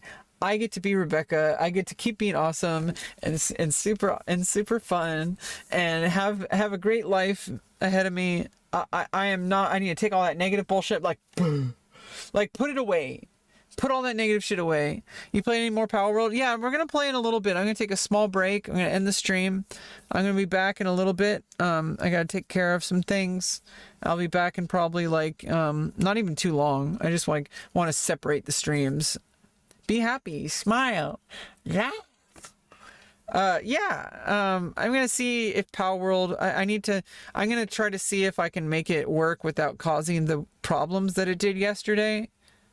It was causing some serious problems yesterday. I'm gonna see what I can do to eliminate those. Hey, Jerome Maiden, I'm gonna be right back. I'm gonna stop the stream and then start it over again to play some Power World. And we're gonna continue working our bass. I played a little bit off stream because I was having problems with the stream. I got more stuff in the bass kind of figured out. We're still getting started though. I'm still figuring out the game. There's still a long way to go. I'm really liking the game. We will get back to World of Warcraft, but for now I'm kind of enjoying Power World, and we'll figure things out as we go. I'm trying to get back into the swing of things. I think playing some Power World is good. Eventually I'll kind of like, okay, play some Power World and play some World of Warcraft. Like, get like a balance figured out. Yeah, you can switch weapons with you use the mouse wheel. Use the mouse wheel. There might be a keyboard shortcut. I need to look at the keyboard shortcuts, at the controls. But yeah, I hope you enjoyed this commentary. Anybody watching on the replay, I just want to make very, very clear, I'm not involved at all in this situation. I don't know Mitch Jones or Mizkif or Alinity or Henry Resilience personally, and I just wanted to kind of use this situation as a way to kind of process things I've had to go through and to be able to share what I have to offer as far as like life experience to anybody going through it. And if Mizkif or Mitch Jones watched any of this, just give me a call, like honestly. And if you don't, like I hope that like you can try to move forward with this using my life experience to the best of knowledge that you can. Yeah, I have to say these things because even though it's unlikely that they'll watch it, they could. You never know. Okay. Not that it matters. I mean, it kind of matters, but honestly, yeah, I'm not even trying to be popular right now. I'm not even trying to make content. I'm not even trying to be famous. Like I actually like I'm kind of laying low right now. Like I have this big surgery coming up. I kind of want to lay low. So this is kind of why we're just chilling and gaming most of the time. But who knows? Like if something happens, I can't control it. I'm sure things will work out fine. It's just like, my life is going really good places. And I think I judge myself too harshly. I think it's really hard for people to hate me. Obviously people are going to have some issues with me, but those people are usually worse than me. I think most people have a hard time disliking me. Like, I think I'm just like kind of boring, if anything. I don't know. I have a lot of work to do, but we're just I'm just in pajamas and just chilling, okay? Like, I'm not really trying to like make content or do anything like that right now. That's why I'm just streaming. I enjoy it, which is why I pay for Restream. Because I do like to document things. I think it's a really important part of my life, to be able to document everything that I've been going through, like these past like 5 years. I feel like that's invaluable. And then as time goes on, I can continue to like document stuff and be able to look back and say, hey, like, remember Rebecca from like all these years ago? Like, look how far you've come. Like, you're amazing. Look how awesome you are. Okay, anyway, I'll be back. Probably in like, I don't know. We'll see how long I take a break. Might be like 10 minutes. It might be an hour. Might not be for several hours. So, be on the lookout. Be sure to smash that like button and hit subscribe. Did you see what happened? If you're watching the YouTube video, something happened with the like button when I said smash that like button. It just happened again. Click it.